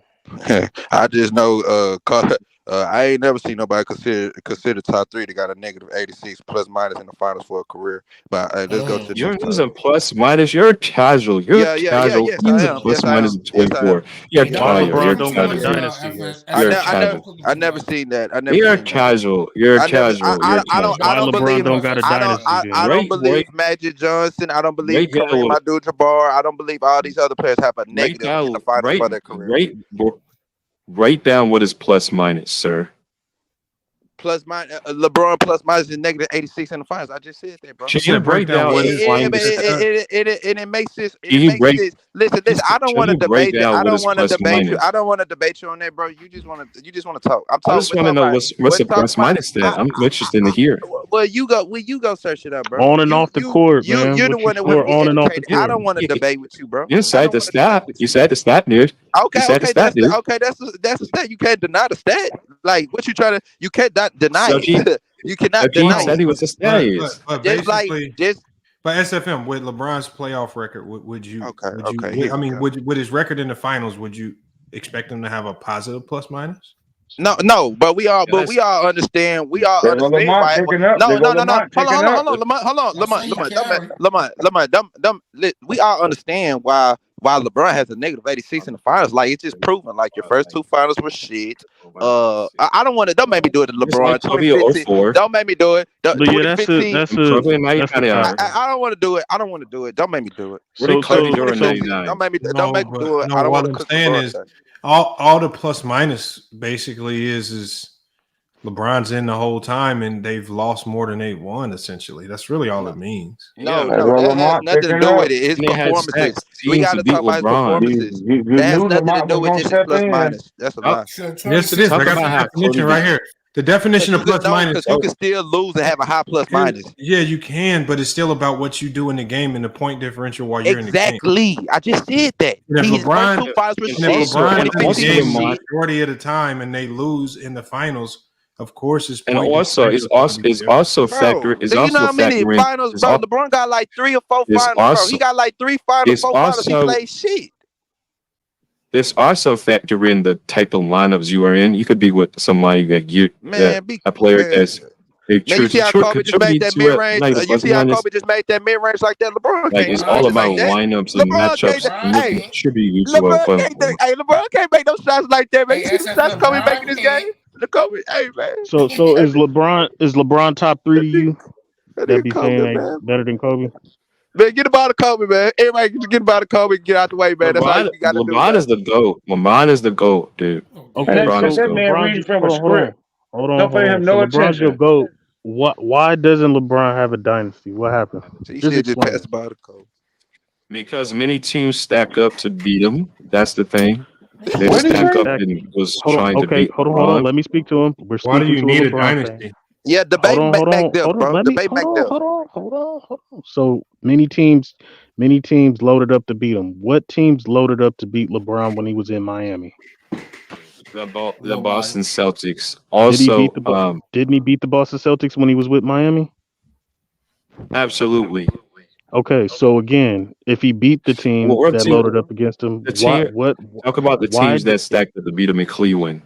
Hold on. When he barely had another all-time Hey, I don't player want to with talk him. about a LeBron debate, y'all. Man, that's so Yeah, stupid. I just need him to answer a question. I just needed him to answer. Because I might have cooked him. Y'all just try to do. Y'all try to sneak into these LeBron debates. Yeah, I see Kobe run point guard, right? Hold on. He's about to cook me. All I'm saying is this. When LeBron had a super team with Miami, the expectations. No, Kobe had a super team with the Lakers. What? Correct. Hold on. Which one? I saw it. 04. Lamar Odom. 04. 04. No, 04. 04 wasn't no super team. Gary Payton, But Karl Malone at the age of 40. Karl Malone at the age of 40 years old, coming off the bench is not a super team in his last year. Answer the question real quick. So when how can you sit here and say that the Cleveland Cavaliers was a super team and LeBron had Kyrie Irving, but then sit there and say that 2004 was I don't get it. Like it sounds so idiotic. He barely played. Hey man, where's that dude from? Alpine, Colorado. Man, Listen, the reason is debatable because Karl Malone was 40 years old and Gary Payton was 35. If you want to call it a super team, go ahead. I'm not even tripping. Call it a super team. But we know in Miami, LeBron James legitimately had the best roster in There's the people league. that call the Lakers. There's people that call the Lakers. Stop deflecting. There's people that called the Lakers the year that they got Russell Westbrook and Carmelo Anthony and Dwight Howard and Anthony Davis and LeBron, and they call that a super team. Why apply that logic? Why we can't apply that logic to when Kobe had a super team in 04? We had Carmelo and Gary Payton and them players as well. Okay, let's call it there, bro. Let's call it. But let me answer my question because I'm came off 3 in a row. Let's call it. Let's just call it that. So I'm trying to see what point are you trying to get at, dude. Exactly, because you didn't allow me to finish. So my point is, in Miami when he had the best roster, and it was a super team. Talking about LeBron, man. Can I just answer? Because he brought it up. Let me just answer this question, and people in the chat can help me out. So again, his expectations as soon as he got there, before they played again, his expectations, fair or foul. He was supposed to be. He was supposed to have a dynasty. He was supposed to challenge the Bulls' 72 win record, and they were supposed to be one of the greatest. Dynasty if you got an organization that hold on, that has nothing. Hold on. Yeah, that's a stupid. That's an idiotic. Let me finish. This is what LeBron James fans do. The organization wants to build a dynasty. They're going to build one, whether you like it or deflect. Not. Stop deflecting, Lamont. Let me finish the question. It's not my fault that D-Wade broke that. It's not my fault that D-Wade broke down and he couldn't be in dynasty. Okay, thank you. That's the answer that I wanted. They blame the other players. They blame Dwayne Wade who played. Well, how else? Okay, so hold on. So no, it's cool. That's what I wanted. They blame the other players. That's what I like. That's what I wanted to hear. Are you saying it's not when KD got injured and they couldn't win that next championship? Are you saying we're not supposed to blame those injuries to Klay Thompson and Kevin Durant as the injuries that stopped that dynasty run? Sometimes it didn't. Injuries again. Injuries it didn't stop the number one dynasty. thing that stops dynasties. It literally shuts dynasties down. Did they win another championship after that? Weren't they already a dynasty? That dynasty was over. They were a completely different team. No, it wasn't. He won another championship. He continued. Mac Delph. No, he did not. It was 5 What are y'all years. talking about? It was 5 years Wade before they broke won down when he Hold played on, with time them out, that time out, season. time out. Y'all are stupid. He played Hold in on, the hold on, playoff game. hold on. The Golden State Warriors dynasty is 4 and 8 years. Fair or foul? 4 and 8. Foul. Their dynasty is not 4 championships in 8 years. No, man.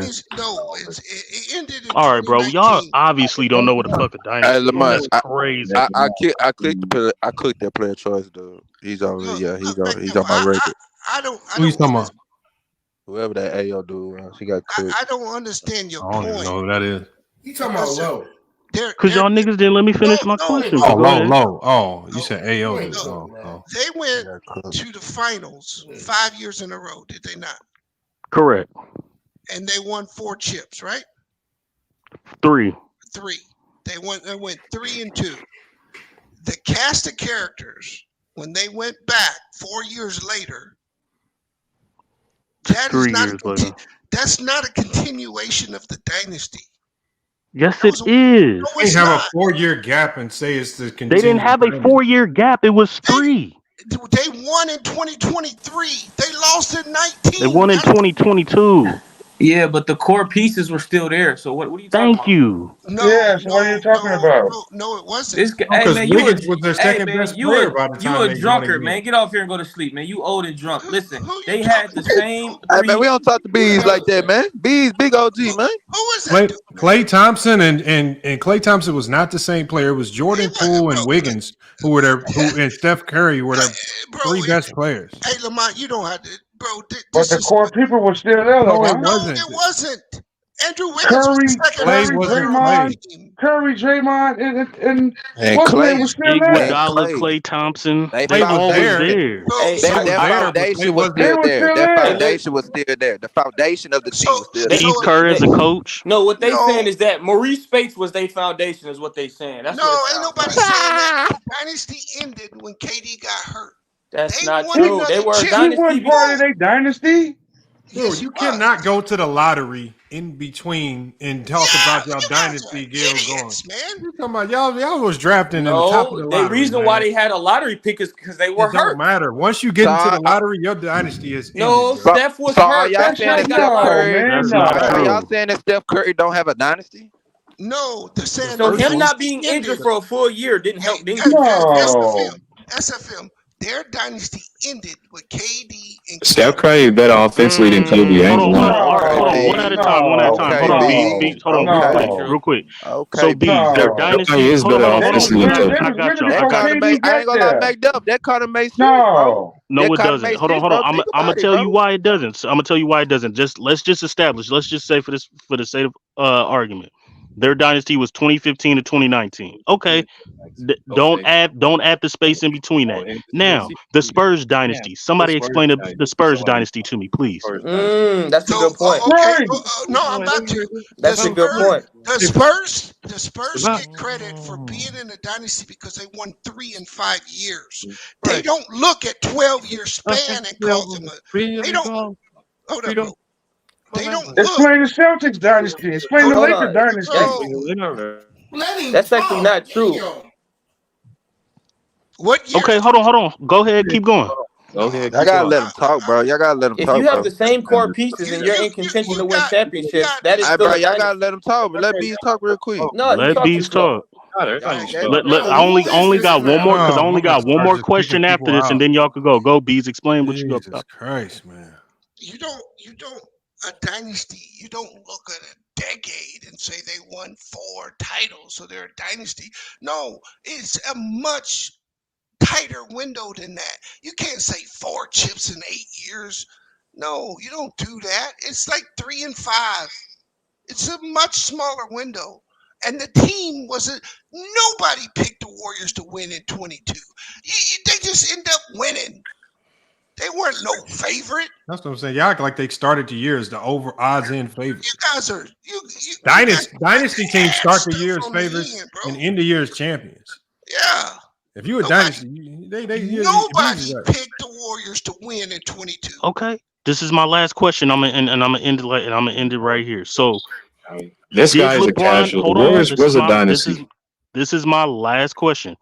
Did LeBron James beat the Spurs dynasty?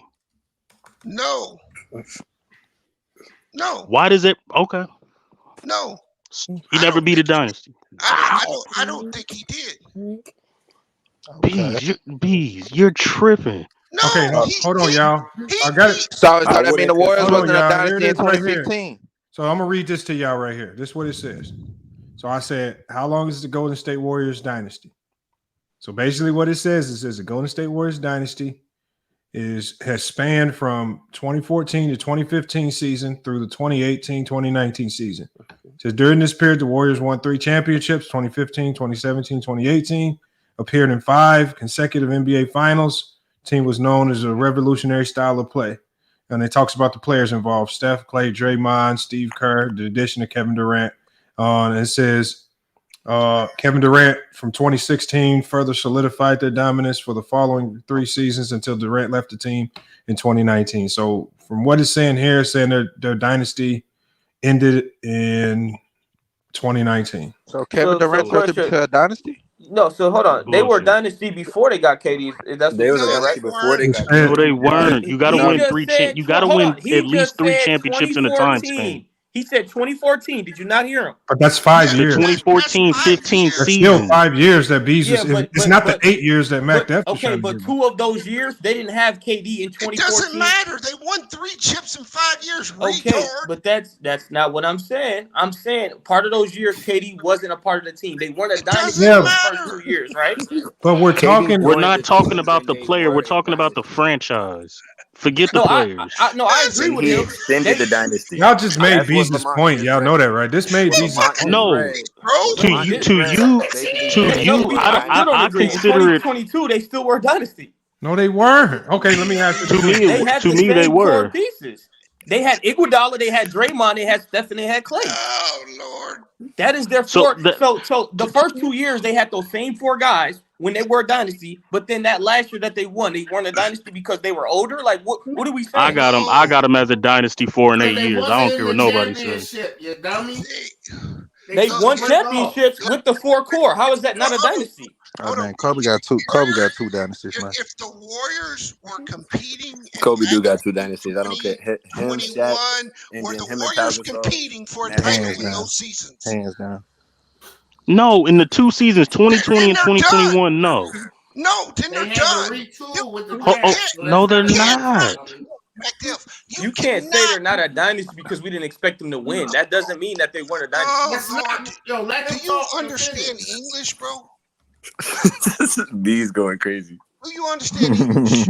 Hey man, you sound like you show need me. to go to a You show doctor me to a get your dynasty. voice checked You out. show me any dynasty that didn't compete in 2 or 3, 4 years. Show me a dynasty where they Because of weren't a injury. contender. It doesn't Sound matter. like he on his They last weren't leg. contending. Yo, chill out. They were a Hey, dynasty. that's cool. I can He be on said my he sound last like he on a leg. respirator. But you know what? He sound like he on his last leg, man. I can buy 5 of you, nigga.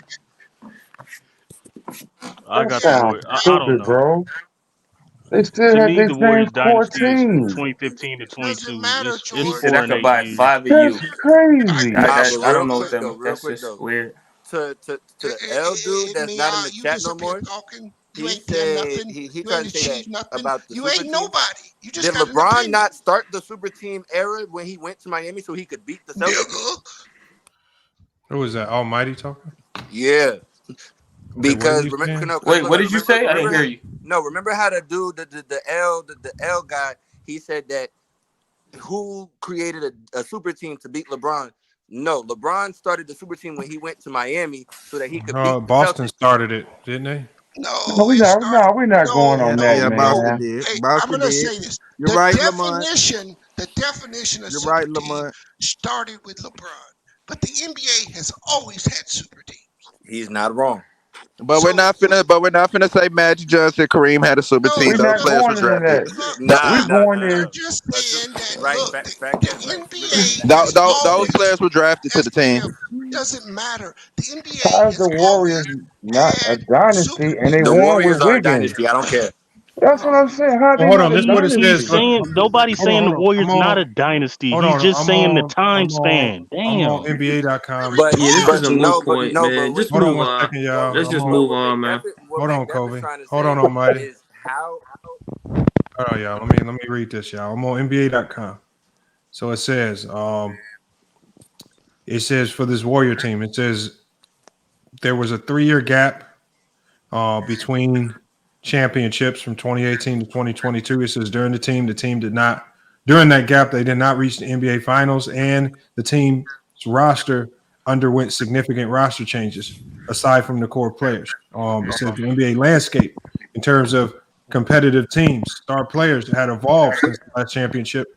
Some arguing, and it says many people believe that the 2020 victory was a new chapter rather than a continuation of the previous dynasty. And it says that, the injury challenges from 2019 to 2022, where it saw key players, Klay Thompson, Kevin Durant, and others facing significant injuries, which altered the team's trajectory compared to the uninterrupted success of other sports dynasties. So, yeah, I just don't think you can have that big gap.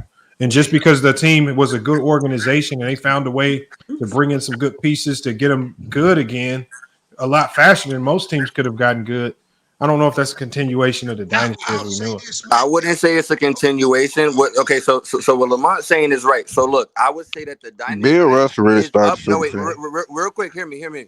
The dynasty is up until they got James Wiseman because they were in a lottery. After James Wiseman, when they won the next two, then you have the second dynasty. Like Lamont said, it's a new beginning. So up until James Wiseman, one dynasty. After James Wiseman, second dynasty. They don't have a second dynasty. Yeah, they don't have a second dynasty. No, MacDuff, what 2022 did, and this is all it did. Just concede, man. They got it. They got it. Bro, let me finish. It's not a dynasty. We can move on. Did you fell out of school, Negro? You said that I do what? MacDuff. This is what. Hey, Brandon, come on the panel, bro. Brandon funny, bro. Brandon 2022. Funny, man. Hey, Brandon funny as hell, bro. 2022. That's how y'all perceive it. I don't solidified Steph Curry. Brandon be cooking, That's bro. all it did. It solidified Steph Curry in the all-time debate. It put him you in got there. it, Bees. Before you that, won. bro, You got shut your fucking mouth. Come on, y'all. Can y'all let people finish, y'all, man? Beans isn't wrong. No, I'm saying we don't need to belabor points, though. Come on. No, bro, I just made the point, you idiot. Because for the longest time, everyone was saying that Steph couldn't do it without KD. Bro, be quiet. Then KD left, and he did it. So Beans is So not wrong. so that's what that ring did in 2022. Beans is not wrong. It solidified Steph Curry. I agree there. That is true. Because a lot of people were doubting if he could do it without. A lot of people were really dismissing his championships up until that point. That right. They really dismissed him. And so what they did what happened was when Steph won again, as opposed to dismissing Steph, they just started trying to diminish KD and said, KD was just riding the coattails of Steph. So they just kind of flipped it. Right. They flipped it, which is the problem with people nowadays. They always contradict their arguments whenever something proves it wrong. Bro, it's nothing but video showing timeline, the return of the dynasty, they timeline 2015 to 2022. Return of a dynasty. That's the timeline. Y'all could go with y'all going with, but I'm saying it's 4 and 8 years to me. 4 and 8 years. Yep. Bro, you cannot go visit the lottery and talk about your dynasty is still continued, man. Bro, it's over with, bro. When you got to go to the lottery, it's not, with, bro. Bro, it's but over, in their man. Defense, they did have extreme injuries. It don't matter. Injuries can end a dynasty. That's part of that's how dynasties end. Time out. So hold on. Tell me what dynasty hasn't ended with injuries. One dynasty or is it two? The Bulls dynasty didn't end. The Bulls, the Lakers, the Celtics. Pippen was done. But they came back and they won multiple though. Pippen was done, and that's why Jerry Krause didn't want to keep the team together. You're lying. No, MacDef, I agree. I still think it's a dynasty, but they're just talking about the timeline. That's all. No, they got a dynasty. It just hold on. With KD. I would be wrong. I would be wrong if I said the dynasty Lakers and it was from 2000 to 2010 because Kobe. That'd be wrong if I said that. Why not? Because that's too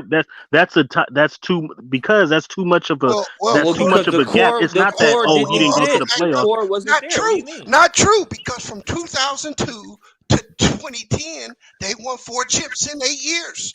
Yeah, but the That's core what wasn't I'm saying, there. MacDuff. No, Yeah, you're all over the place. Hold on. Let's That's stick what to. you're saying. It's This 3. dude's No, an I'm idiot. not. No, I'm not. I'm talking about the Lakers fucking dynasty Yeah, from I know. 2000 to 2002. That's their dynasty, the three-peat. Bro, but I can tell you. I don't know.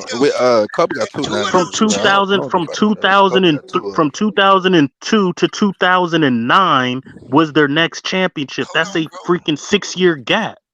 I can take 8 years in the 2000s and add Lakers and give them 3 to 4 chips. Why can't I call that a dynasty according to your logic? Okay, Lamont, can I ask you a quick What do question? I didn't get what I definitely don't get what you're saying. Yeah, I know you. You're making Lamont, quick up question. something. Lamont, if the Warriors do like a documentary, do you think like a doc of their dynasty would they add that 22 championship a part of it Bro, as a it's 4 and dynasty? 8 What years. they're gonna do is they're gonna tell the story of how they won all their chips. But in that documentary, there's gonna be a portion, probably the saddest part of the documentary, that showcases how their dynasty run ended and nobody thought they could get back to the mountaintop. When they ended, when KD left, like B says, nobody thought they could get back to where they got. And Clay has never been the same, but because the organization's so good and they went and drafted Jordan Poole, right? They went in, traded for Wiggins, who at that point in time was their second Gary best player. Payton, yeah. So they went and got a whole bunch of new pieces, and they came back and surprised the league with one. And they surprised the league not because they were the best team. They just had the best playoff run. And they weren't even the best team. It was an unprecedented run. But it wasn't. Well, they also had like the best defense too. It wasn't a continuation of the dynasty. No, I get it. I was just asking, would it be a part of their dynasty? Those what I'm No, saying. it's going to be a part of their legacy, but it's not a part of the dynasty run. That championship is probably the championship that cemented Steph Curry's legacy because it was independent of the dynasty run that they had. And nobody thought he could win one without that dynasty team behind him with KD and those guys at full strength. That's why he's the greatest point guard to ever walk the grace of the NBA. When did the Spurs dynasty end? What year? I don't know. You tell me. I was just asking. I'm not sure. It ended in 08. 08. Brian never beat a dynasty. Bro, y'all be switching. Y'all don't keep But it's hard to say when it ended because every year they were still contending for championships. They never won back. Hold on. The Spurs never won back-to-back titles. So what was their run? That's what I'm asking. LeBron in the finals. They're saying it's from 03 to 07. They're saying it's from 03 to 07. The Spurs never won back-to-back. So what was their run? 03 to 07 is what they're saying based on their logic. The thing is even on the years where they didn't win, were they looked at as one of the superior teams? Were they one of the favorites to get to the final? Even to their last couple years, yes. So what I'm saying is that's part of being a dynasty. The expectation that you're either you get to the finals or the expectation that you're one of the best teams in the league. And the Warriors were one of the best Warriors teams were not. that year. In 2022, the Warriors were not one of the best teams in the league. What was their and they had no expectation to win the championship. So what was their seed in 2022? Hey, KLP in the comments, that's a lie. What was their seed that year, Lamont? They was top 4, I believe. Okay, but your seed. Hold on, Utah Jazz was a number 1 seed. No. But the Warriors also had the best defense because going into the playoffs, and one of the reasons why they weren't expected to win is because going into the playoffs, Draymond, they had just got Curry back. Draymond goes down with injury. They hadn't even played with their core 3 guys. Like that, that they were getting back from injury. Draymond just came back from injury. Clay wasn't 100%. You didn't know what to expect from Wiggins. You have Jordan Poole. You don't know what to expect from him. It all came together at the right time. And what made it more beautiful, it was that independent of any dynasty run that they had, it was unprecedented. You just got to give them their credit for a hell of a run. Nah, it's all I 4 and 8 know is years. Lamont, what's your definition? Brian never beat a dynasty, and that's great. He beat the Warriors dynasty. He beat the Warriors dynasty. Wait, what do you mean? That wasn't no dynasty. They won 1 chip. What you mean?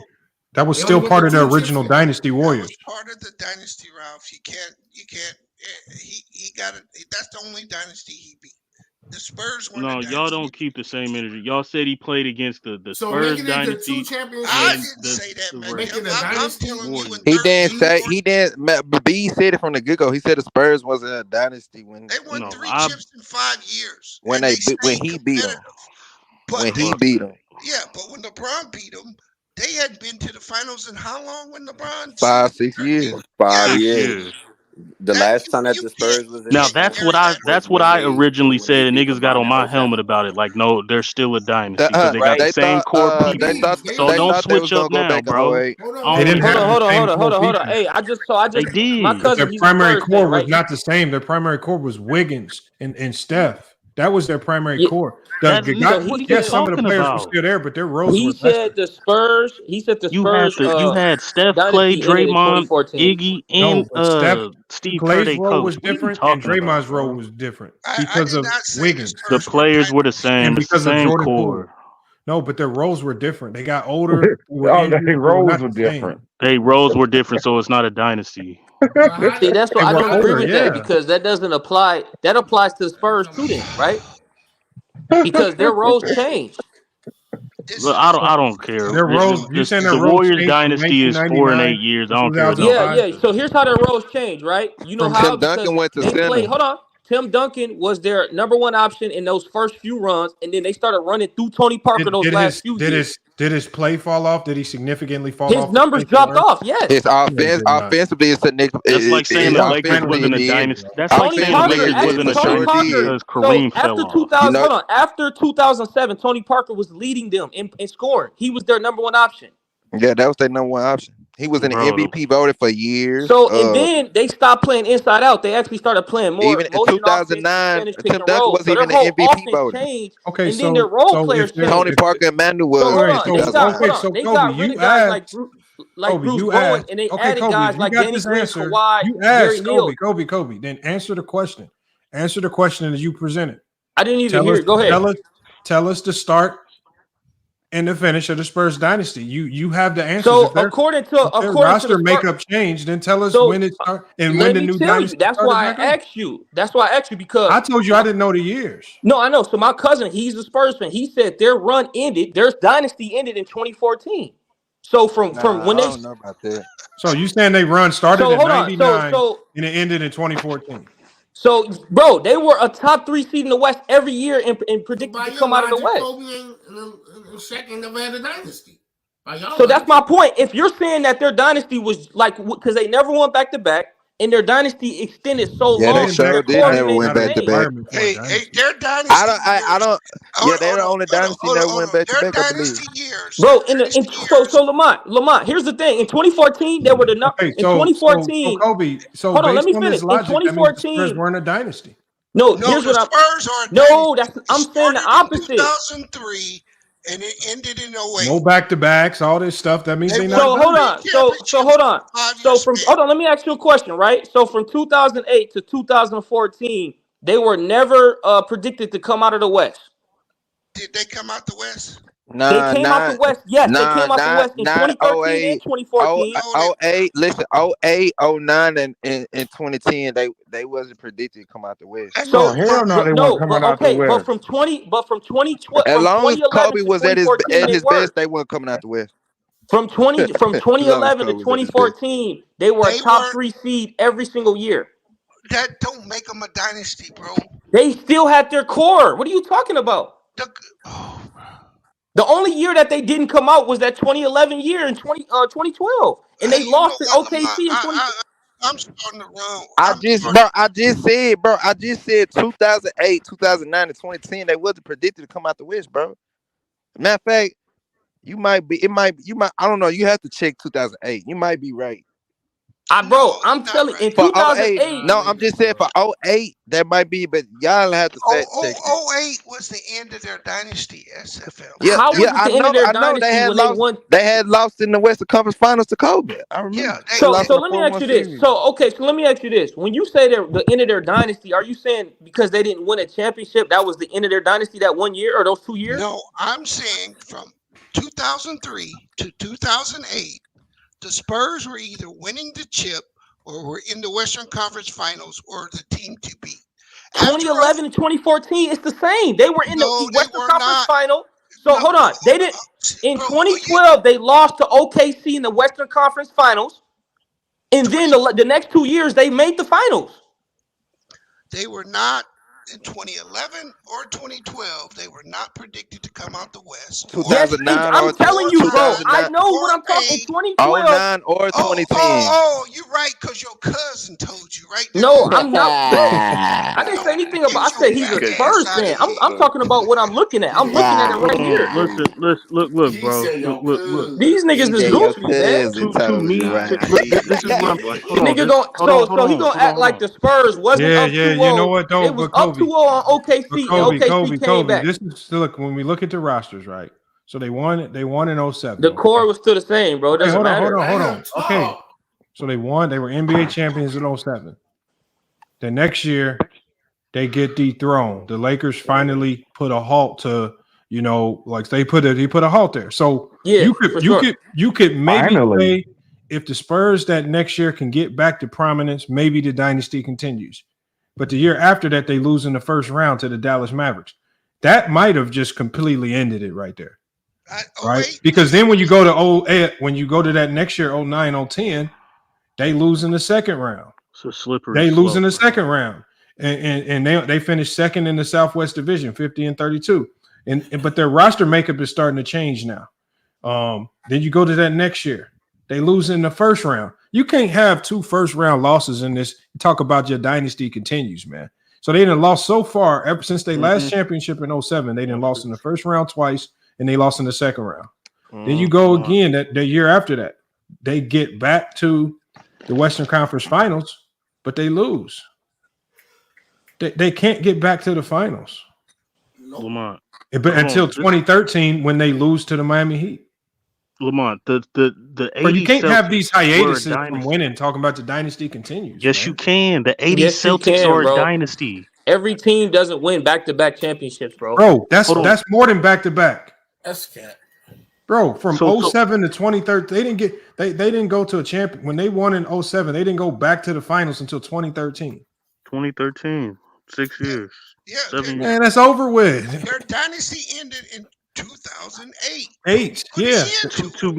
To me, once you a dynasty, shit, man. Kobe ended it. Nah, to me, once you a dynasty, bro, your shit don't end until Kobe shut it down, man. You got to get shut this shit down. No, he y'all shut it down, and they didn't disrespecting the get back dynasty until is what it is. 2013.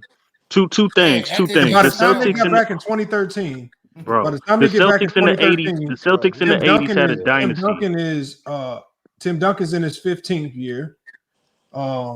Mono Ginobili's in his 10th year. I mean, the whole and they were a top. Kawhi Leonard was you sound stupid, bro. That Shaq won on the team in 2008. I hate these niggas in the comments. This is a completely different team. They just be talking, bro. The makeup of this team is completely different. They got Danny Green now. He's a third-year guy. Steven Jack, like the makeup of this team is just different by the time they get back. Shaq never led a series against the Spurs to beat the Spurs. Kobe led every series. So there's two things. The two dynasties that I want to hold on. The two dynasties that I want to talk about. The Celtics had a dynasty in the 80s. They won in 81. Then they lost in the first round in 82. Then they got swept by the Milwaukee Bucks, I believe, in 83. And then they won another championship in 84. They go to the finals in 85. They win in 86, and then they lose the finals in 80. I don't really hear anybody calling the Celtics of the 80s a dynasty team, though. What do you what? Lamont, it's crazy you said that. I hear the Celtics of the 60s called the same thing. Like the Celtics are a dynasty in the 80s. The Lakers of the 80s was dynasty. So Lamont, I've heard the Lakers of the 80s dynasty, but I haven't heard the Celtics won 3 in 6 years. That's their dynasty. But they won 3 in 6 years with 3 All-Star players. 3 All-Stars, just because you have good players don't No, but it's not that. You won 3 championships in a 6-year window. That's not a dynasty to you? I just never heard of this team being referenced. No, I'm saying to you, is that a dynasty? No, what I'm saying is I have to go back and look at the makeup of each team. No. I'm asking a specific question. No, because it changes. It's not always the same. Okay, so today in today's basketball, no, Kobe, you're trying to make it seem like it's fluid. It's not fluid. I get it, but I'm just talking about. Hold on, Kobe. Hold on. It's not fluid. The way we label these teams dynasties or not, it's different. There's a lot of factors that go into it. And I just haven't heard of the 80s Celtics being referred to as a dynasty team. Larry Bird was really good with 3 MVPs in a row. So Lamont, let me ask you this. You're saying in today's basketball, if somebody wins 3 championships in 6 years, if the Nuggets win again this year, and then they go on a year hiatus, and then they come back and win another championship the year after that, you wouldn't call that a dynasty? Well, it would depend. Do they keep the roster the same? Do the in between year? Are they going to the core guys were the same? The top 3 guys. Hey, No. I'm just talking about the core, the top 3 guys. Lamont, hold on. No, the core guys: Jokic, Jamal Murray, and Michael Porter Jr. If you want to call the 80s Celtics a dynasty, you can. I just never heard of them talked about like that. That's disingenuous, bro. That's crazy. I've never heard that. Y'all making it seem like they'll get labeled to become a dynasty. It's the same for every. Cause no, anybody with common sense would win if you win 3 chips in 6 years. A dynasty. Hey, Lamont. Yeah, what up, B? You know how hard it is to win 3 chips in 6 years? So Bill Russell has had how many dynasties? Hey, Bill Russell had 1. Bill Russell was all consecutive. Yeah, but the Spurs never won consecutive. No, Lamar. Actually, what's name stopped that dynasty? If Alabama wins a championship next year, is that the Saban dynasty continuing? Yes. No, it's not. Man, you gotta stop, bro. If the core players are still there, yes. No, it's not. Why is players still there? Well, no, hold on. I don't know how many year span are you talking about since they won their last one? Oh, they won like 2 years ago. The Alabama. So, yeah, if they win next year with the same core. Close. No, hold on. Time out. The Knicks. No, B. That's different though. The Nick Saban era is different. Hold on. The Nick Saban era has exactly ended. But if Alabama wins again, yes, the Alabama dynasty continues. You can't tell their fans they don't have. That's not a dynasty. Bro. The Alabama football team is definitely a dynasty. Who's saying that? And as far as I'm concerned, if the Spurs won 3 and 5 Lamont, you so disingenuous, bro. Y'all gotta realize, like, it's so many finicky things that can start dynasties and end them. Like when I looked at that Spurs run, it's one clear thing that stands out. Kobe ended the dynasty, and the Spurs never could get back to the same until 2013, 2014.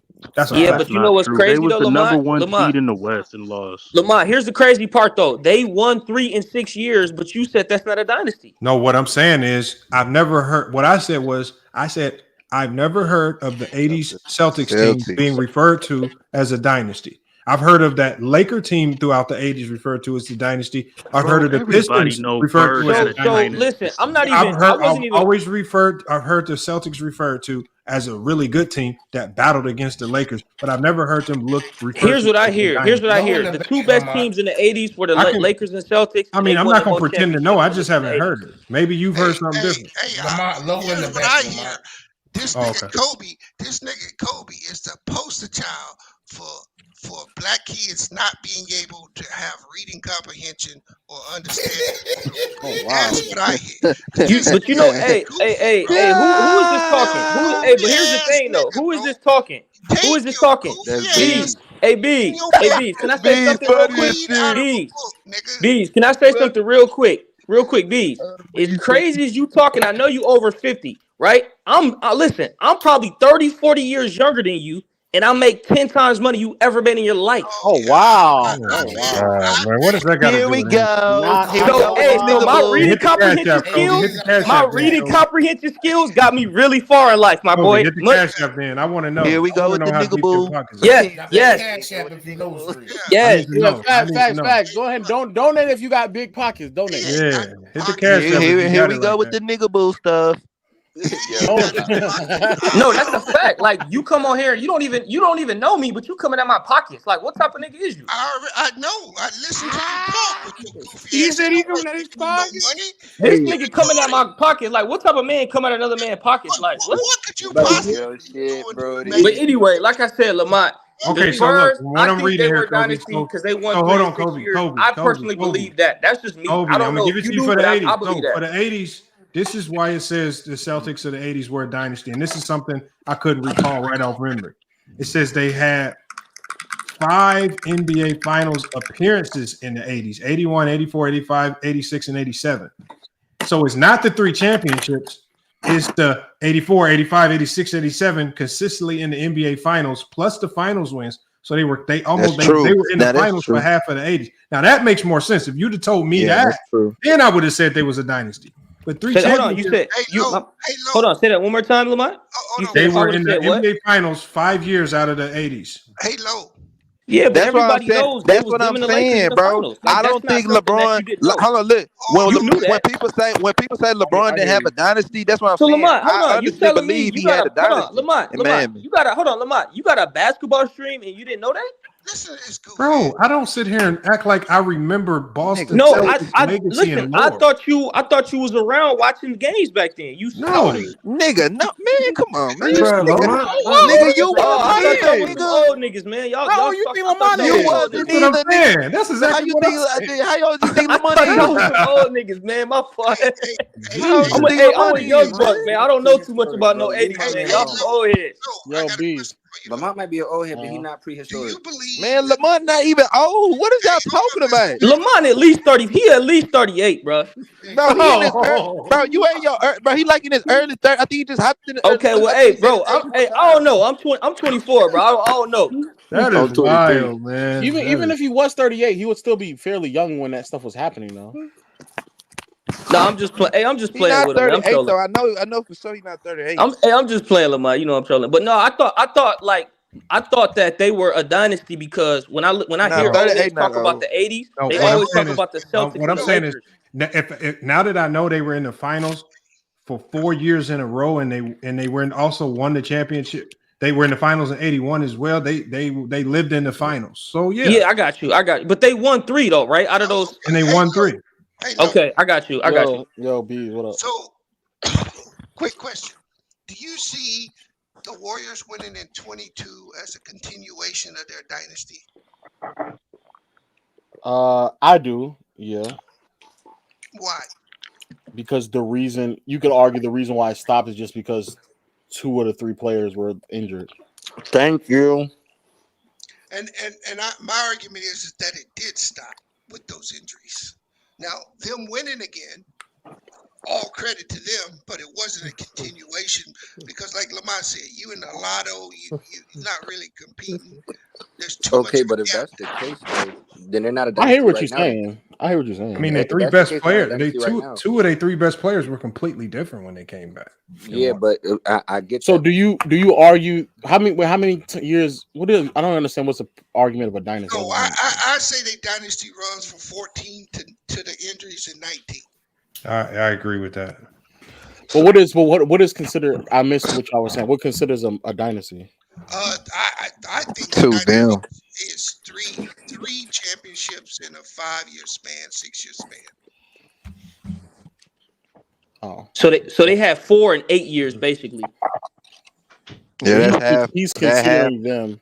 Okay, so if that's the case, he's saying that the cutoff time from their last one, it was too much of a delay. But here's what I'm saying: I think that doesn't matter because their core pieces were the same. They still had Steph, they still had Clay, they still had Draymond and Iggy, which to me was the core of their dynasty from beginning to end. Anyway, like, do you consider the Spurs in the 2000 a dynasty? From 03 to 08, I do. Yeah, 03 to 08. Yeah, 03 to 08. Yeah, they never went back to back. So yeah, they're still a dynasty, but they still dynasty. Yeah, but I think they won what 03, 05, 07, right? They won 03, 05, 07, and didn't win again until 14. So Tim Duncan couldn't defend. Tim Duncan couldn't defend his title like everybody else. What's that, Low? Okay. I'm gonna say, what does back to back have to do with being a dynasty? No, I'm saying that's what I'm saying. They did. No, that's what he's saying. Yeah, they don't have to win back to back in order to be a dynasty. Is what I'm saying. Oh, okay. But my thing is, if you're the way I look at it is, if you're a championship contending team with that same core, and let's say you win 2, you lose, and then you win another one the next year, to me that's still a dynasty. Or if you win Well, I that's think not if what you the Spurs did. no, I Hey, know, but the Brandon, man, Spurs come on they won stage, every bro. other year though. They won every other year for the Brandon don't first like 4 coming up here, man. He be getting deep for fried. that first year. Oh, But Brandon be from coming up '08 to here. 14, Brandon, they he done got weren't caught in so like many they lies. weren't He don't Bro, like competitive. coming up Brandon here. got the longest win I ever heard from anybody But debating. He part of, don't but stop part, talking either. Yeah. but part of the reason why I don't consider like 2014, quote unquote, I mean I see what you're saying, but 2014, like all three of the core pieces, I guess, in the Spurs they did play different. Like Duncan is a completely different player. Ginobili's different. Tony Parker was their leading scorer for that next couple years, I Yeah, believe.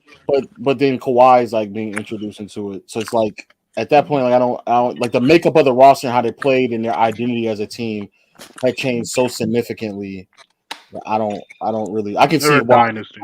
I can. So No, here's my question. They So are a Legend of dynasty. Winning. Let's say Legend of Winning. Let me ask you a question. The extension of it, I don't really think so. If they do a Spurs and a Warriors documentary, do you add in those last 2 championships that each team got as part of their dynasty?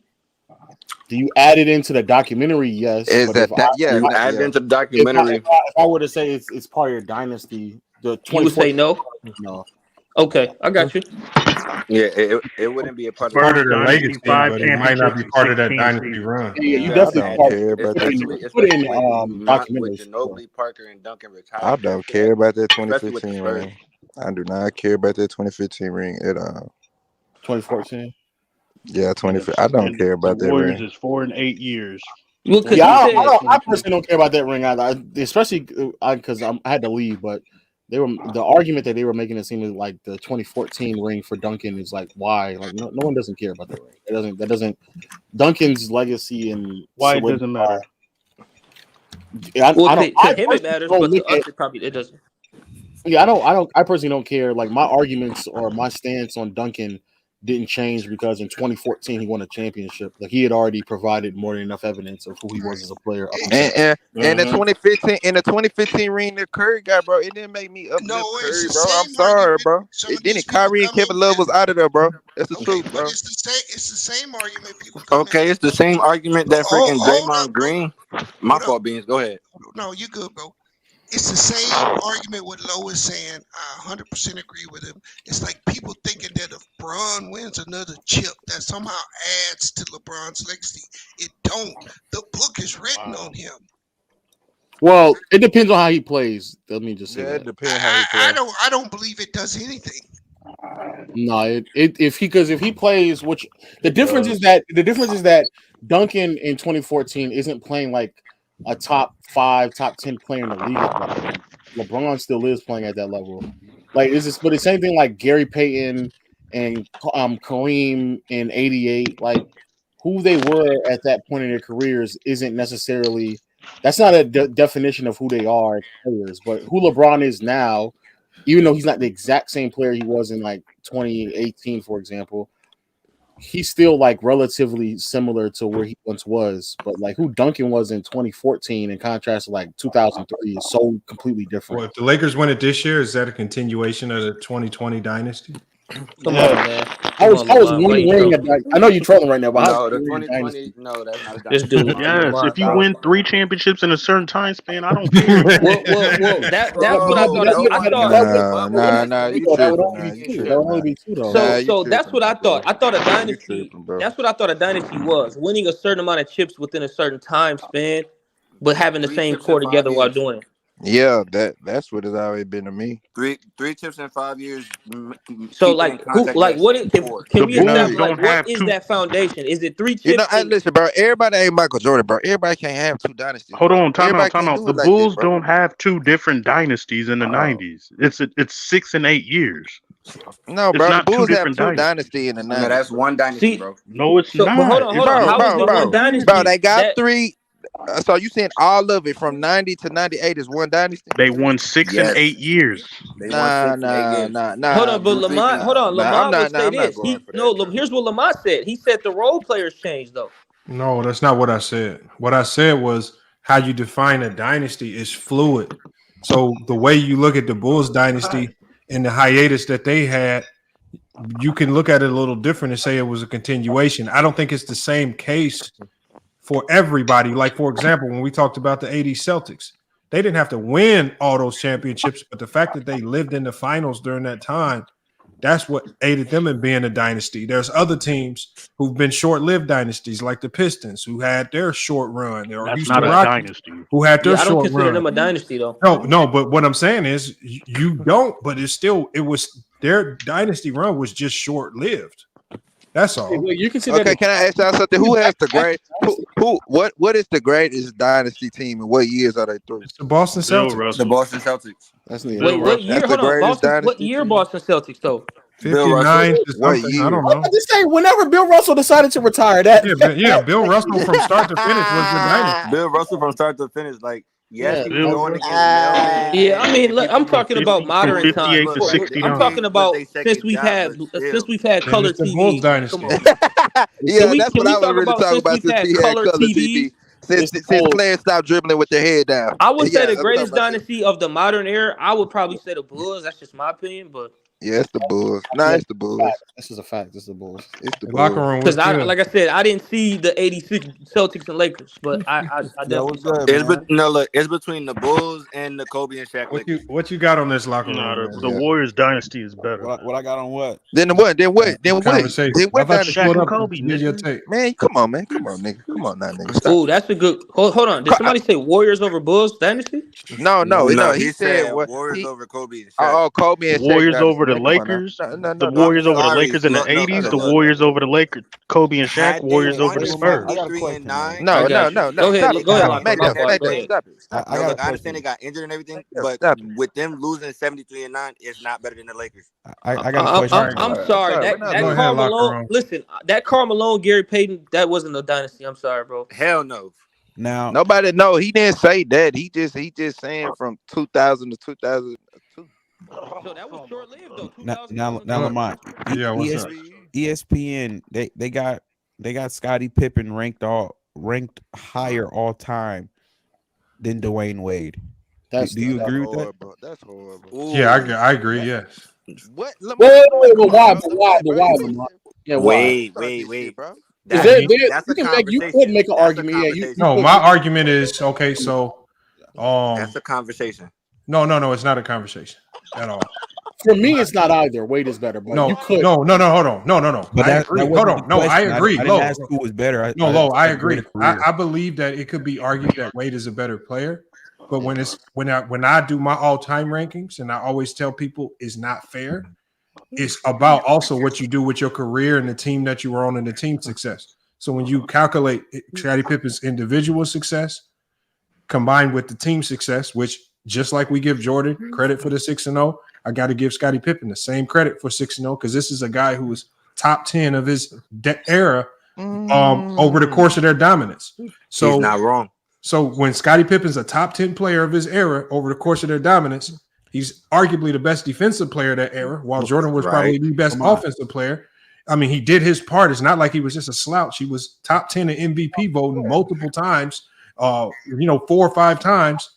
I have to give him full credit for the 6-0, and that would, for me, elevate his career over people like D Wade, whose career was kind of cut short with injury. Who's higher, Pippen or Havlicek? Oh my God! Hold on. Let me say this though. Pippen or Havlicek? That's tough. Lamont. I put out a community post earlier on the channel. Are you serious right now? And I got a lot of pushback. Yeah. So we ended up doing a show earlier, and I was pretty much saying how, out of all three of the LeBron, Kobe, and Mike, that pretty much Kobe and Mike. Brandon, be quiet. Had more help than LeBron, but the whole narrative on the internet is that LeBron has had more help. But you just said that LeBron did have more help. Hold on. Y'all had a stupid debate. Y'all let him finish, y'all, please. I think most people would have Dwayne Wade as LeBron's greatest teamate. I think most people would agree with that. I think it's AD. I think most people would agree. And I think most people would agree that Shaq was Kobe's greatest teammate, and then obviously Scottie is Mike's greatest teammate, but Shaq is ranked higher than Dwayne Wade all time, and so is Scottie. So if we're really talking about help, I think LeBron has had the least help out of. Hey, bro. I hit on the. I think you're right. I think you're right in your conclusion. So bad. I think you're right in your conclusion. I just think that what the measurement to determine who had more help is one player, Lamont. It's not necessarily in who's greater or anything like that. I think the greatest measurement is he's talking about one player. Hold on. I'm sorry. Somebody, hold on. No, it's not you. It's Almighty. You got to echo. You got to echo Almighty. No, what I'm saying is, I think for me, what determines how much help you have in any individual season is not counting how many Hall of Famers you have, because that means we would have to count George Gervin when he played with Michael Jordan. And does that really count as help? So no. Or we would have to count Dwight Howard when he played with LeBron or Shaq. That does that really count as help? No. So I think the best way to identify how much help you have is to look at the all NBA level talent on your team. Who was all NBA? So did you have any teammates during that individual season, or especially during your championship runs, were your teammates all NBA on either side of the ball, whether it was just all NBA or all NBA defense? And that tells you how great those guys were in the moment, as opposed to what those guys did over the career. And you're just saying, okay, because they're with this X player, that means he had all this help. When just a lot of times when you go across the years, a lot of times when certain guys play with great players, like when Jordan played with Robert Parrish was no longer great.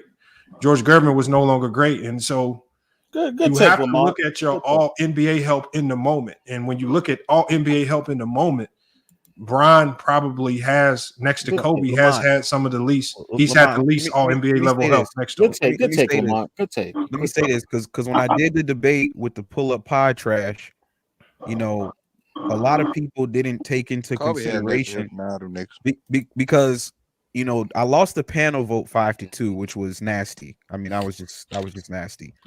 But the reality is, right? I can see why.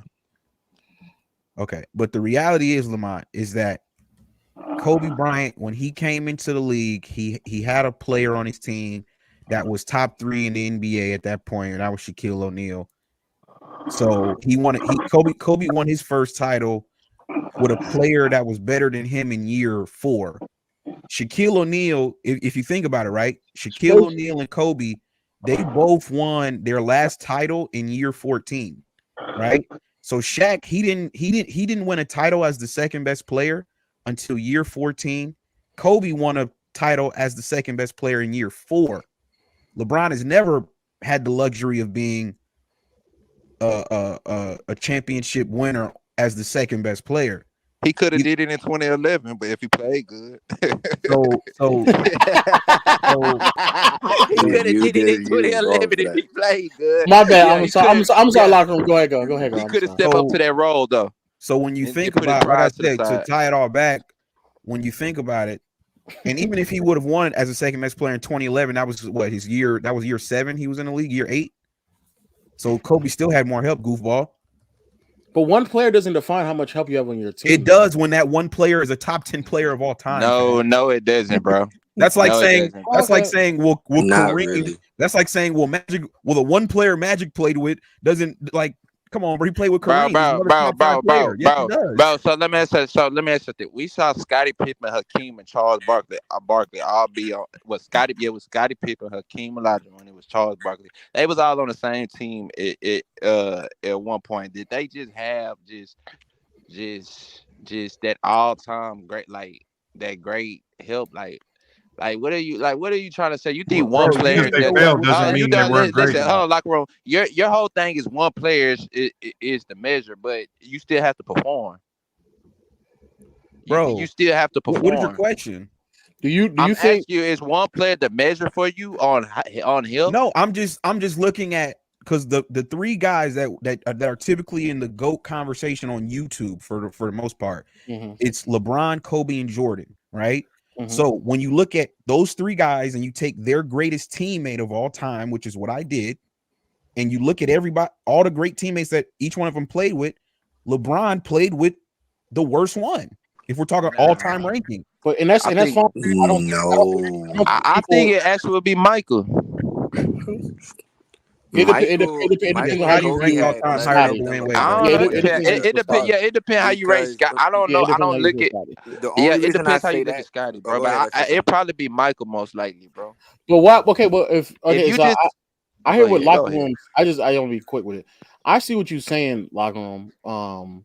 I just think that I think most people would argue that the help that someone had is beyond their best teammate because there's 3 other players on the floor with them, right?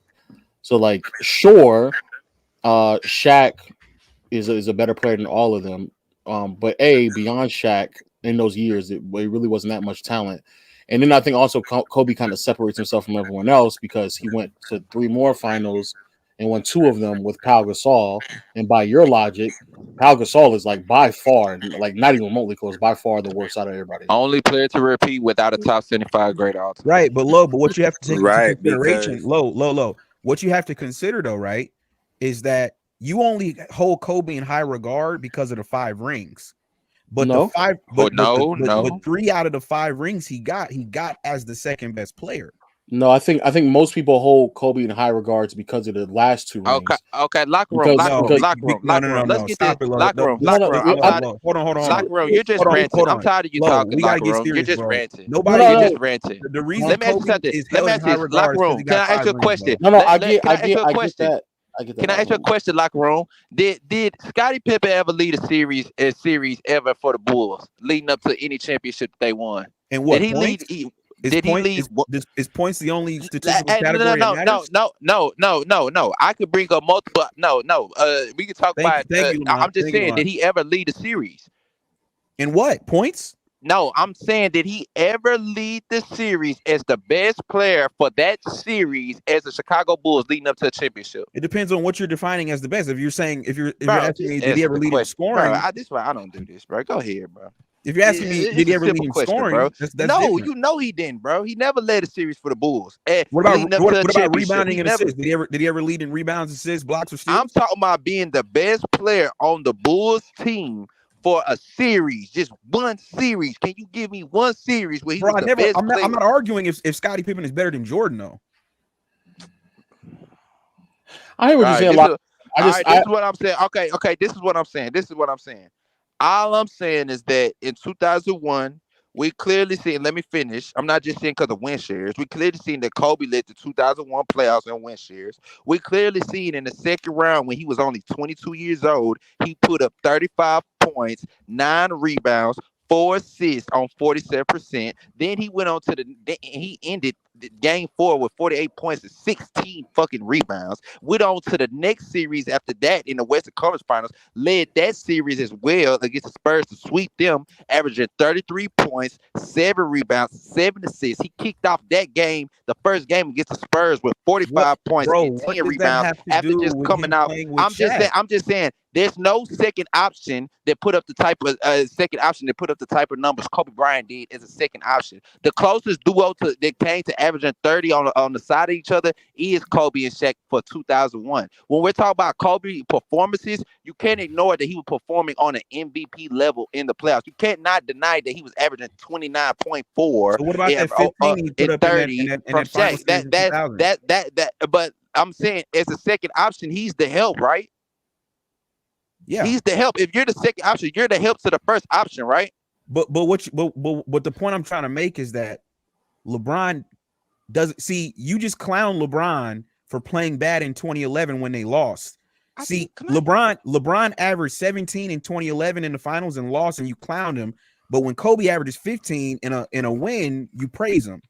It doesn't make any sense. I didn't say nothing about that. I didn't say nothing about that. No, because you give credit. Kobe credit for the championship. But we got to keep it a buck. The difference between those 2 finals is that Kobe, I believe, in game 2, game 3, he had played the first 8 minutes that Jalen Rose clipped him. When he came back, I believe. I think SFM. I think his point that he's trying to say is, I don't know.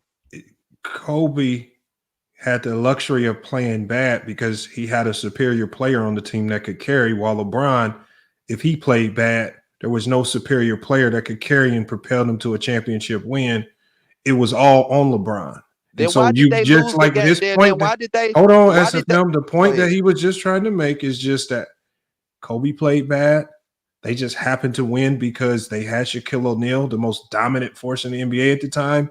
And unfortunately for LeBron, when he played bad, because LeBron at the time was the most dominant force in the league. And when he played bad, he didn't have the luxury of deferring to another guy that was considered superior to him that could carry while he played bad. So he's just talking about the individual performances were similar, where they both played bad, but you reward one because of the outcome and you shun the other because the outcome didn't come out in his favor, but they both equally played bad. Why don't you just clown Kobe for playing bad the same way you clown LeBron? Because it's the context. It's the context. See, one thing is we cannot ignore context, or you cannot bring up numbers that don't give context. The fact is that Kobe Bryant played 8 minutes in one game in 2000 in the finals, and then it was another. Let me finish. Let me finish. Your locker room is funky right now. It's stinking and sweaty. Then after that, he played another game where he fully just missed the game. He basically missed 2 games. But let's keep this coming. Let's keep this known. Kobe was top 5. He was okay. Who was going to guard the perimeter if Kobe didn't come? Because that game that he did not play, they lost. Let me add. They lost. It didn't matter how dominant Shaq had played. They lost. It's still excuses. Hey, let me ask Lamont. Why Shaq couldn't win? He got drafted in '92. Why he couldn't win with the Magic? Let me finish. Hey, locker room, bro. You just talk, bro. Just let me know. Ain't no stop, bro. You don't run shit around here, bro. This Lamont shit, bro. Real quick, can I add on to the point? Hold on. Okay, you're going back to Orlando, and you're talking about why he didn't win Orlando? When that's that team, because there's no Phil Jackson, there's no Laker organization. The team construction is completely different. There's no Phil Jackson in who. Can I add on to the point? So for example, right? They give credit to Kobe for his 5 titles, right? But the majority of his titles, 3 of them, he won as the second option. Meanwhile, they shit on Scottie Pippen, who has 6 titles. And he never led a series. He never led a fucking series. Did you not hear me name all these series? But SFM, but again, the only thing he never led in, like Kobe Bryant. The only thing he never led in was scoring.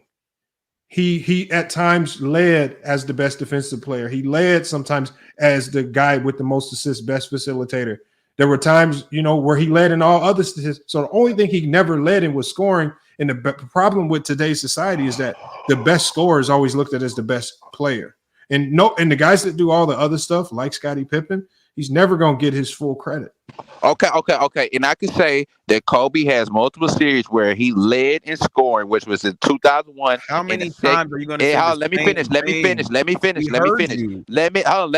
Shut up, bro. Same thing. I can say it's multiple series in 2001 and in 2002 where he led in assists and scoring at the same time, plus steals.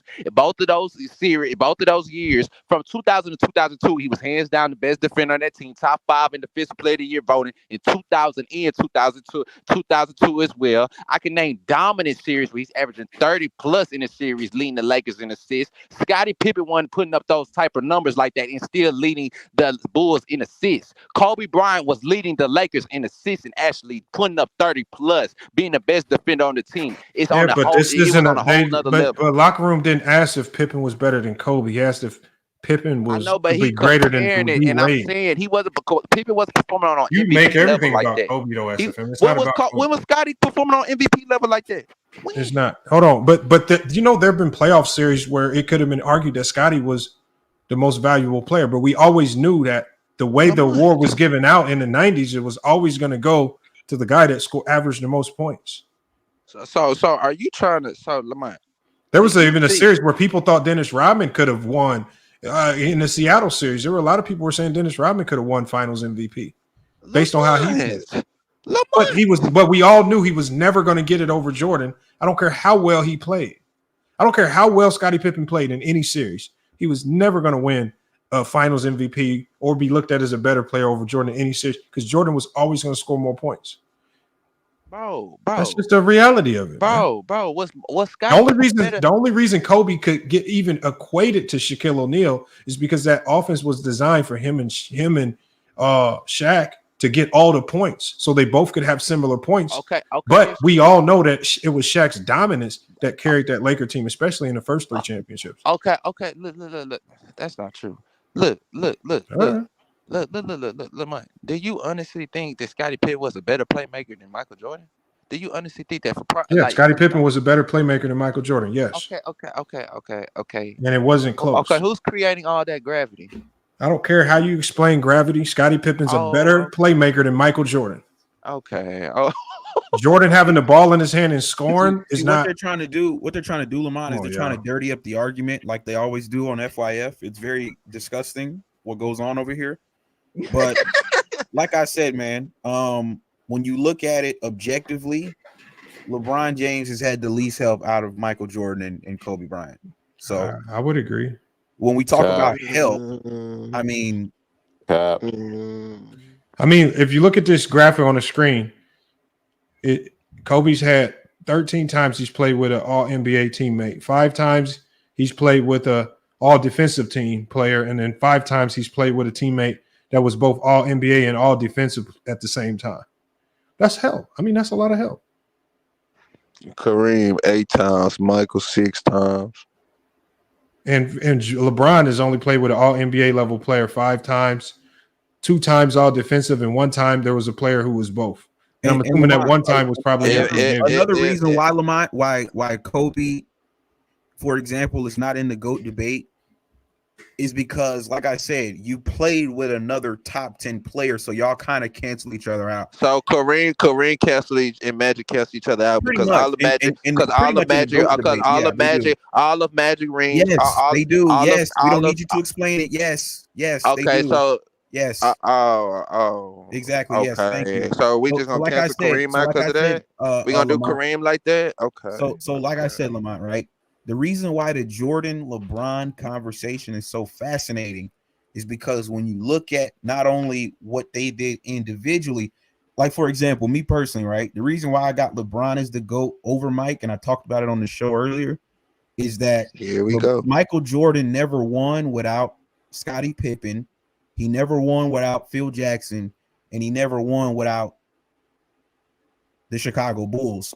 Meanwhile, they always talk about 6-0, but nobody talks about LeBron being the first player to win Finals MVP on 3 separate franchises. Nobody talks about that. So it's like, to me, when we're really being, based and being unbiased about it, it's pretty clear to me who the GOAT is. It's more impressive to do it on one team. You had to do that. I don't know about that. I think that could be argued. To do that on one team is much more impressive. Oh, well. You had to do it on 3 other teams. Bro, now Lamont, when you do it on one team, notice how he didn't mention he couldn't do it without Scottie or Phil Jackson either, though. It's just when you do it on one team, you're heavily relying on organization being extremely good at what they do and consistent. And the one thing that the Lakers proved with Kobe is that if the circumstances for Kobe needed to be ideal, meaning for Kobe's ideal circumstance, it had to revolve around Phil Jackson. And there's nothing wrong with that. But he needed that infrastructure with Phil Jackson there for him to win championships. No other coach could get it done. And the same thing with Jordan. So, it could be argued both ways that one is harder than the other. But, doing it on 3 different teams, 3 different organizations, multiple different coaches, it could be argued both ways. They're both impressive. Put it to you like that. I don't want to trash one or the other. You know what these dudes have done on YouTube too? They've said, oh, well, LeBron's played with the most top 75 players of all time, but they're not ranking them though. Yeah, but none of them were in their prime. Most of them weren't in their prime. Exactly. That's another good point, right? So when you look at like AD, right? AD's top 75. Okay, so if they were in their prime, if you're talking about a top 75 player in their prime, that generally means they were probably all NBA. So wait. But all NBA could be if they're injured, they're not making it. No, not getting enough touches. No, don't do that. You can't do that because you can't do that because are you saying that there's some way possible for LeBron James to make Anthony Davis not all NBA offensively and defensively? Well, if he plays enough games, because a great player is going to be great. Like, there's nothing LeBron can do. I don't care how many shots he take to stop AD from being all NBA. As long as AD stays healthy and plays, as long as he plays the requirement to make those teams, he's going to be those teams. So if unless you're telling me that some of these other stars he played with just didn't play enough games, or whatever your excuse is, I mean, what are you saying? It comes down to touches. So what player? Games played. Who? But who though? What player? What player did LeBron absorb the ball so much from that player couldn't get enough touches to be all NBA? Who? Kevin Love didn't get enough touches. Okay, so Kevin Love, who came to that team as a third option, didn't get hold on. When has so how many? So how you know how hard it is? You know how hard it is for a team to have 3 all NBA players? Right. So are you saying what I'm saying is Joe Biden is what you're saying is any person that voluntarily or wants to go to a team as a third option, like Chris Bosh did, you understand that you're sacrificing a lot of stats and you're sacrificing a lot of the things that labels or awards that are used to label you as great for the betterment of the team. You cannot, name one team in NBA history that had 3 all NBA players at the same time. It's tough to do. So that's why why is it tough to do? So that's context. Why is it tough to do, Joe? Bringing context into the conversation. I'm just asking you, why is it tough to do? Because the ball is not enough ball to okay, go around. Thank you. You answered your own question. Okay, but can we say this? Locker room, can you say this? Because Paul Gasol neither was Scottie Pippen all NBA like before, like Kobe turned Paul Gasol into an all NBA player. Michael turned Scottie into an all NBA player. Man, that's a narrative, bro. Stop it. No, Scottie Pippen was the third pick in the draft, man. What are you talking about? Okay, that's cool. He wasn't nothing in his first 2 years. He wasn't nothing. He wasn't nothing. Against the Pistons, those first two playoff runs, man, the man was averaging. He was still on the bench. He was averaging 6, 7. He wasn't nothing. He was inefficient. All that. The first 2-3 years, that man, Michael, turned with his help. He turned Scottie into an All NBA player. Kobe turned Paul Gasol into an All NBA player. Paul Gasol had no All NBAs before Kobe. LeBron, who did LeBron turn into an All NBA player? Are you saying who did LeBron turn into an All NBA player that wasn't an All NBA player before? That's what I'm asking. When hold on, SFM, let's not go down this road because I want to go down. You know what I'm saying, SFM, is this. I'm gonna ask you this question. If it's so easy to turn guys into All NBA players, then I want you to explain to me why Kobe didn't turn Smush Parker and Kwame Brown and all them other guys into all NBA players. How come Jordan didn't re-energize George Gervin, or how come DeBrad Sellers, a guy who was top 5 draft pick, how come he didn't elevate Horace Grant any more than what Horace Grant? How come he didn't turn all these other guys into all NBA players? Or were these guys just great in and of themselves and they were going to be this regardless of what you say? Facts. I don't know because how come Kobe didn't turn Nick Young and them boys into all NBA? He didn't turn no Kwame, number 1 draft pick, all the potential in the world into nothing. He didn't turn these guys. So how come he didn't turn nobody else all NBA? Man, Paul Gasol was the 3rd pick in the draft. Oh, Paul Gasol had the talent. Had the what? He had the talent. Thank you. He had it already. He did not have that. He wasn't. Paul Gasol was on his way to being all His game developed with Kobe. That's what I'm saying. No, he was just on a bad Memphis team. No, his game developed. No, the man had a whole interview, bro. He said, "I got I got better with Kobe Bryant. Kobe Bryant made me to a better player." That's what he said. He was a walking 20-10 before Kobe. Listen. The man. Okay, listen. He was still doing a certain thing on the Lakers. I'm saying Kobe couldn't turn nobody else all NBA but Shaq and Paul Gasol. I'm with you, but Paul Gasol was his own man, bro. No, I'm not saying Paul Gasol wasn't. I wasn't saying Paul Gasol wasn't good. But dog, this nigga was walking 20-10, But he didn't make his first All NBA until 2009. It don't matter. He's a walking 20-10, bro. Okay. This is all I'm saying. This is all I'm saying. Paul Gasol and Scottie Pippen, they became all NBAs with these dudes. Who did LeBron play with that was an All NBA that wasn't an All NBA before him? That's what I'm asking you. I don't know. Didn't Bro, Mo you're Williams proving make our a point that fucking they had All-Star team with Nobody. LeBron as his shooting No, guard? this is what I'm All-Star? saying. You're literally proving the point. No, I'm saying that before LeBron even picked up these dudes, they was all NBAs before him, and they was NBAs consecutively with him. They was already proven. Paul Gasol wasn't proven. Scottie Pippen wasn't proven to be that. Hold on. So These Kyrie dudes Irving. already So proven. are you telling me Kyrie Irving was proven before he joined up with LeBron? I mean, he was a budding star. Was he? No. Was he proven? Well, we know he was. Hold on. August All was a budding. Remember, budding star don't count. Facts. So Facts. No, it does count. I don't know what. Hold on. Was Kyrie Irving proven before he got with LeBron? He was 23 a game, man. No, was he proven? I mean, on the SFM's, way of Kyrie thinking, Irving maybe was not. Kyrie But Irving to me, all I think NBA? he was. Was Kyrie Irving all proven to be all NBA? Was he proven to be all NBA? No, he he didn't become wasn't. all NBA until he played with LeBron. So that means LeBron made him all Okay, that's cool. Wasn't Kyrie getting lottery picks before LeBron came? Was Kevin Love all NBA? I don't think Kevin Love was all NBA selection. Yes, he was before LeBron. Hell Yes, yeah, he was. Yes, he was. The best, Hell yeah, he probably was. the best power forward in the league when he was. Hey, SFM, I got a question for you real quick. Exactly.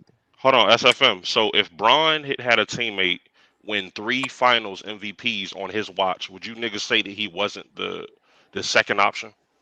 If he was, who said wouldn't say that he was the second option? Okay, because when locker room, I don't know. I don't get what you're saying. I don't get what you're saying. I know you don't, and I know you don't get what we're saying. If he was putting up the type of dominant performances Cody was, then I don't know. Cody putting up too many dominant performances. So you're saying, hold on, 15 points per game is dominant? No, we're talking about through the playoff and finals. You're talking about just 1 year. We're talking about the finals. They won they won 2 more finals after that. In through the playoffs. The road up to the finals. Hey, the road up to the finals can never be left out. If the Magic Johnson if the Magic Johnson West MVP like how they had now, if they had that back then, Kobe would have won it in 01 and 02 for the playoffs. Facts. What? He's not winning finals. If they had finals MVP, I just said, okay, finals is 1 round. The playoffs, the West playoffs is 3 rounds. And I'm saying, if they would have had the Magic Johnson Western Conference MVP like they do now, that Steph Curry was the first one to win, Kobe would have won it in 01 and 02. So now you making you don't know that. We're not talking about that. We're talking about finals. I'm telling you that. Well, I'm telling you, do the performances. I'm telling you that. No, we're talking about finals. The man asked you a simple question. If LeBron had a player win 3 finals MVPs on his watch while he was on the team, would you accept that player being a second option to LeBron? Would I accept it? Yeah. This shit is sick. This shit is sick. Yeah, I would. You can still be a second option, but you can't be a second option. It ain't never been no other player to be no second option to put up the type of performance. That's all I'm saying. Ain't nobody ever put up the type of performances Kobe did. It been never in NBA history. Never. Hey, salute, Bees. Appreciate you pulling up, man. You feel me? Like that's what I'm saying, bro. Like I could go back and look at Kobe running 2001, and I could clearly see he was putting up better shit than LeBron was in 2013 in the playoffs. Do you have Kobe ranked higher than LeBron? Bro, come on, bro. I don't even got LeBron in my top 5, bro. That's why he's talking. You have Kobe in your top 5. Can't nobody.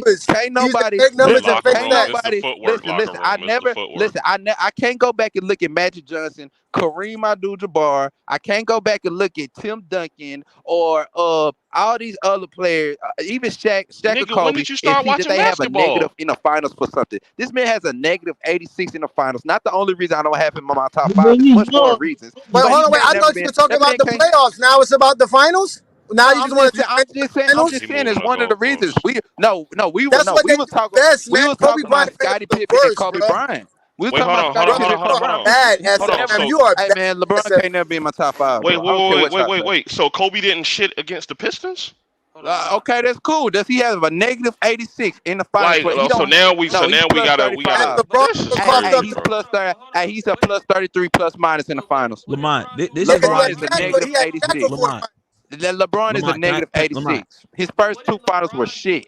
He played shit. This is why in 2015 he played shit. He's known Lamont, for this is why playing I can't. It's hard underperforming. for me to go back and forth with these Kobe dudes, man, because like they're literally delusional. Man, how am I delusional? And you go hard for a motherfucker that's got a Hey, nigga record in the finals with a SFM, negative hold on. 86 in the finals. SFM.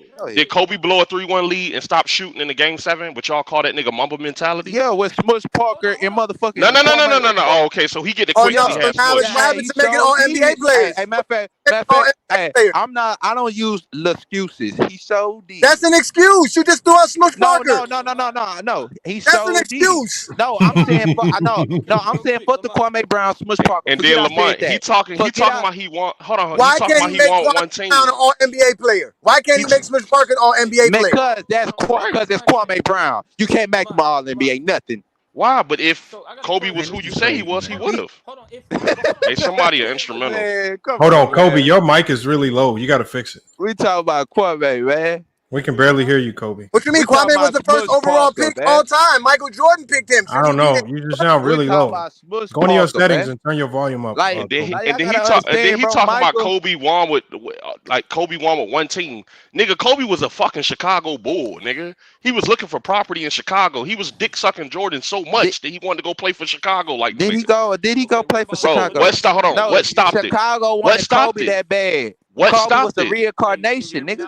Do you understand? Listen, what are y'all your mic's still low, bro. Listen. What do y'all not understand, man? Michael Jordan is the god of basketball, and Kobe is Jesus. And Kobe is Jesus. Yeah, that's better. That's how I look at it. Kobe is Jesus. Kobe is Jesus of the NBA, and Michael is the God. Michael is the God, and Kobe is Jesus. I heard people say that Kobe never made nobody better. Paul Gasol. No, that's not what we said. No, that's not what they said. Nobody ever said. Somebody said. Nobody ever. Do a new argument.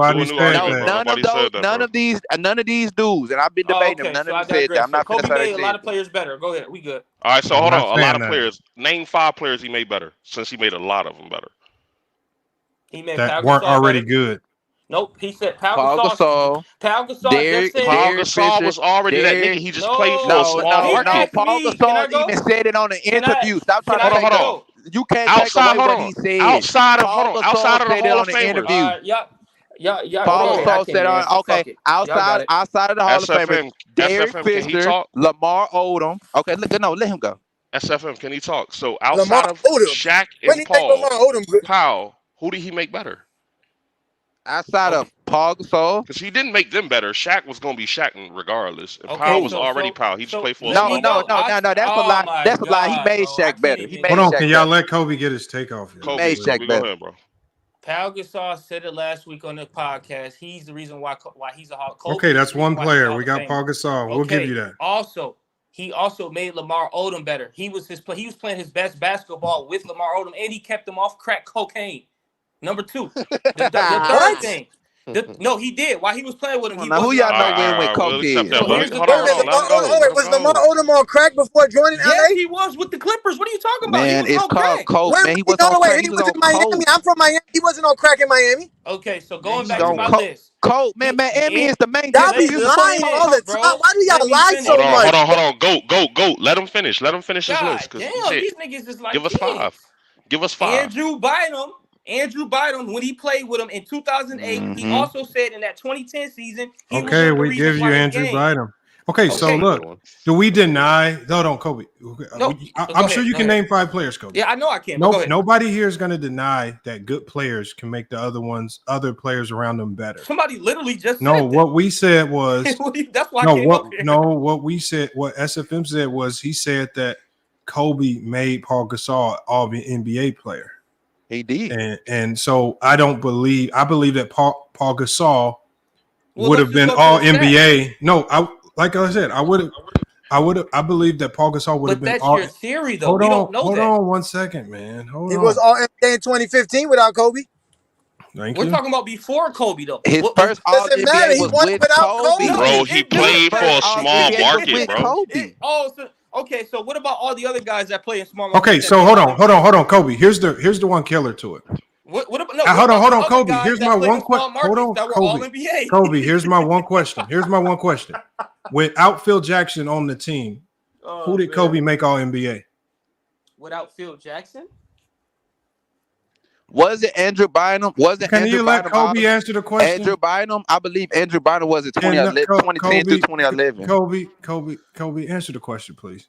I just said Andrew Bynum, I believe, through 2010. Okay, I don't want what you believe. I want what you know. Phil Jackson was the coach.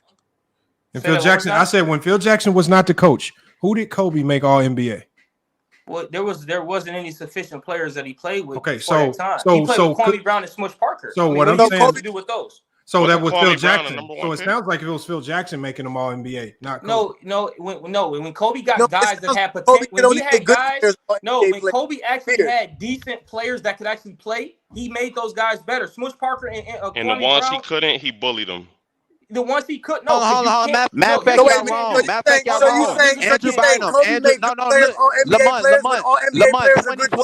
2012, Andrew Bynum. Good players. Hold on. Phil Jackson wasn't the coach, bro. Phil Jackson wasn't the coach, bro. He made good players great. He can't make trash players great. There's a difference. What are you talking about? You can't make the players didn't make themselves great. Players great, or you don't. Hold on. So are you saying that he couldn't turn Mo Williams into an all-star, or he couldn't turn Boobie Gibson into a really good player? So you saying he couldn't do those things? Boobie, what?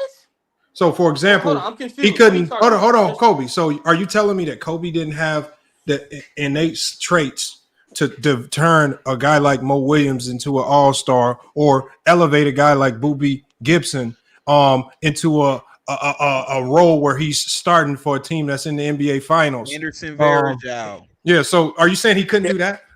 Mm-hmm. He did it. Hold on, but what are you talking about? Like, listen, hold on, Kobe. I'm finna let you go, Kobe. Hold on, I'm finna let you go.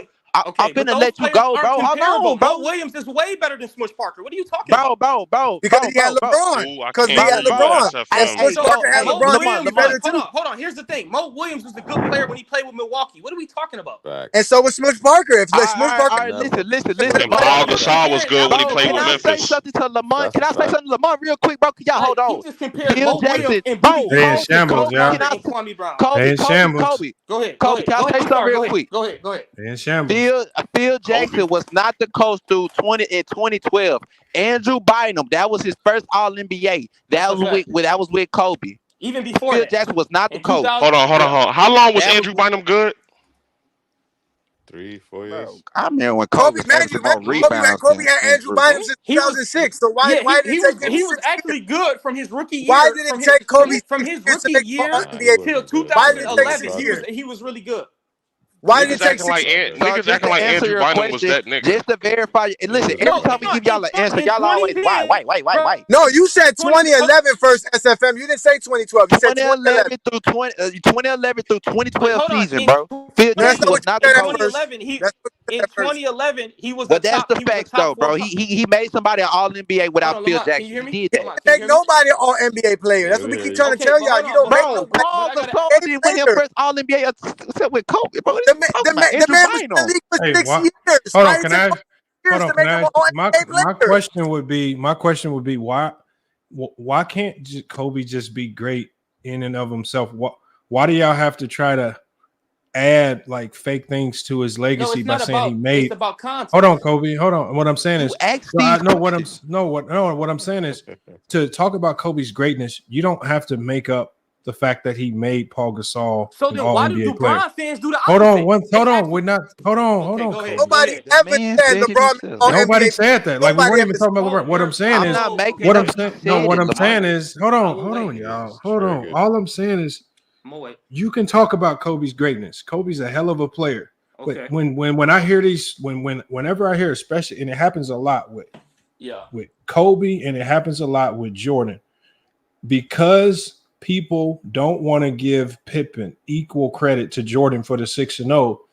Their claim is, why would we ever do that? Hold on. Their claim is Jordan made Pippen. So when they make Pippen just a byproduct of Jordan, that's their way to just simply diminish Pippen as a player and give Jordan more credit. Also with Kobe, to say Kobe made Paul Gasol is your way to diminish in a sense, what Paul Gasol did and his contributions just to elevate Kobe even more. Nobody diminishing nobody. Because the one thing that I've never seen in this league is when a player is determined and is locked in under a good coaching staff and they want to be all NBA, they become all NBA. Okay. So when they putting in that work, I don't think other players make other players anything. You have to have the want to go do that. Why he wasn't that in Memphis then on his own team? SFM, give me a second. SFM, real quick. I don't. Yeah, I think he had better stats in Memphis than he did in LA. His game didn't develop though. Me and SFM What game? What game developed in LA? What game developed in LA? Hold on. What he developed in Lamont. Me and SFM aren't saying that. Paul Gasol said that. He's the one that he said that he himself. Like y'all go he look this said up. he's the reason why he's a Hall of Famer. We didn't say that. No. Hold on. I'm not saying Kobe. Just like I know that playing with Kobe made a lot of guys better players. What you guys are claiming is that what you guys are claiming is you're claiming that Kobe made Paul Gasol all NBA. When you look at Paul Gasol's numbers, just like Go James Kingdom said, he was putting up hellified numbers before he even came to LA. Okay, hold on 1 second. Lamont. Paul Gasol. Why wasn't he all NBA though, Lamont? He wasn't winning. Player of the year before he went to Kobe. This man was already players that wasn't winning before he went all NBA. Hold on, y'all. SFM. Hold on. You gotta be putting up. Hold on. What y'all got to say is y'all know. See, y'all know that during this time in the 2000s. A lot of awards, and this happens. The way awards are given, the way awards are given out. Context. The way awards are given out over time is there's certain times where awards are given out the best players on the best teams, and in the 2000s, the trend was the best players on the best teams were awarded the All NBA selections. Okay, can I ask you a quick question? Hold on, quick question. I mean, unless you were a superstar level player. Hold on. Did Anthony Davis? And then on top of the fact, hold on. Did Anthony Davis win all NBA? Hold on, Kobe. Hold on. Y'all gotta stop numbers, rambling. though. Hold on. Yeah, what I'm saying is also you gotta hold on. Also, you gotta take into consideration. On that level. Hold on, that's what hold we're on, saying. y'all. Come on, y'all. There's Gotta stop tears. yelling. Go ahead, I'll just be talking, man. All I'm saying is you're also talking about the power forward position in the 2000s was the most crowded position in the league. So also the only other way to elevate yourself past the other power forwards in the league was to be on a winning team, because really there was no real way to determine who was better, because a lot of their numbers were similar. When you look at the Amari Stoudemires, when you look at the Paul Gasols and the Zach Randolphs and all these guys, it's a crowded position. And so the league said, well, look, we're just going to sift through this by who has the better record. I mean, you're not going to. The Memphis was struggling. They were a struggling team, but let's not act like Paul Gasol was not on his way in Memphis. Let's not pretend. To do with Paul this Gasol was on his way. Listen. See, that's the thing with LeBron fans. See, I hate when y'all. Why do y'all say LeBron fans? Nobody even talking about LeBron. Because Lamont, the way that you're talking, Lamont, my brother, you're identified as one. You keep saying numbers. That word number. Exactly. Context. See, one thing about LeBron fans, they hate to put context on his numbers because it will hurt, especially in the finals. Y'all hate to put context on his numbers. That's FM, man. Hold on, y'all got to see. Nobody even talking about LeBron, man. Y'all just be talking. Hold on, Lamont, really quick. Nobody even talking about LeBron. I'm not a LeBron fan at all. I'm agreeing with Lamont. You're a better man. No, I'm not talking about you, brother. I know. Let's just say hold on. Let's just say nobody up here is a LeBron fan. Do y'all know people that are LeBron? Hold on, real quick. I just got one question. Did Steph Curry make Draymond? No, I got one question. Why do Draymond made Draymond? Hold on, Lamont. Why do LeBron fans? No. Hold on. Why can I ask my question? I don't want to answer a question about LeBron fans because none of us are just these avid LeBron fans. I know. That's why I said people. Why do we want to answer questions about LeBron fans? Why does that matter? Hold on. So I can't ask a question about LeBron, but y'all can ask questions about Kobe. No, because you're asking about LeBron fans. You're not asking about LeBron. Okay. I'm asking about what LeBron fans say. You just said that we put down LeBron to try to lift up Kobe. That's not what I said. You LeBron fan? No. Okay. You didn't just say that a little bit ago. No, what I said was, I said with Jordan and Kobe fans, I said they tend to say that Jordan made Pippen or Kobe made players like Gasol because this is what it does. It diminishes what those players did. No, I didn't finish what you were saying. Hold on. I don't understand what you're saying. It diminishes what those players did as individual players, so you can add and boost up those guys as individuals, and you can make it sound or seem as if those guys got to the mountaintop by themselves and everybody else was just there for the ride. No, Lamar. The hard truth is those players are not remembered without Michael or Kobe. Scotty is not remembered without Michael, and Paul Gasol is not remembered without Kobe. No, because I'm sorry. Lamont saying? I don't know what he's saying right now. Is trying to say, what Lamont is trying to say is that go ahead. Look, Kobe, hear me right quick, right? What Lamont's trying to say is that yes, Kobe and Pau Gasol did what they did. Yes, Jordan and Pippen did what they did. But what he's saying is they try to diminish Pippen. They try to diminish Pau Gasol. Just like how earlier y'all tried to diminish Kobe by saying he was the second option. But the reason why they do that is to make them other people, to make Jordan and Kobe rise up by saying they didn't have any help. But they say that LeBron made super teams and all this other stuff. So not saying that they diminished LeBron, but they're trying to diminish Pippen and Pau Gasol like they weren't already like that. Yes, I never tried to diminish Pau Gasol. Win without Jordan. I never tried to diminish Pau Gasol. So who said he was that an all-league defender. Jordan and Kobe. But the fact is, they wasn't proven. Pau Gasol wasn't proven until Kobe, bro. That's the fact. Pau Gasol was on his way up. He wasn't even proven. He wasn't even proven to win a playoff game. The man never even won a playoff game. The man never won a playoff game. Do y'all hear me? He never won a playoff game. He never had an MVP vote a day in his career. Okay, that's the same thing for Kevin Love. That's the same thing for Kyrie Irving. That's the same thing for Chris Paul. No. Go James. Kevin Love, Kyrie, all of them have been in an MVP voting at least once. Now it's MVP voting. Now it's not making the playoffs. Now it's MVP voting. You're switching the goalposts. When was Kyrie Irving in MVP voting? In his career. When was Kyrie Irving in MVP voting? In his career. He was in the lottery when he was by himself. MVP votes. Can y'all? When has Kyrie Irving ever been in an MVP votes? But SFM, I'm confused. What are they saying that we Kobe fans do? What do we do? No, that's after LeBron. Before he joined LeBron, Kyrie was not making the playoffs. He's getting a lot of picks. He's not making no MVP candidate. Kevin Love is not making no playoffs. He's not getting MVP candidates. So in 2016, he was lying. He's switching the goalposts. You said a proven player. Wait, no. You said a proven player has to win a playoff game. None of those players won a playoff game. So how would they prove it? I never said that. I said no, I specifically said that he just never won a playoff game before. That's all I said. I asked you what is a proven player. You said Paul Gasol. You said Paul Gasol was never proven because he never won a playoff game. That's what you said. Okay, no, I never said because he never won a playoff game. I just added that extra in there that he never won a playoff game. I never said SFM. He never won one playoff game, bro. Real quick though. Hold on. Don't LeBron fans talk about how the competition of Jordan, Kobe wasn't to the level of competition that LeBron had? Isn't that something that they use? You do know that LeBron played with Kobe, right? LeBron. No, none of them. He never faced harder competition than Kobe. And his never. You've never heard that? And just like how the West was. I have a clip right here. I can email what we say. No, hold on. I can tell you that right now. Then he got to the championship. Kobe did not play tougher. Y'all gotta let FYF talk. Hold on, FYF. Can I get your email so I can send it to you? I got. Hold on, Kobe. This is what I say. For example, I say that. Hold on. It doesn't matter. This is what I say. Okay. I can say without a shadow of a doubt that LeBron James' competition was more significant. But why do you? What I also say that?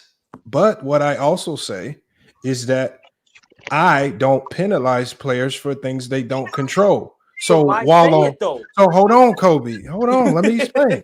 So while in one context, if people want, especially when they get to talking about why LeBron James's finals record looks the way it does, I can then start talking about the level of competition was much more significant. But what's the point of hold on, Kobe? Hold on. That's just talking about the nuances. That's just talking about the nuances of how a finals was won and lost.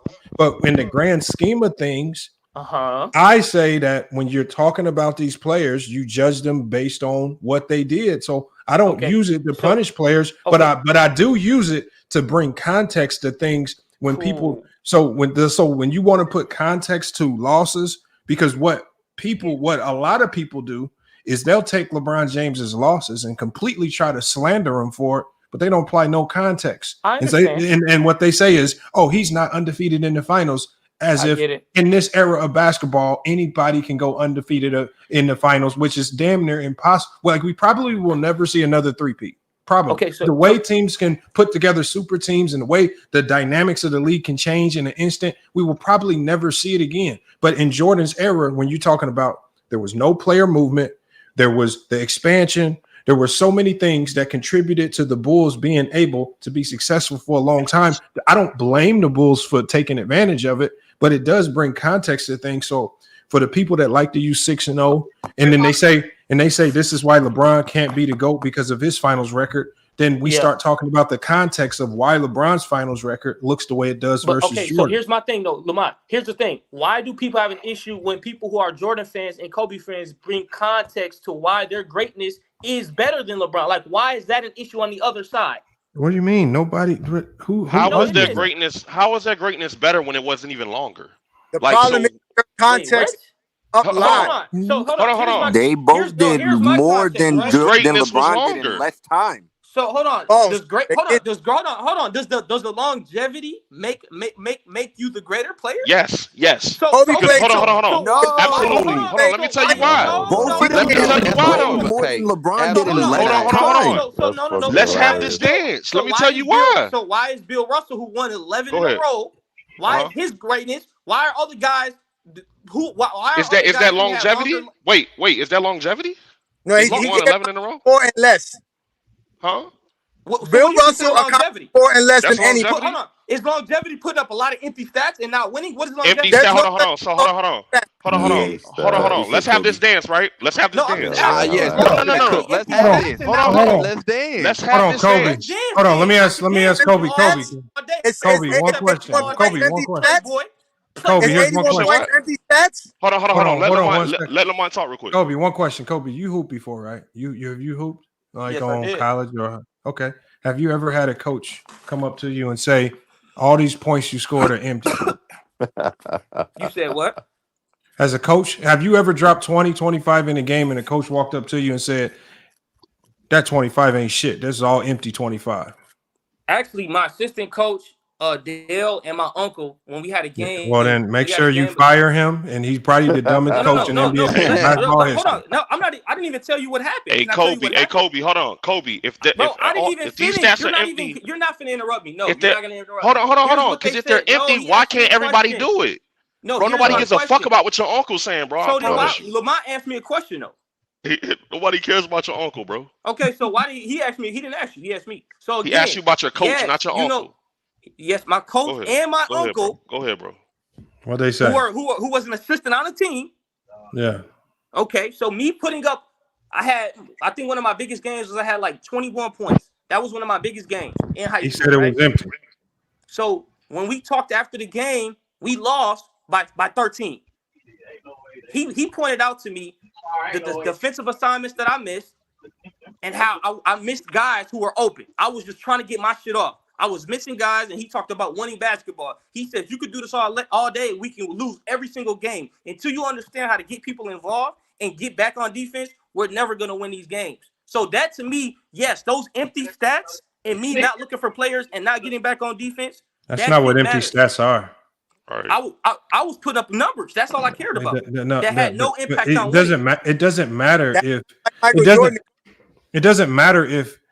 So it doesn't matter if you have a propensity to want to score because you play like you was a this nigga scored 21 and he up here talking like he ball. Like nigga, you a fucking YMCA player, nigga. Hey, let me say something real quick, bro. This nigga career high was 21. I feel let y'all get right back to it. But this is why I give LeBron his cadence on having harder on having harder competition in the finals. I can't deny that. But we're talking for career. Did you have to go through harder competition for your career? And the thing is, And the thing is, hold on, let me finish.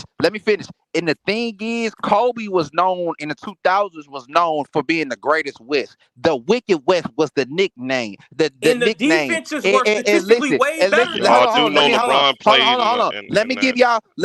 And the thing is, from 1998 to 2016, the East had a 42% winning. That's the second lowest. That's the second lowest SFM.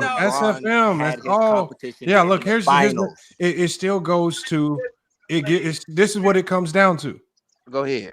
This is still not something that the player can control. Oh, okay. I get so again, maybe it brings context to some things, but y'all be talking about it. Y'all be talking about it like y'all using it as a. No, what I brought up Phil Jackson was because if you hold on, listen to what I'm saying. I'm just using your logic. So if your logic is that Kobe made Paul Gasol, couldn't then in turn my logic be that Phil Jackson made Jordan and Kobe. But hold on, I'm not saying that he made Paul Gasol better to diminish No.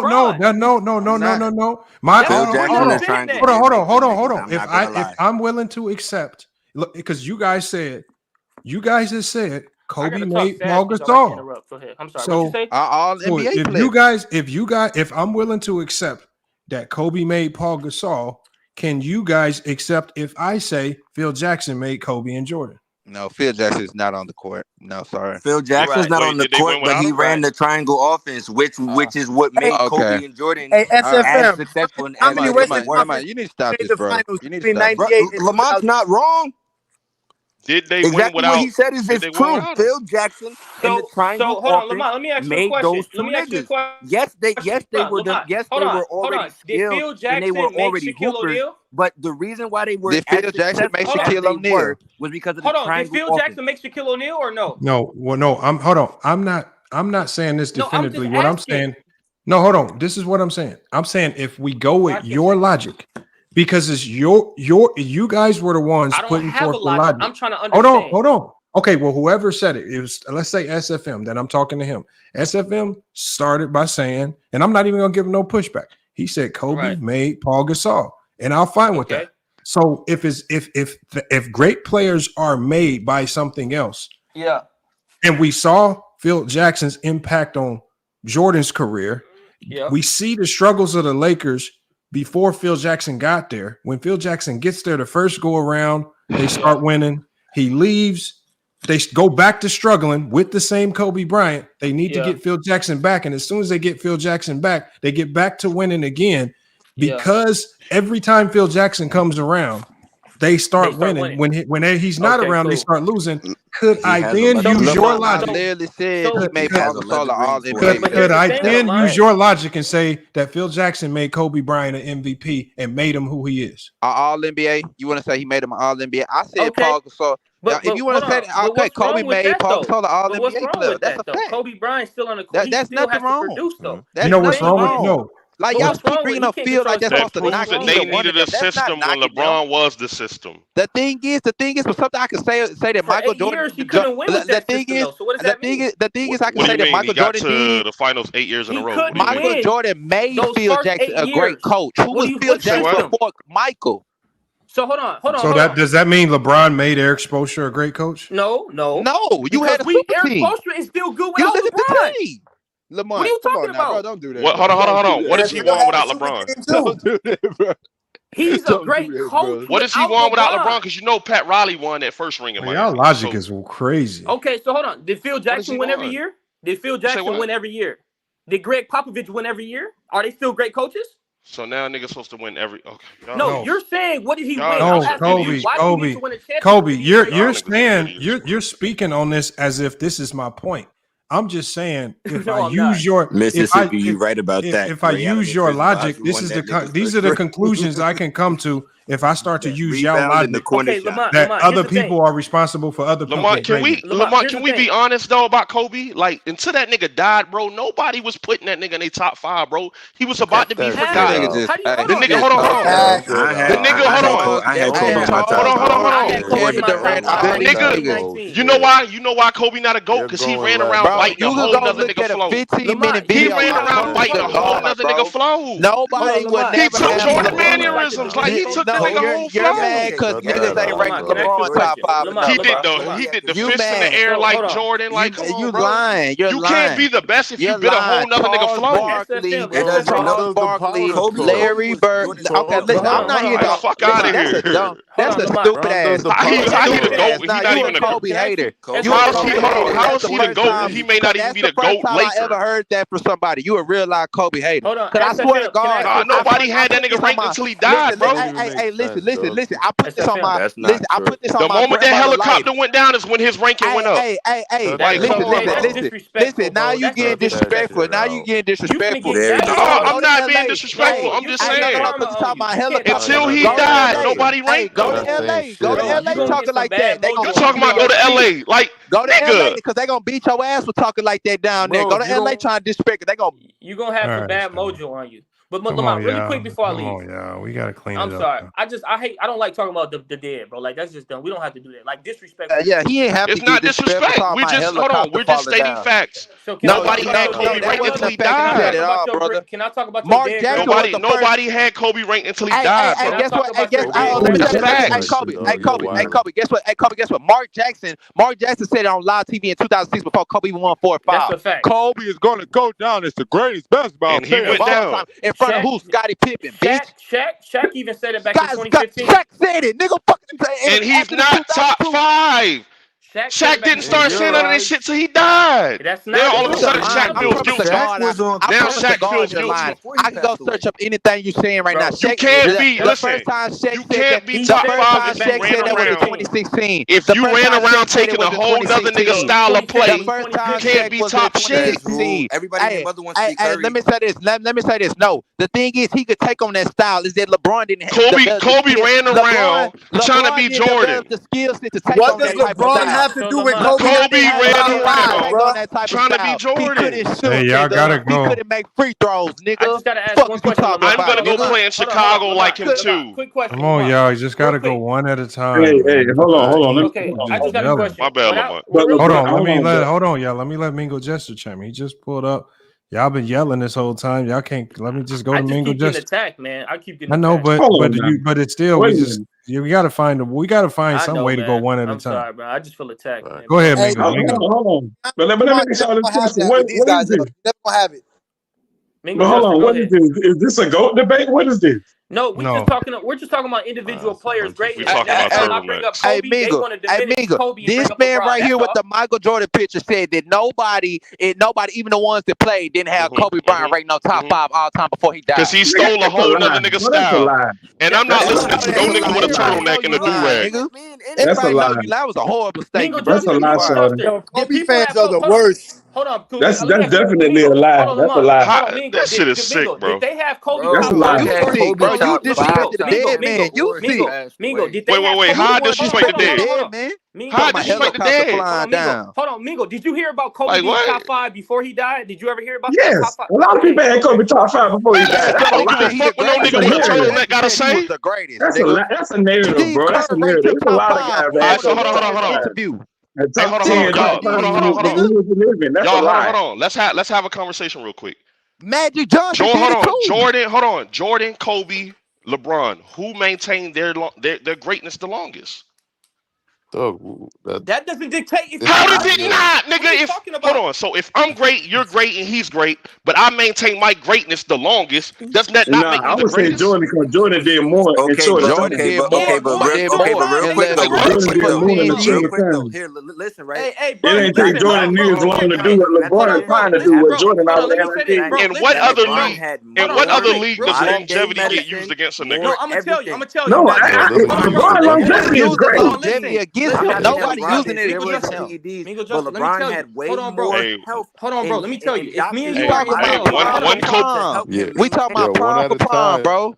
real quick. It's me One and Kobe you. fiance at a time. It's My me prime is y'all. in your prime. Listen, Can we bro. just go one at a time? That's all I ask y'all, man. Okay, I'm gonna just say this. so look, It's getting to wild. answer your question, bro. To answer your question, yes, LeBron did it the longest, but at the same time, we all have to acknowledge and take into account that LeBron had more modern medicine and more help. I'm not saying that the nigga was on steroids or PEDs, but at the same time, though, I didn't say more help. he just put it out there though. He was able in to the take same advantage era with of more LeBron. help What y'all than talking Jordan about? and Kobe. But at the same time, Jordan and Kobe both did more than he did. In his Wait, y'all amount of keep time. saying, hold on. Y'all keep saying PEDs, but y'all know Jordan and Kobe were mentioned in that same report, right? I just said that he No, didn't. it wasn't. I That's a just lie. said that he didn't. Okay. I didn't Not say in that. that I said he had report. more modern Not in medicine. that Go ahead. one. Not in that All right, report. go No. ahead though. Go ahead, bro. Because basically what y'all just said. I said he had. Y'all tell us that hold on. Y'all tell us LeBron is the best all around player, like whatever the fuck that means, without saying he He's not does the best everything all better than around these player. He's niggas. not the best all around player. So now he's not the best all around.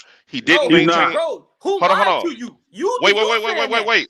So you told us that longevity does not make a player the great. In what sport does a player play the longest, the greatest, and not be Kareem had considered the more greatest? longevity than Michael. Why is he not ahead of him? You said what? Exactly. Hold on. Because you guys gave Michael the title Wait. without him really having it.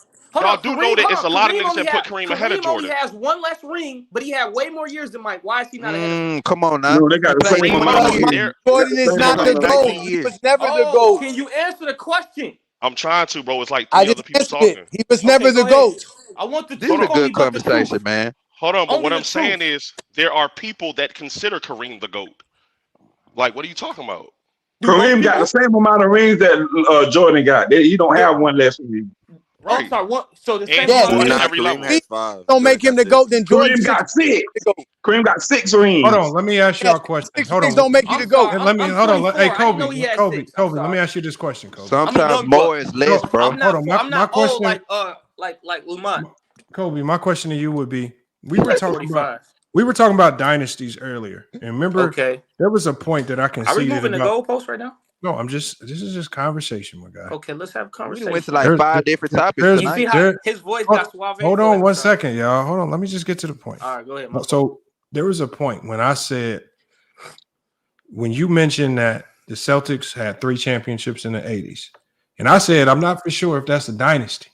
Yeah. But when I went and looked when I looked and I did the research, the first thing that I saw they went to 5 NBA finals throughout the 80s.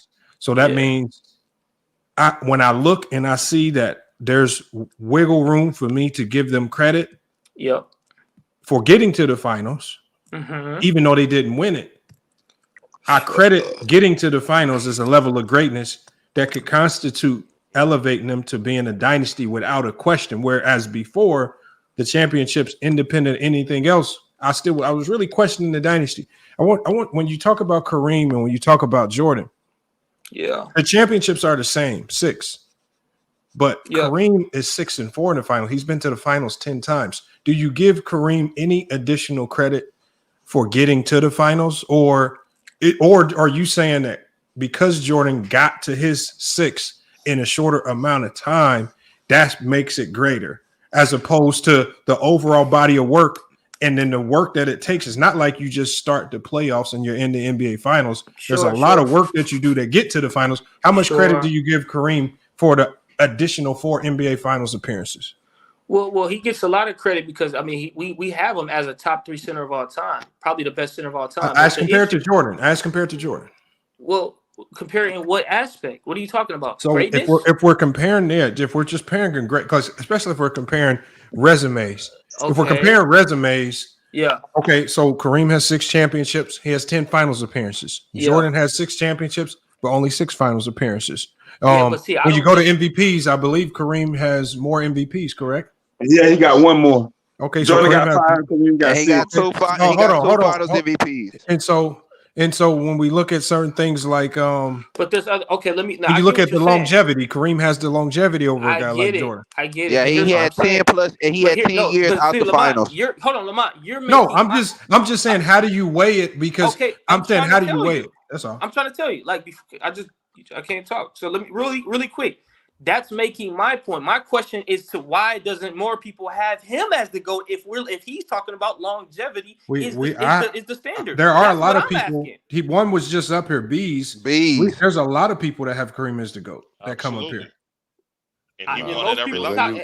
Then you look into the context. Most of the people that I talk, most of the people that I hear, I don't hear him as the GOAT. I didn't start hearing you said his last 2 championships. Hold on, real quick. I didn't start hearing the GOAT conversation until Jordan. So that's what I'm saying. He was a role player for his last 2 championships. Well, why are you weighing this? But why are you weighing all of this conversation on what other people think? No. I'm asking you what you think. You're not letting because I'm trying to talk, bro, and you're just asking me in the middle of what I'm saying, bro. Here's what I'm saying.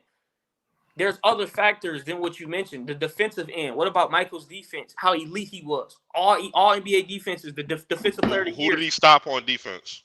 No, that doesn't matter. Kareem has more all defensive selections than Jordan. Hold on. Who did Jaren Jackson stop on defense? Hold on. You're going down. Hold on. You get sidetracked.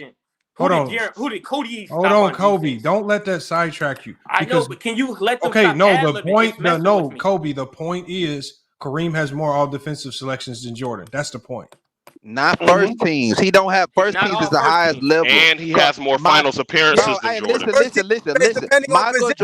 Michael Jordan has the most first team all NBA defensive tie. First team, you have 3. You're allowed to have 2 guards on all defensive first team. You're allowed to have one just because he made more second and third team, first team is the highest level. That defensive thing go away. That all defensive statement was horrible. The context is that there's only one center that can make the all defensive first team, and there's 2 guards that can make. So that's not fair. No, and Michael Jordan was the best in his position, so he made first team all NBA more than anybody else. Kareem has rebounding titles. He has block titles. You got these niggas cooking Kareem now. This is sick. Listen. He has rebounding titles. He has block titles. He has more all defensive selections. So is he your GOAT? Is he your GOAT then? Since all that I didn't say that. Is he your GOAT?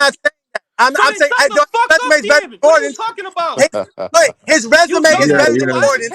His resume is better He's trying to argue something he don't even have Kareem.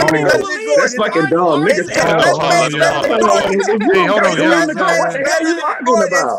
His resume's better than Jordan's. His resume's better than Jordan's.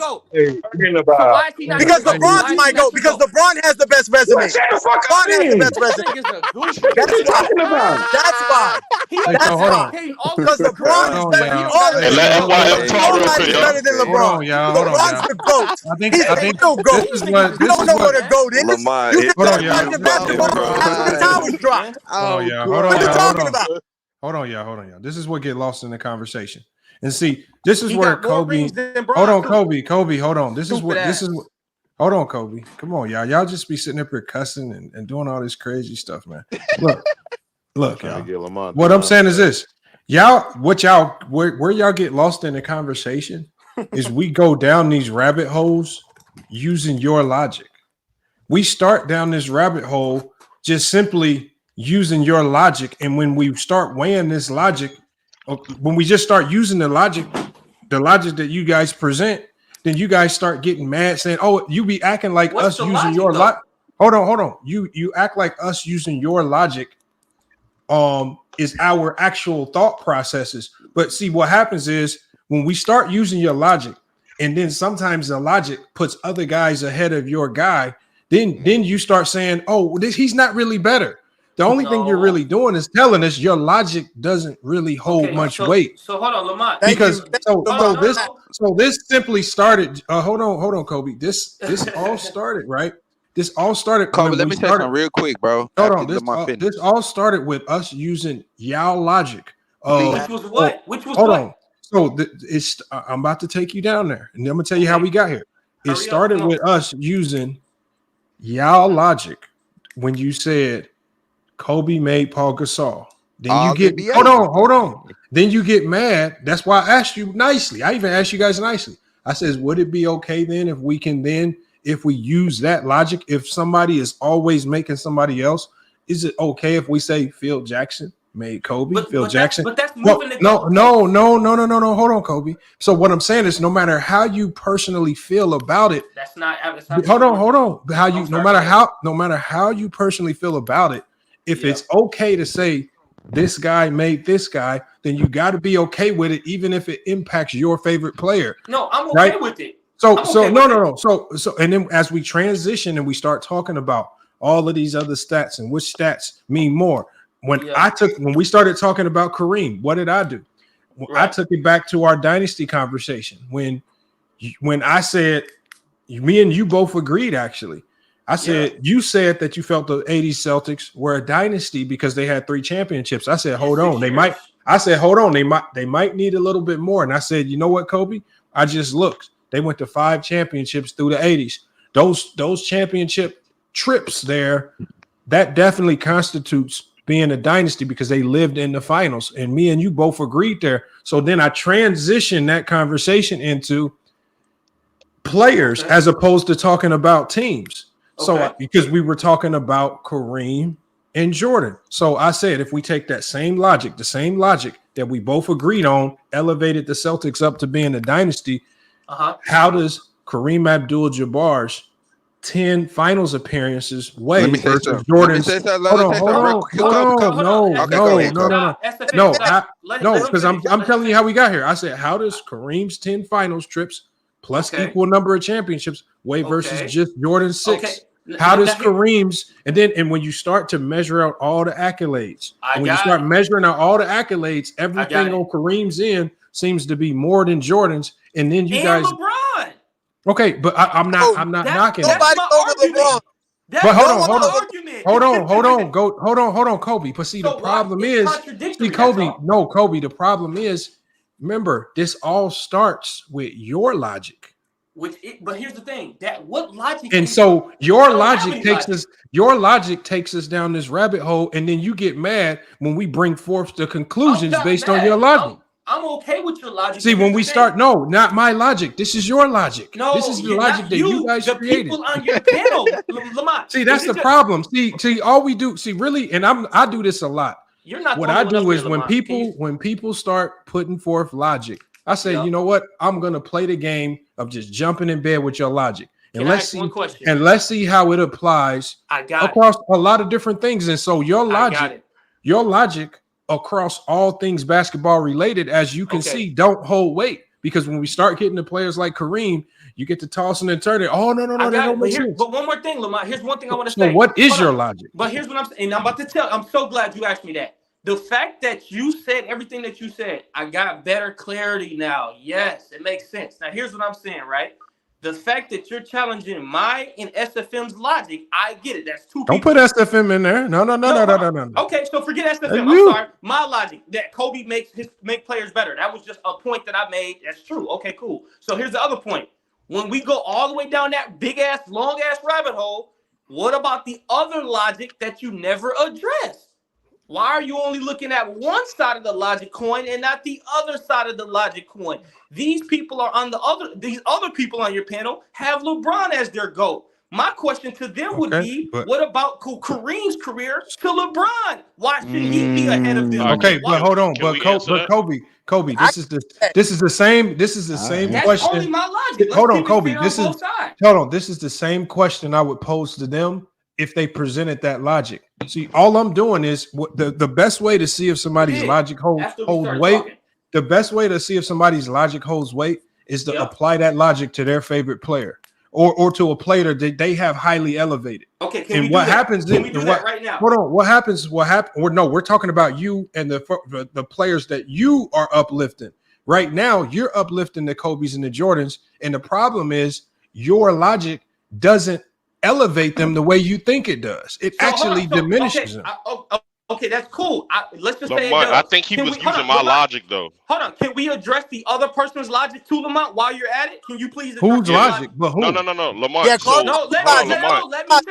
Let me tell him. I'm the one that gave the logic. Call him out. So if Go ahead, bro. Call him out. But you don't know his logic though. No. Lamont, he does know my logic. I just told him. I said longevity, and he used Kareem. Okay. Okay, no, that's not what I'm saying. Let me finish, bro, because you finna try to move the goalpost just because you don't want me to pin you down. I get it. Go ahead, Here's what I'm saying. When I brought up that, because I came in here off the conversation, right? Kobe, I'm saying this. Pause. I'm saying this. Kobe Bryant. Listen, Kobe. Hold on, bro. Stop with the trolling. Okay, y'all got it. I can't even talk. So here's what I'm saying, Lamont. Here's what I'm saying, because y'all keep interrupting, but y'all never interrupt Lamont. That's kind of shady to me. It's his show. Why are we gonna interrupt him? But Lamont get interrupted all the time. You won't give him the respect to let his guests go. Okay, so here's what I'm saying. My logic is, yeah, Kobe Bryant is greater than what people say he is because he does make people better. The only reason why I said that is because there's people who say he doesn't make anyone better. That's why I brought in that equation. The other equation is we brought up Kareem. That's not true. And some people, hold on, let me finish. Some people say that LeBron is the GOAT. So people don't say LeBron's the GOAT? No, nobody says Kobe doesn't make anyone better. No, that's not true. There are people that say that, Lamont. No, they don't. No, they Can don't. you talk to the panel? No, Lamont, don't let him do this. Talk to the panel. Talk to what the panel has said today. Okay. So yeah, nobody said that today, and nobody even says that in these conversations. Lamont, you're right. Nobody said it. Cool. It just came up out of nowhere. So here's the thing. Yeah, it did. You're making stuff up. This nigga talking to imaginary ops. We never said that. It's imaginary. Bro, why do you keep saying you never said that? I agree with you. You never said it. Cool. Hey, Kobe, try to finish because I'm trying to say something. I'm trying to say something real quick. So yeah, but that means you're arguing with Ghost. Like nobody said that. Let me finish, bro. Stop trolling. Here's what I'm saying. Damn, bro. Can we act like adults? If people have LeBron, bro. If people have LeBron as their GOAT and they use the long equation. Why are we not using Kareem in that same equation? Can I answer that? To put above That's LeBron, the guy that used longevity. Hold on. So Kareem has more rebounding. That's the guy that used longevity. He's right here. He has more rings, the longevity, right? Multiple championships. So and then what about his defense? The defensive awards that you guys. That's the guy that. Bro, just wrap your question up so I can answer your question. Why do you not use that same longevity logic for Kareem? Okay, so one, right? And I'm not even trolling right now, right?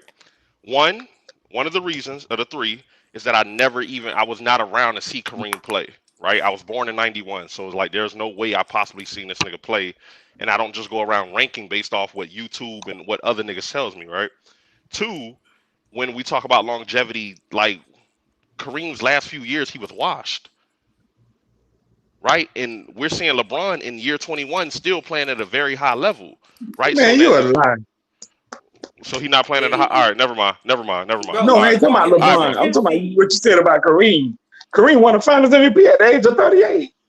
Bro, what did Kareem averaging? Hold on. What did he average in his last final, bro? He won Finals MVP. What did he average in those finals? That wasn't his last few years. That was 5 years before he retired. He said the last couple of years. He's talking about he was washed. So he retired at 43 years old? At 60. No. So hold on. You're comparing his last 3 years and you saying he's eliminated because of those last 3 years? No, listen. No, he said that he wasn't productive his last couple of years, and LeBron in year 21 is. Right, that's all I'm saying. Okay, bro. So that makes him greater all time? That's why y'all closed. You say what? You're using the intel of each player's careers to then put one ahead of the other? That's horrible. No, he's basically saying LeBron has a better longevity because his longevity lasted longer than Kareem's. So that makes him a greater player all time? Yes, to me, yes. You asked him how does the longevity fit with LeBron and Kareem. He just told you LeBron had the longer longevity. Kobe, let me talk, please. Kobe, please. Hey, go, John. Hold on, real quick. Let me just say this. That's crazy. I've never seen a sport where a player plays at a high level longer than anyone else, and niggas used him playing at a high level longer than anyone else as a knock towards him. No, when I do find we not say these niggas are the GOAT? Can I please say something, bro? I've been waiting to say this. Go ahead, SFM, because you have shut the hell up. One of the just one of the reasons a couple reasons I cannot have Kareem Abdul-Jabbar as my GOAT. I cannot take nothing away from him, but we have to put, even though we name all these accolades, all these other numbers, we have to put all other things into context. One thing that I never seen Michael and That's all all I'm these other saying. dudes, even LeBron. I never seen them go 19 years without them going to the finals. Really, most of Kareem prime was with the Milwaukee Bucks, and the man had not even hold on. I take that. No, I said most But of his he prime made is more really. finals than Jordan. Hold on. No. Let me finish. I didn't So mean to why don't say you have him as with the the GOAT? bro. Can I talk, bro? Listen, I did not This nigga mean shit to. is flawed. Bro, let me finish, bro. I just started talking, nigga. I ain't said nothing in 5-10 minutes, bro. I ain't said nothing in 5-10 All right, minutes, bro. bro. I've been Stop letting crying, y'all bro. Go debate. get your It point doesn't out, bro. matter. All You right, can okay. look. for 30 So minutes. Okay. It's not your let show. me You can wait till she let me spoke. finish. Lamont, why don't you mute them dudes for interrupting SFN? Bro. Can I talk, bro? Hey, now we gonna let him talk. Go ahead, Go bro. ahead. Get Listen, your Go ahead, tears SFN. off. Go listen. ahead. I It's just okay. saying this. Kareem in his prime. I didn't mean to say that most of it was with the Bucks, but Yeah. with the Bucks from the early start of the years he was with the Lakers. That was most of his prime, and then most of that just right there between that time he missed 19 years out the finals. It had good teams. He did not see another finals until Magic Johnson came along. When we talk about his MVPs, I can't take nothing how great he was as a player, but we're not gonna see a point in time, especially in the 80s, 90s, 2000s, where somebody wins the MVP and they miss the playoffs the same year. I'm not counting that. I'm sorry, dog. I don't care how you feel. I never seen that in my life. Wait, But hold on. Kareem Abdul-Jabbar won an MVP, I believe, in 1976 or 1977, but he missed the playoffs that same year. I'm not counting that. I'm sorry. I'm not counting that. So you're not counting. Hold on. Hold on. He just tried to take. I see what you just did. You tried to take away an MVP like that. You said you're not counting. Listen. No, I'm saying, I'm saying, if any other player was do that, LeBron, Kobe, what's the name? Don't matter how good they were performing, they wouldn't give them MVP. So that's not fair to do that. To just do that. So like, you don't I'm count not it. So he doing has that, bro. 5. So he has 5, right? In my eyes, he has So 5. he has. In my Hold eyes, on. he has So 5. hold on. He has Hold on. 5. Kareem's ring. In So my he has eyes, as he many has as Jordan 5. in your eyes. Breaking the bubble In out. my eyes, he has 5, just like Jordan. In my eyes, I'm sorry. So you taking shit away to give Jordan? This is That crazy. didn't happen. That didn't happen. I can't name a time where that happened with anybody. That happened with him. I'm not counting Hold on. that, So bro. why? Hold on. So what year did Jordan make the finals? His first finals? He made his 91. in 91. 91. No. I'm saying what year? Like what year in the league was he when he made the finals? Oh, That was his 7 He was years. 7. All right, 7. So hold He on. didn't spend So no 10 years out no finals. no. So you Yeah. just knocked a nigga for not making the finals for 3 more years than Jordan. That's 10 it. Just 3 years. years. Just I 3 never years. no. Listen. It's not just because of that. I just said you not only did you not make the finals for 10, you Man, had y'all hear more what than y'all want to hear, man. listen. You had more than enough help to get back to the finals. You had Norm Nixon. You had Bob. They had gave you Bob McAdoo at one time. Then after that, I'm forgetting a couple more players, but you still had listen. The Lakers had 60 plus wins before the year before Magic Johnson joined that team. You already had a solid team before you had Magic Johnson. You had more than enough help to make it to the They finals. had 60 wins before Magic joined. You could have had. They I don't had believe they 60 had wins. 60 wins. Yes, No, they that's had 60 wins the year. It wasn't like, Lamont, I thought it was like 50 they had something. 60 wins. Exactly. A bunch of lies, Lamont. 60 plus. You might be Wait a right, bro. minute. You How is might that be a right, bunch? but That's I a thought it was like fact. SFM, 50 or That's a 60 or something. fact. Did Kobe, You might be Michael right. Jordan, or LeBron ever win a Lamont, Finals that's not MVP true. It's not Then true. and LeBron a had I know it's last 10 not years championship out true. the their finals. second year? It's not true, Lamont. Has that Hold ever on, happened? wait.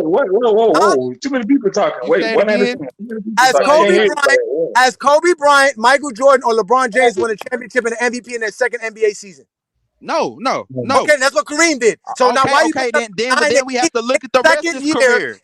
His second year in the NBA, he was the league MVP. He won Finals MVP and he won a championship. So why is Okay, he then not what your happened GOAT? to 10 Why is he years? not your GOAT Well, though? you're just gonna leave a 10-year That's gap out of the not my logic. I'm using his logic. That's what I'm saying. I'm using No, his you're not logic. using my logic because I said the man Yes, has a because you're talking 10-year about him gap. not making the Listen, finals okay, let for me ask you 9 something. years, Okay, but he made the finals before all of them made the Go finals. James. No, Go no, James. okay, Go James. name me Go the James. Let me player ask you something. that won Look, a go Finals James. MVP, a league MVP. One at a time, man. You Okay, can't hear both okay, sides go at ahead. once. Go Name me James. the Go NBA ahead. player. Name me Go the ahead. Go NBA ahead. player that won Go a ahead. championship his second year and a Finals MVP with a league MVP. Okay. Go James. I give you that. I give you that. But like I said before, I said that Kareem. Hold on, y'all. Hold on. SFM was lying. That's why I had to mute him. He's lying. Lying about what? Share my screen. No, I got it right here. How many wins the year did they before have? Magic got there, they was 47 and 35. What about the year before? 47 and 35? Hold on. Was good. Hold on. The year before that, they was 45. Hold on. The year before that, they was 45. No, they had 60 wins when Magic got there.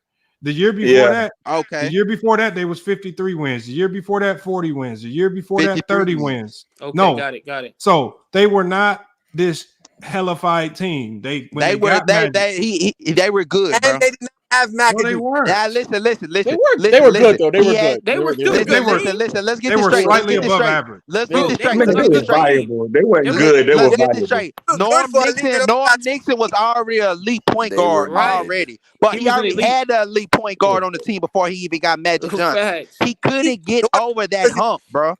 Norm Nixon was elite? Hold on. What's their seed? They were third in the West. What are you talking about? They were good. They were good. They weren't. They weren't 60 wins though. But in that, most wins is a lot. But most teams have 60 wins in that year though. How many teams have 60 wins that year? That sounds like low on the pen. Not. That was a different type of NBA. Scroll down. Look, Michael Cruz. You got 60 wins is crazy. 60 no, but that's what I'm saying. Back then, that wasn't. Nah, my fault for the 60 wins.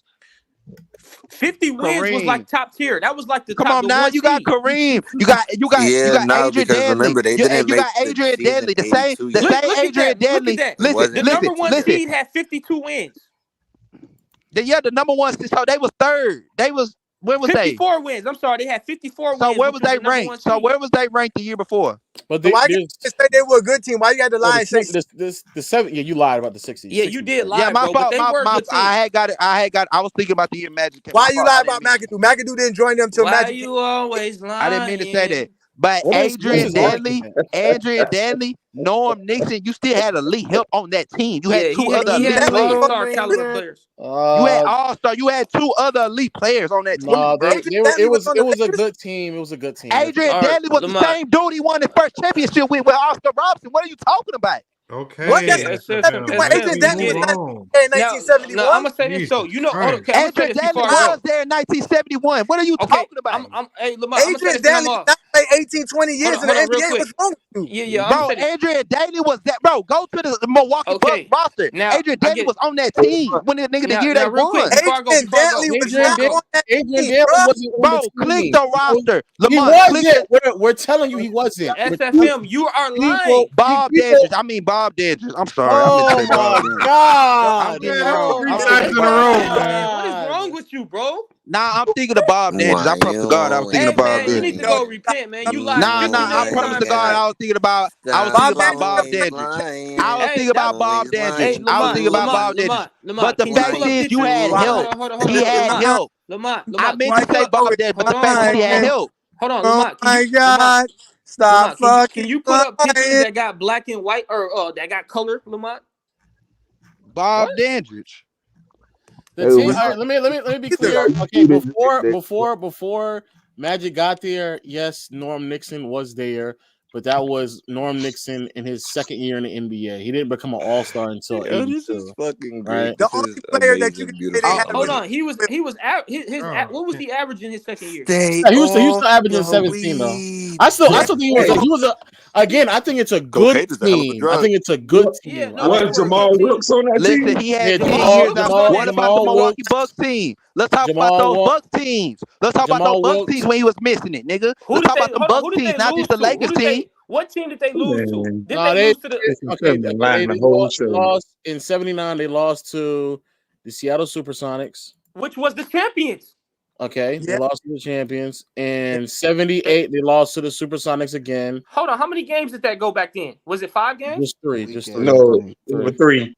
So Kareem didn't have enough impact to take him over the hump, bro. They lost to was the he wouldn't change his game. Then they lost to the Portland Trailblazers, team that went on to win. That was the next year, though, he right? didn't have enough impact. I'm going through all the years. Oh, okay. Then in 76, they didn't even make the playoffs, which is damning. This is the damning. Come on, I'm not finna count that. I'm not finna count that look MVP. At the roster, though. I'm not counting that MVP. Look at them rosters. Those are good rosters right there. Look at those rosters. If we being honest, if we being honest with ourselves, if we being honest with ourselves, any other all-time great that's literally 28 years old at the peak of their powers will be able to lead their team to a winning record. Let's just be honest with ourselves. Come on, bro. And he got MVP too. You think I'm finna count that? I'm not counting that. Only if you're a guard. Only if you're a guard, I think. But here's what I'm saying, MVP is a regular season award. Fuck that MVP. That MVP do not count that year, bro. I don't care what y'all say. I'm not counting that shit. Shaq made the playoffs every year, though. It didn't matter who. Quick question. Bro, he missed the playoffs. Who would miss the playoffs and won MVP? But they won't even give you the MVP if you in the AC now. Why would I count that? I get it, but quick question. Have you heard before, have you heard that from anybody that Kobe did make anyone better? Have you heard that before, or Kobe did make his teammates better? I've heard that people say, I don't believe it, but I've heard it, yeah. Okay, I was just making sure that I wasn't the only. I thought I was delusional. I just want to make sure. Yeah, I don't believe it though. No, but hold on, but low. The problem is in the conversation about Kobe, where nobody here said that. Why would you bring it up? Who Magic Johnson made better than? Tell me. I came up here because somebody on this panel said it. That's the only. No, they did not say that. SFM said they nobody said that. Make better. James Worthy and Byron Scott. I think was number one. Was number one out the draft. That doesn't mean that he was going to come in. That doesn't mean that he's going to come in and be an All NBA caliber player in year 2. Okay, and it doesn't mean that Paul Gasol was going to become an All NBA player with Kobe Bryant. Paul Gasol became an All NBA player with Kobe Bryant. I agree. They make him. Andrew Bynum became an All NBA player. Saying that an all-time great didn't make his teammates better is like very hard to dispute. Like that's very. But nobody said that. Okay, I agree, Lamont. Like it's hard to say that. Like nobody said that. We actually. Oh, let me ask you this: why Kobe couldn't make Smush Parker better? We actually did. Because his name is Smush Parker. No, but he did though. His best years was with Kobe. Is actually. Here's the icing on the cake, Lo. He kept Lamar. It's actually incorrect. He kept Lamar Odom. Come on, Kobe. That's a horrible take. Stop saying stuff like that, bro. Come on, did though. Lamar Odom. Bro, we don't know that. I don't like talking on that. How did Kobe make Smush Parker better when he didn't even speak to Smush? Look at them stats, bro. His best year. Kobe Bryant never spoke to the man. How does he make him better? You don't even speak to him. You can lead by example. There's several ways. I don't speak. What example? You don't even talk to me. You don't respect me. What example? You lead by example because you work hard. You work hard on practice. I ain't gotta say shit. What? You work hard in practice. I'm gonna follow somebody. Wait, I'm gonna follow somebody that doesn't speak to me, that doesn't respect me, that doesn't even want to fight me. Have you been in the Listen, the numbers clearly show. Basketball players. Go, James. You asked me a question. I'm telling you, he had his best years playing next to Kobe. I don't know what that doesn't mean Kobe's the reason why. I'm asking you. So how did Kobe make that happen? That's my question. I think getting wide open shots. Leading by example. I would say not only leading by examples, but I would argue that he probably got quality looks majority of the time because of the attention that Kobe Bryant dragged from the defense. Sometimes less is more. So you saying Kobe was passing? That's what they don't get. Sometimes less is more. Is that what you're saying? He doesn't talk to him, but he's gonna pass him the ball. That's what you're saying. Yes, he passed the ball. Yes, he passed him the ball. Not like how he wanted, but he passed him the ball. That's all making up stuff. That's not what your eye test tell you, but that's good. Go ahead. So who was he passing to get 6 assists? If we're going off eye test, LeBron should be. He wasn't passing to Smush Parker. I tell you that. If we're going off eye test, I want to hear shit about LeBron. Had 11 points both the years he was in LA with Kobe. Butler. He had other players. He had Lamar Odom every other year. If Kobe doesn't talk to you, Kobe's not passing to you. That doesn't mean any. No, that's not true. If Kobe is not talking to you, he's not passing to you. That's not true. That's not true. Low. Quick question: did LeBron? It's a few players Kobe didn't talk to. Actually, he didn't make the playoffs when he was in his prime, like this guy says. So we should hold that against Kobe because he was in his prime and couldn't make the playoffs. And guess what? It don't matter how good Kobe played. He's not winning on MVP. In 05, he can't win MVP when he's not the best player in the league. Kareem was the best player in the league. That doesn't mean you can't make other plays better. Yeah, we just chatting right now. Saying that all-time greats don't make teammates better is kind of crazy. You got the two Kobe fans just won't stop yelling, bro. They just yelling and yelling and like look how quiet it got that quick when you just got the two goddamn crazy ass Kobe fans out of here. Hey, Jesus Christ. Man, I don't know how you deal with this, man.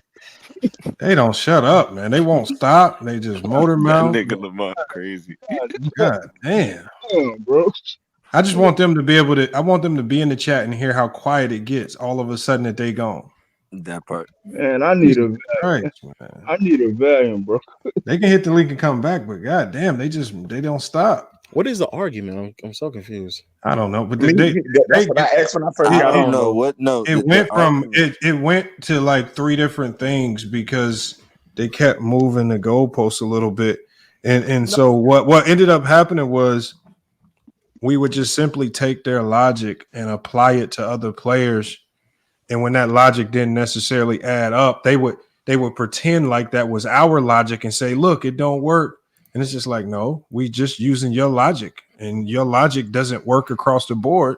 Your logic says that guys like Kareem are better than Jordan. And it's just, I mean, I just wish. No, I'm sorry, Lamont. My bad, bro. You know how you got here, right, Lamont? You got here because you showed him how Kobe Bryant and Michael Jordan had more All-NBA help than LeBron James. So because they can't handle that information, what they do now is flip the logic and say, well, LeBron can't make nobody All-NBA players. Jordan and Kobe made players. Yeah, that's what it was. That's what it was. Oh, that's cap. That's when I showed them this right here. So what they were trying to say was that Kobe was making. Most of those All-NBA teams came from one player, which would be Shaq, and for Jordan, what would be Pippen. Again, that's more All-NBA help. That's more. Because of Shaq and because of Scottie Pippen. You can't try to make that an argument. That's not flawed. Again, listen. Yes, that is flawed. Wait. Name me the player who had a teammate make the All-NBA and the All-Defensive team the same year 6 times like Michael Jordan did. It was only Scottie Pippen.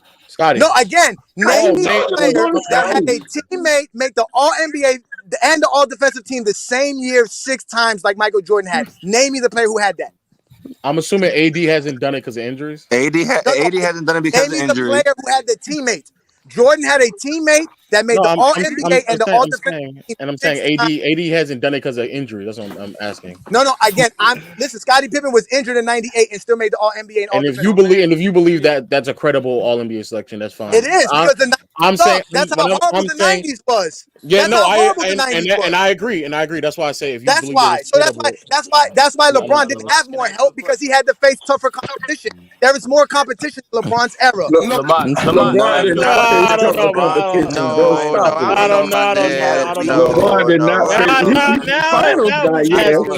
I forget who said it. I give you finals. Finals, yeah. Well, I give you finals, but you are overboard with it now. Look, West competition was going up to the finals.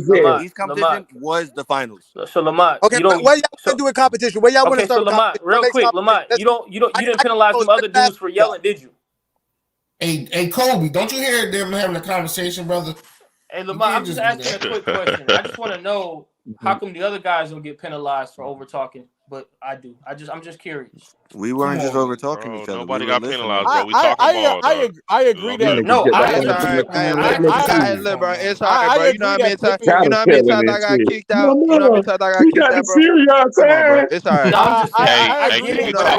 I get it, but I just like to keep it fair on both sides. Can we talk ball, Lo? What were you saying? You said you hit it. I agree that Jordan had more defensive help than anybody they don't else. Get kicked. Like I don't think that's debatable. Jordan had undeniably better defensive help than anybody else. I don't think that's. Oh yeah, of course. Scottie Pippen. So low. In the era where people MVP at least once. Okay, go James. Can I ask Go James a question? Go James. Why do y'all try to penalize the '90s, bro, to uplift LeBron, bro? It's not penalizing the '90s by bringing context to why the '90s was not the best era ever. But no, nobody said it was the best era. What's the best era then? What's the best? Nobody said it was no 2000s. 2000s is the best era ever. It had to be 2000s is the best era ever to me. Okay, But I guess 2000s. But to say that the 90s was trash, that 90s was trash. The 90s wasn't trash. The 90s was trash, but 90s, but go James. Hold on, let me say this real quick. Go James. But you have to acknowledge, and the facts is the facts, and you cannot deny this. That especially because Michael Jordan, I can't see in the 90s where I think it was one team he played with a negative record, but Michael Jordan played in the greatest East of all time. Yes, he played in the greatest East of all time. He played in a tougher East than LeBron. I know that. Wait. Yeah, the 80s. Okay, but he still played it. But the 90s. Okay, the 90s East was still tougher. The 90s East in the playoffs was still tougher than LeBron. The Wicked West. What made the East the toughest in the 90s? LeBron James and Michael Jordan played the most 41 win, barely above 500 teams in the playoffs. So that's cap. They played the same amount of teams. Didn't Jordan? Hold on. Didn't Jordan make the playoffs as a 7th seed with a 38-44 record? Yes. Yeah. Yes. Yeah, they made the playoffs at a 30 win. I'm talking about the 90s. A 30. The 90s. The 90s East was tougher than the. What made the 90s the toughest in the East? What made the East the toughest in the 90s, bro? What made it the toughest? The 90s East was way tougher than the 2000s and What 2010. made it tougher? What made it tougher? What made it tougher? We gotta get one mic though. Jordan had more competition going to the finals than LeBron did. Yeah, that's a fact. That's a fact. That's a fact. That's a fact. That is a fact.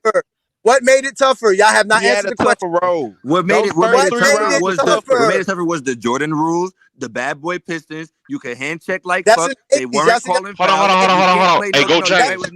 That's the 80s. That's not the 90s. I'm telling you. Go James. Let's do this. Y'all always bring up hand checking. Can y'all explain how hand checking helps defensively, please? Look at him trying to sound like Lamont. No, I'm just saying. No. I'm just saying, Mingle. Listen, you gotta loosen up your turtleneck, bro. The NBA banned hand checking. What the hell is wrong with y'all weird ass niggas be worrying about what's going on with other niggas? But y'all niggas weird, bro. 1995. Think y'all niggas Richard Simmons or somebody, but y'all niggas weird as hell. Hey, bro, Mingle, it's okay. Mingle, it's okay. Y'all niggas weird, bro. It's okay. It's a turtleneck, Mingle. Bro, y'all niggas weird is what y'all niggas is. You got a turtleneck and a do-rag going in the hood. Y'all chill out. Why does it matter what he Legend got of winning. Legend of winning. That's what I'm saying. The nigga worry about what another nigga got. That's weird. Bro, listen. You got on the turtleneck and the Mario, bro. It's okay, dog. Chill. They dictate the live. They want to tell people who can talk when they can talk. Nah, because this man trying to talk, he ain't been able to talk. That ain't fair. Well, I was asking a question, I wasn't able to answer it. I know, go James, but he's trying to talk to you. This man, let Legend of Winning just say. I just want to. If you asked the question, why was it? And I'm not saying it's because I don't think the gap is as significant. It is, but I think there is a gap. But up until I think 2017 or 2018, I don't think LeBron ever faced a number 1 ranked offense in the Eastern Conference playoffs. Thank you. I think that if I'm not, and I'm pretty sure that he played multiple teams that had like bottom 5 offenses, and even the team had a bottom 5 defense as well. And if I'm also not mistaken, I believe that most of the average team that Kobe played in the West was 48 wins. The average team that LeBron played in the East between like the beginning of his career to like 2017 or 2018 is 40 and a half wins. And the average team that 41 wins. Then the average team for Jordan is I think like 41, 42. Look at Sam. Go James. Let me give you a stat real quick. I'm finna let you go. In terms of 50 plus wins in the playoffs, Kobe through his career in the playoffs has faced it was 86% 50 plus win teams in the playoffs. What does this all prove, y'all? Look, Jordan. Look, Jordan. Hold on. Look, Jordan. Hold on. Look, I'm finna let you finish. I'm finna let you talk, bro. I just want to say these. I know. Go ahead. I'm listening. Jordan, 73% of the time, 50 plus win teams, and LeBron 53% of the time, 50 plus win teams. I'm talking about this playoffs. Proves nothing. Can I speak now? Is it my turn? Can I speak? Nothing. Yeah, I want to. What you It's saying? just all Okay, worthless. let's It's just start off worthless with information. let's start off with the fact that he said the 50-win teams is all because they want to use the teams of the 80s when Jordan was the 8th seed, and they want to not. They basically want to not act like Jordan being the 8th seed is the problem. When Jordan was winning the number 1 seed throughout the 90s, he was facing teams that were winning 40 games, 38 games, like the Knicks in 91, and all kind of teams that were not winning a lot of games. At the end of the day, Michael Jordan always had the better record than all of those teams. LeBron James has beaten more teams in a better record than his team than Jordan ever has. So LeBron James faced more teams that had better records than his. Now let's bump to the 2000s. When we go to the 2000s, only 2 Western Conference teams won an NBA championship between 2000 and 2009. Only 3 teams made the finals in the Western Conference from 2000 to 2009. In the East, 9 different teams made the finals. 3 different teams won the finals in the East. You guys are using what the West was doing, playing against each other when it was a different league. When Michael Jordan was playing in the NBA, they were playing 6 games against the same teams because there wasn't even divisions. I think there was only like 2 divisions at that time. You would play 6 games against Cleveland. It all changed when you got to the 2000s. You started playing 4 games versus teams. All that schedule stuff is different. At the end of the day, the 2000s, right, had a better Western Conference record as far as those teams, but that doesn't mean the Eastern Conference teams were garbage, because every year an Eastern Conference team run for the playoffs and making the finals. Okay, so what's your point? I want to be clear, but making the playoff, but making the finals in the East doesn't mean that you're as good as the teams out west. There has to be a team that comes. You have no way. Has anyone said that though? Okay. I can literally prove it. The West are not winning nothing. The only teams in the West that are winning something are the Lakers and the Spurs. So that's not competition. Just because the Lakers and the Spurs are good, there is no competition. He said he can prove it. I can literally prove it. Once I'm still not done. I'm not done.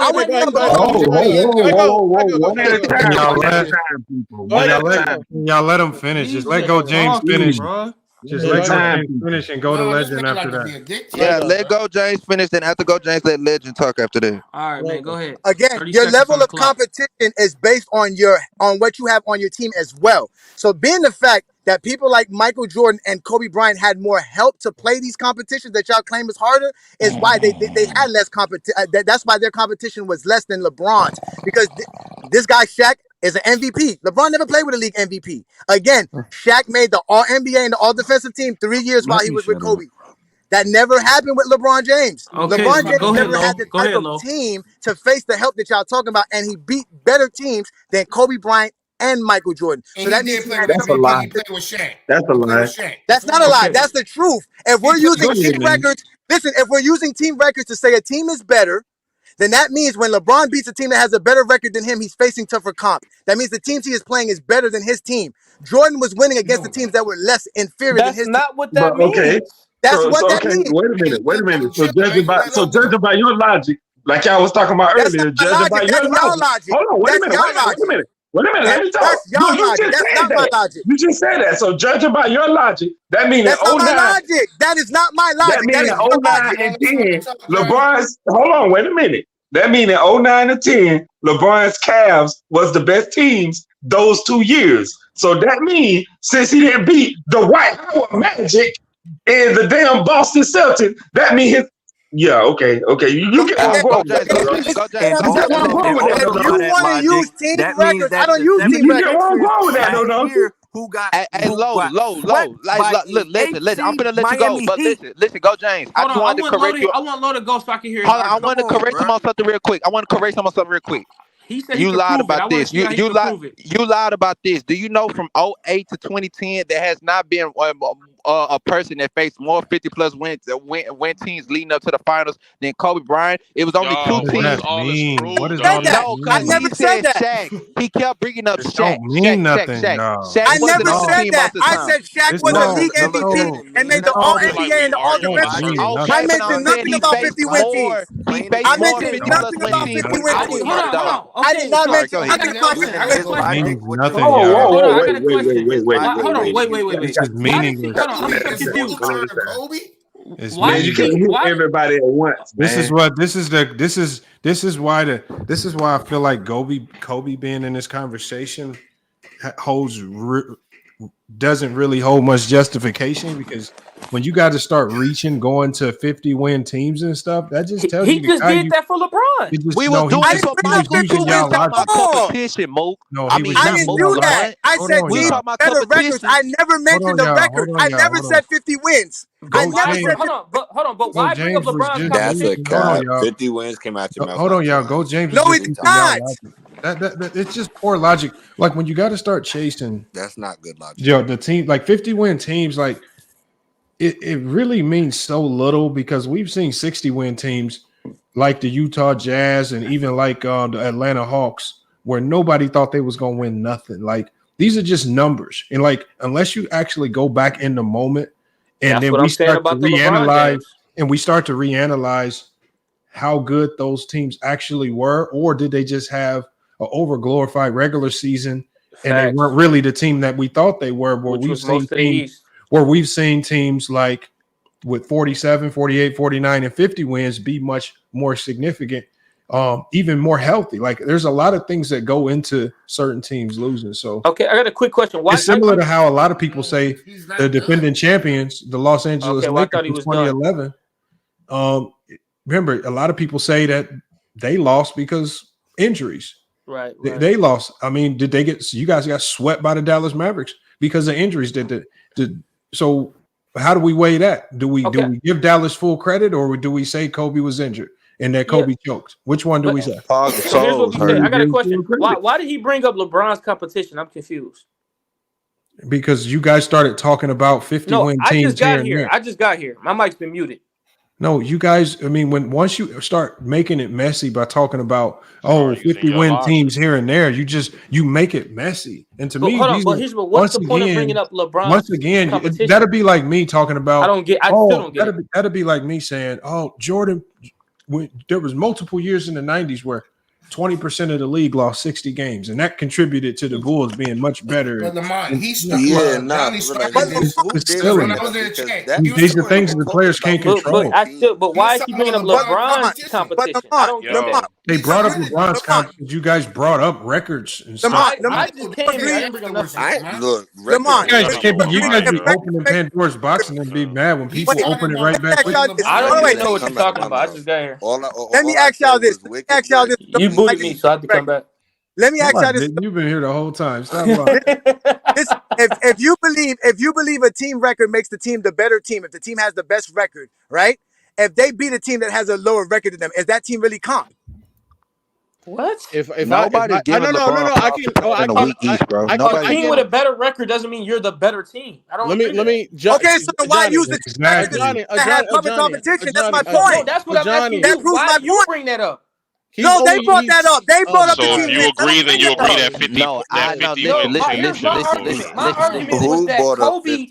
My argument was Kobe faced harder defenses in the 2000s than LeBron did. Based on what? Based on what measure? That was my only argument. Statistically, there were more. Defensive ratings. The teams that he went up against, they had higher defensive ratings in the 2000s.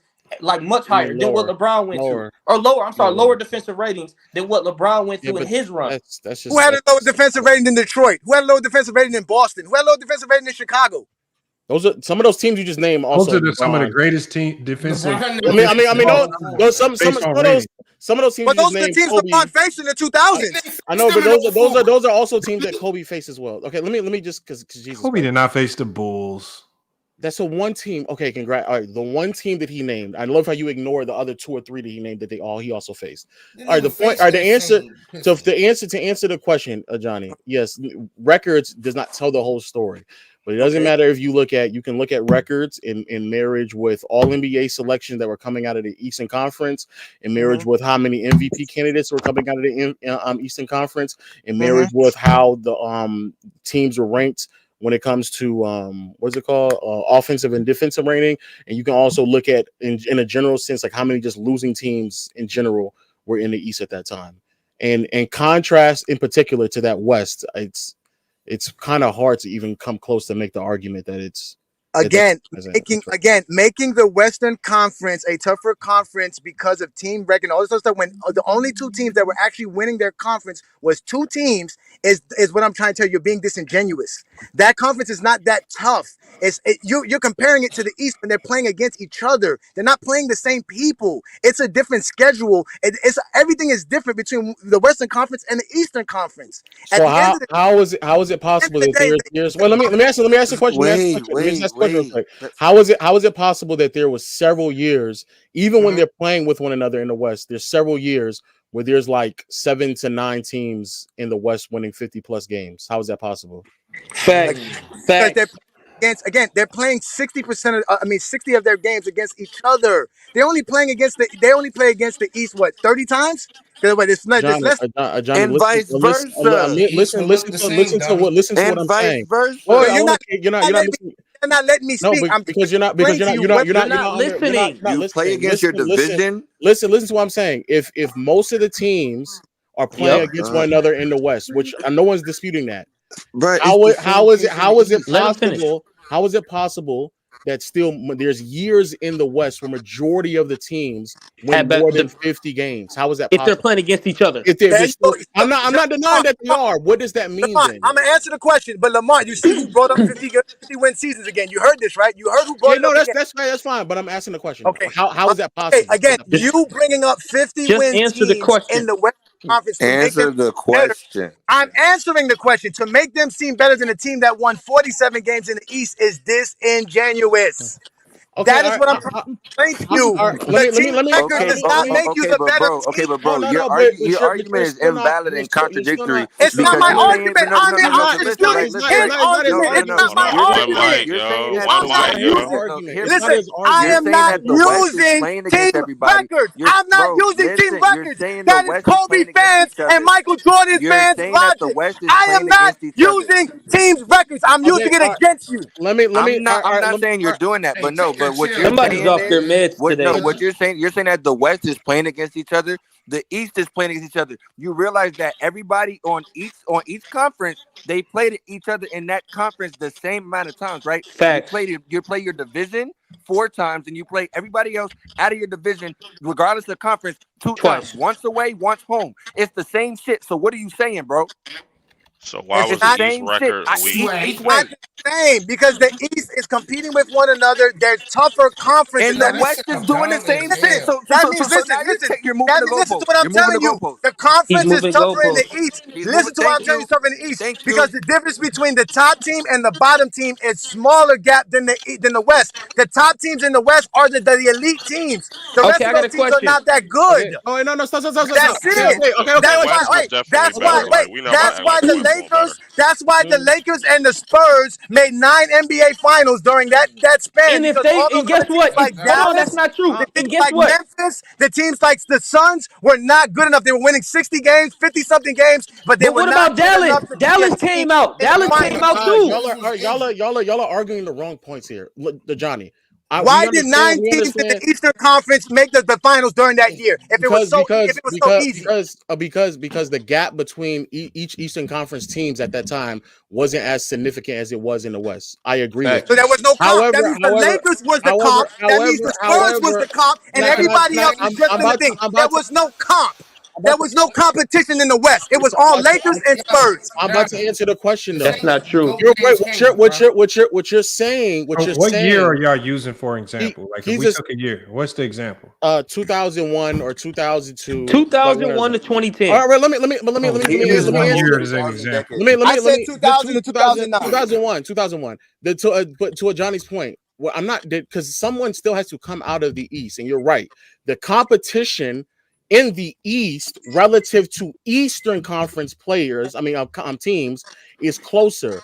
But in terms of how talented the East was, how good the East was, relatively speaking, it just wasn't. Again, even if you don't want to use records or 50 wins, even if you look at losing teams that were making the playoffs, because we can all objectively agree that if you're a losing team that makes the playoffs, that losing team just isn't that good.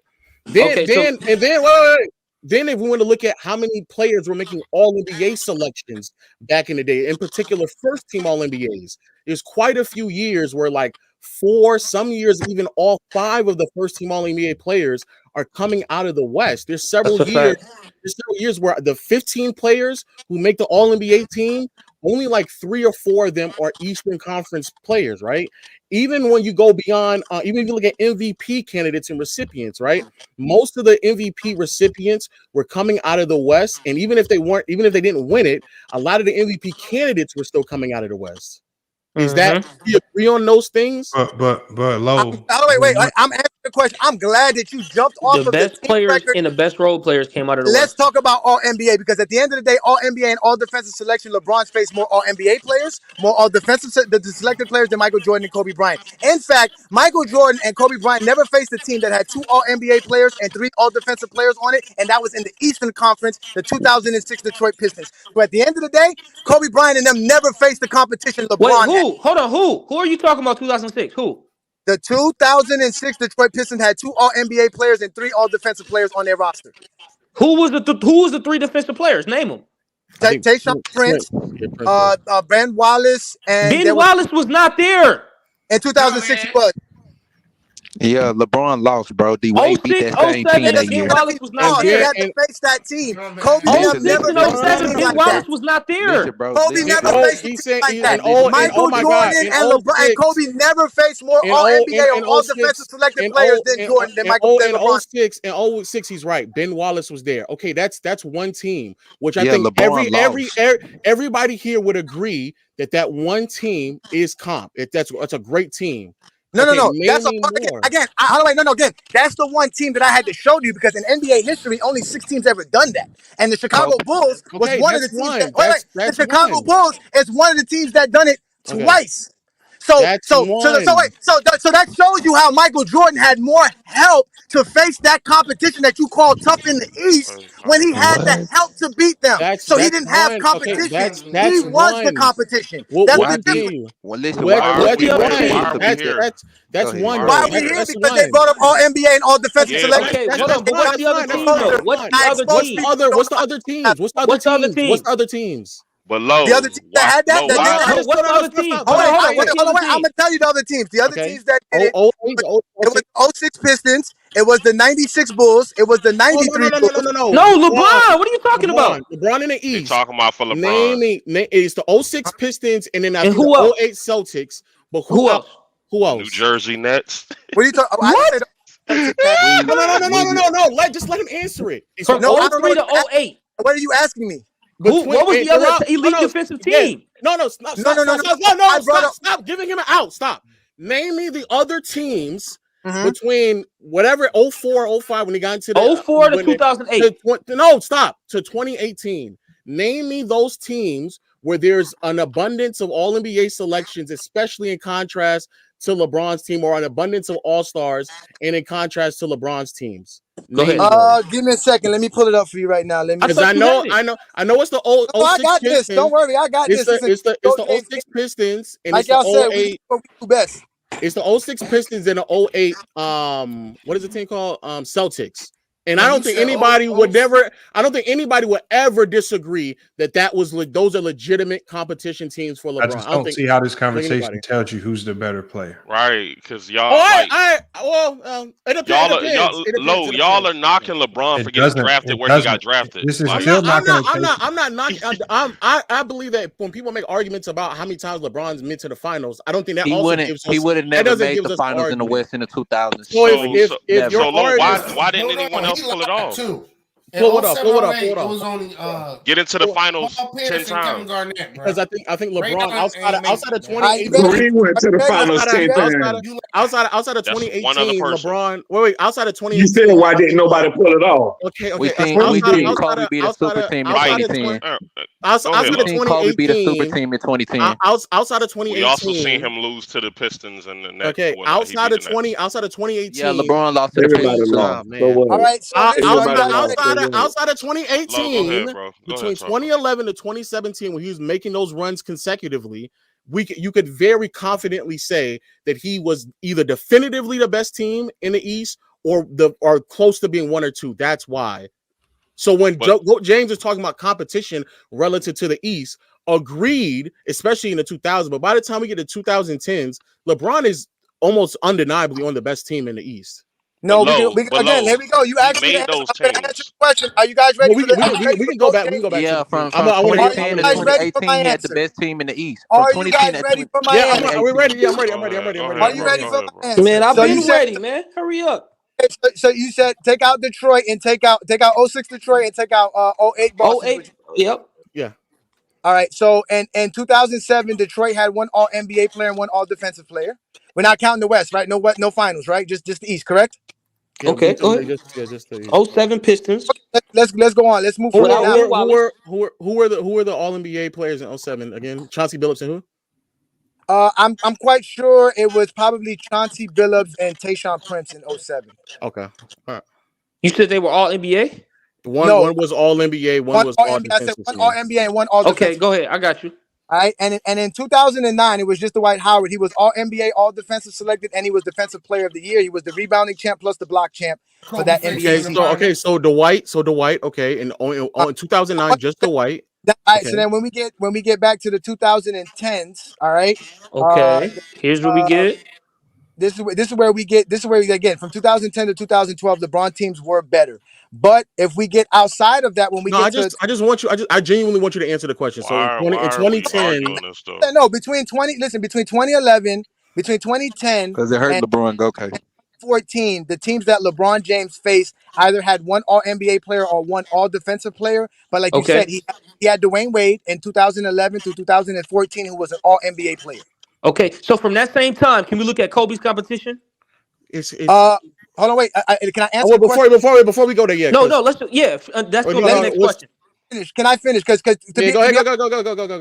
In 2012, the New York Knicks had two All NBA players and one All Defensive player and the Defensive Player of the Year. But the Miami the Miami Heat did have Dwayne Wade and LeBron, but that was that team. Then there was the Chicago team of 2011, which had the league MVP, an All NBA player, and an All Defensive player. So that's also, but LeBron again, we're saying LeBron had the better team. So LeBron, okay. You said 2012 New York Knicks and 2014 and 2013. The 2012 New York Knicks and the 2011 Chicago.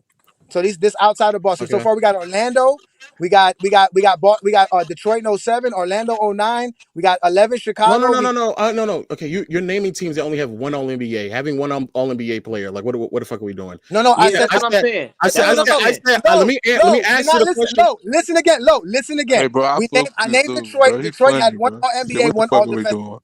LeBron didn't have that in 2007. Okay, in 2009, LeBron James faced Dwight Howard. Okay, we talked about him being everything. He was All NBA, All Defensive, and Defensive. Okay, that's one player. That's one player. Why? One player. The question I asked you in the beginning: name the teams where you had an abundance of All NBA, like multiple. Yeah, not you one. You only named two teams. Okay, I gave you. Hold on, wait. I gave you Chicago, who had an All NBA and an All Defensive player. That's two players. I gave you New York, who had two All NBA players and an All Defensive player. Why are you talking so fast? Go, James. You took the bait. I have to hurry up. You guys don't let. I'm trying to get through this. Go ahead. Take your time, man. Y'all not letting me speak. Let me go through this. Go ahead. Okay, let me go through this. You said multiple All League players. Teams that had multiple All League players. Okay. Then if we go to, let's see here. I'm keep looking down the line. If we go to Indiana, they had an All NBA player and an All Defensive player in 2013. That's who? Name them. Paul Pierce and Paul George and what's his name? I can't think of his name right now. Roy Hibbert. But one All NBA player, just one. And one defense. No, we're talking about, but all defense counts as well, my friend. Go, James. No. I asked the question. Why is this relevant? I asked the question about multiple All NBA players. That's what I said. He didn't say all defensive. I said I never said anything. Listen, I never said anything about multiple or NBA, but I brought up one team. You did. You brought up the Pistons. You led with that. Yes, you did. I said there was only. You backtracking, brother. You led with that. Hey man, he backpedaling. Listen. Y'all are not listening. I'm handling four of y'all at once. And Lo, you've been dealing with me for long enough to know that I've been exposed to you long enough to know what you're. Stop trying to save this nigga. Listen to what I told you. I said that Michael Jordan and Kobe Bryant never faced a team that had two All NBA players plus three All Defensive players, and that was the 06 Detroit team. I just mentioned that they had 3 and 2. I didn't mention because they had 2.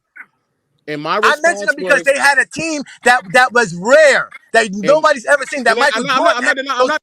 denied that. And my response was, how many other teams fit a similar criteria? Multiple All-NBA. You can't fit that many teams because there was not that many teams who had 2 All-NBA players on the roster in NBA history. Okay, and when we get to Kobe, I'm not done. Realize that that's not true. When we get to Kobe, you're going to realize that's not true. When we get to Kobe, when you get to Kobe, every championship he won was with an All-NBA teammate. Yo, let him. No one's not denying that. I'm not. That means he had more help. That means that there was no comp. That means the team he was playing with was less inferior to him because he had more help. If both teams have 2 All-NBA players, by your logic, they both are competitive, correct? Yeah, that's not true. That if we go down the line, Kobe's not going to face too many teams with 2 All-NBA players. Is Nash and Stoudemire 2 All-NBA? Right. And is Tim Duncan and Tony Parker and Tony Parker?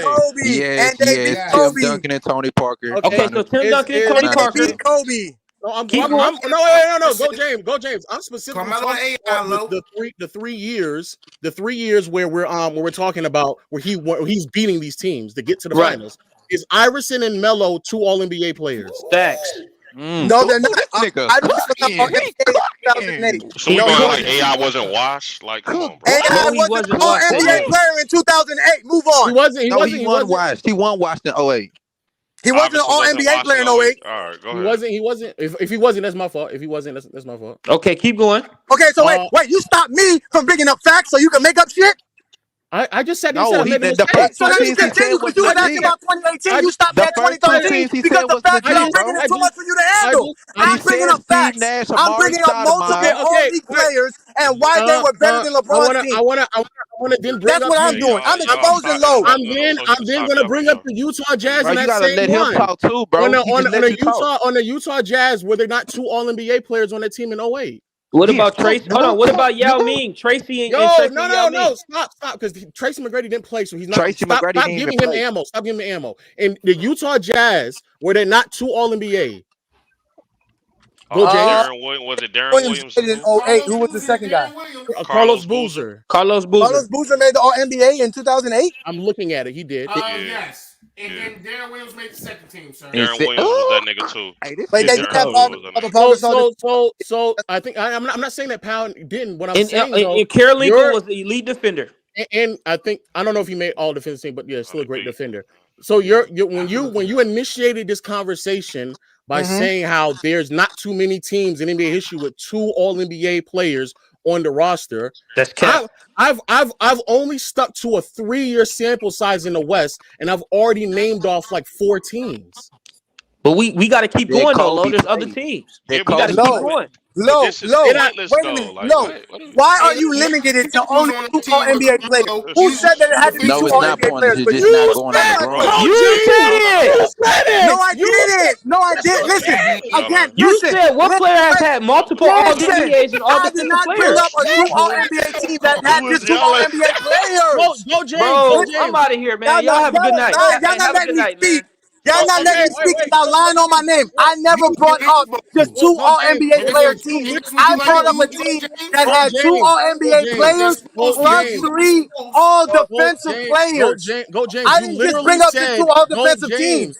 I didn't do that. You literally said there's not that many teams in NBA history with 2 All-NBA players. You literally said that. That's true, but that's true.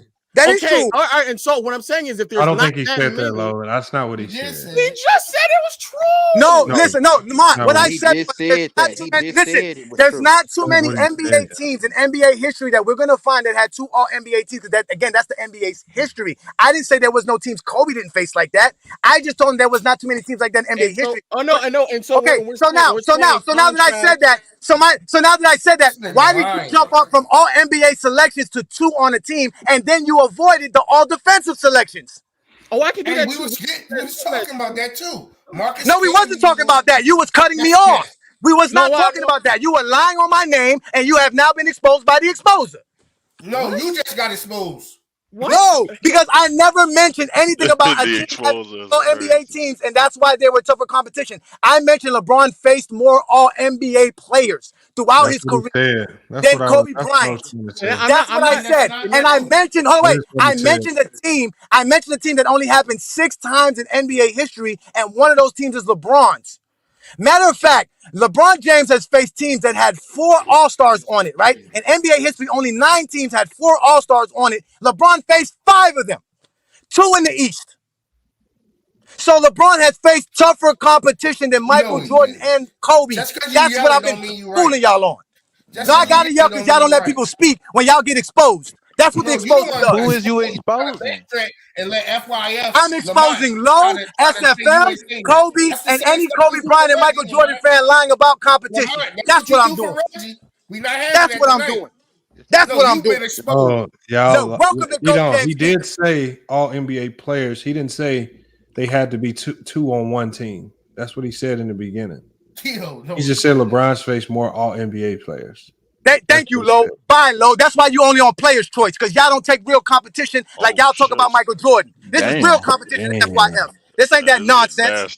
Hey, Lamont, you know I found out what FYF mean the other day? If you FYF, we FYO, because we fuck your feelings. We don't give a damn about y'all feelings. We expose that bullshit. Y'all keep lying up on here. Stop lying when Go James Kingdom show up. Nigga, you the one who lying on Hey, here. wait, hold on, Lamont. All of this is recorded, and I will post this on TikTok and on our channel to show how y'all are the liars. Do it. Say that you cooked a Player's Choice. I want to see it.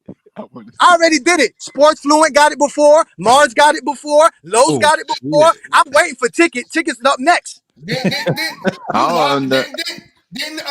play with who made an all-defensive team, nigga? Fuck is Again, what I'm talking about is that LeBron had tougher competition than Kobe and Michael Jordan. What you talking is lies. Keep it coming. He did not. No, he didn't. Well, go James. Michael nor LeBron had harder competition than Kobe, bro. Again, you're the one who brought up team records. I exposed that. You're the one who brought up all NBA. I exposed that, and I'm gonna keep exposing y'all because that's what I do. That same bullshit team you said, Kobe faced them in 08, nigga, too. So what again, the fuck you Kobe Bryant never made. I never won an NBA championship without an NBA team. That's fact. The Suns. That's fact. Kobe Bryant. Matter of fact, wait a minute. Kobe Bryant has 12 NBA seasons with an All NBA teammate. LeBron has 5, and they played the same amount of years. Kobe Bryant had an MVP teammate. LeBron's never had that. Yes, he did. Never had that. Too, nigga. He had Shaq, a former MVP. Oh wait, LeBron James never had a guy average double-double. Kobe's had that with several players. Hey, what's Kobe and LeBron record head to head? Oh, never mind. Oh yeah, exactly. Kobe got whooping. Y'all talking about that West was harder. Why was Kobe always losing? 11 of those wins came with his super team in Miami. What the fuck are you talking about, bitch? What super team? Hey, bro. Hey, watch that video. Before LeBron got to Miami, Dwayne Wade used to whoop on Kobe Bryant every Christmas Day. Hey, I gotta get this one shut down, y'all. Real quick though, go James. Yeah, go ahead, Carl. Have they ever done? Go ahead, man. Brandon. What's LeBron head to head with Tim Duncan? You say what? I'm asking. My question is: Has Kobe or Michael ever averaged 16 points? So, in the finals? Y'all hear me? Is my mic good? Go ahead, bro. Yeah, we hear you now. Kobe averaged 15 in the finals. That's because he got hurt. Yeah, go ahead. I was asking him, has Kobe or Mike ever averaged 16 points in the finals? Kobe averaged 15 in 2000s. He averaged 15. Kobe averaged 15 in 2000. Kobe did it against the Pacers. Kobe missed 2 finals. I can't. Yeah, hear you. Can y'all hear me? He missed 2 games. Yes, because Jalen Rose hurt him on purpose, bro. Kobe did it versus the Pacers. When he missed 2 games. Hurt him on purpose. Put the context when he had missed 2 games. Are you trying to allude to 2011 where Kobe got swept? Is that what you? No, he just came off a repeat, something that LeBron couldn't do. Came from 3 finals. So the defending champion couldn't win 1 game. No. So LeBron couldn't just came from 3 straight finals. Hold on. I got a question, Lamont. How can your GOAT not play? How could he not figure out a 1-3-1 zone and Jordan average 16 points? He couldn't even break down the zone. How could these other GOATs? How could these other guys that have LeBron as his GOAT? How come I've never seen a guy who we say is a GOAT or top top 3 player, whatever, averaged 16 points. Kobe has never averaged 16 in the finals. Niggas still bringing up a finals from 13 years ago, bro. Okay, what has he done since then? Hold on, but y'all Kobe, bringing up Kobe, y'all bringing up Jordan from the 90s. Hold on, Kobe. That's just I wanted to go on that, but man, y'all have a good night, man. Kobe, I gotta go to sleep. I gotta put my kids to sleep, man. I'm sorry. Hold on. It makes sense because that same zone was that same zone was so significant that it also held Kobe to 17 points in 2 closeout games, and Jason Terry and JJ Beretta lit him up too. So that same zone that shut down LeBron is the same zone that shut down Kobe. What was Kobe average? When I say that, when I talk about that Dallas team, was that in the finals? Hold on. No, you can't make the finals. Hold on, Kobe. They eliminated the defending champs that way.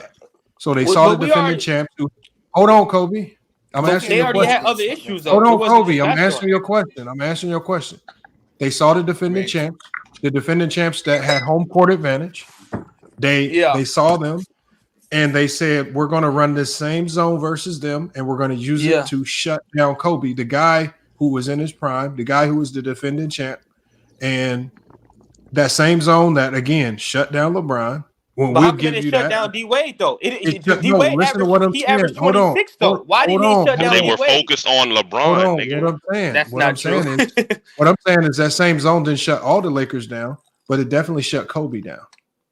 And that same zone didn't shut all the Miami Heat players down, but it definitely stifled LeBron. So why don't we, as opposed to acting like this Dallas Maverick team was just some pushovers, why don't we just say that this Dallas Maverick team could potentially be one of the better teams, and they don't get enough credit in NBA history? They were a one-hit wonder. They was tough. Paul Gasol was hurt, bro. We already hold on. This is how crazy it is. And they beat OKC and LaMarcus Aldridge. And we can't hold on, Kobe. And we can't act like they didn't beat other great teams along the way and other great players. You know what's crazy? It wasn't a fluke. It wasn't just because the Lakers were injured. They beat a lot of good teams on the way there. So without their second best, without their second best player either. They had their second best player. Portland with a young Brandon Roy and LaMarcus Aldridge.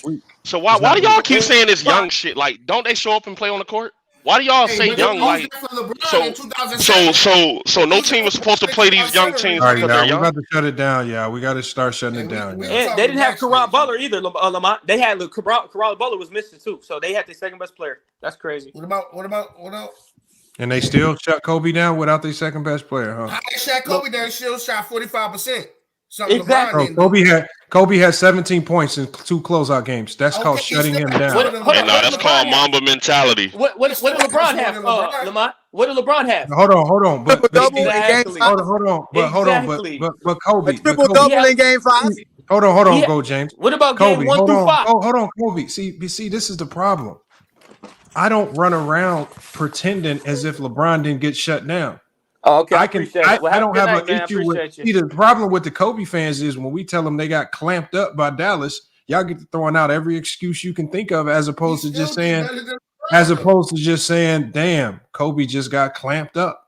That's all that happened. He got clamped up by a Dallas team, the same Dallas team that clamped up LeBron. Damn, Kobe couldn't win one game. Damn, Kobe. They got swept. They got walked down. I mean, shoot, like just admit it. The defending champions that.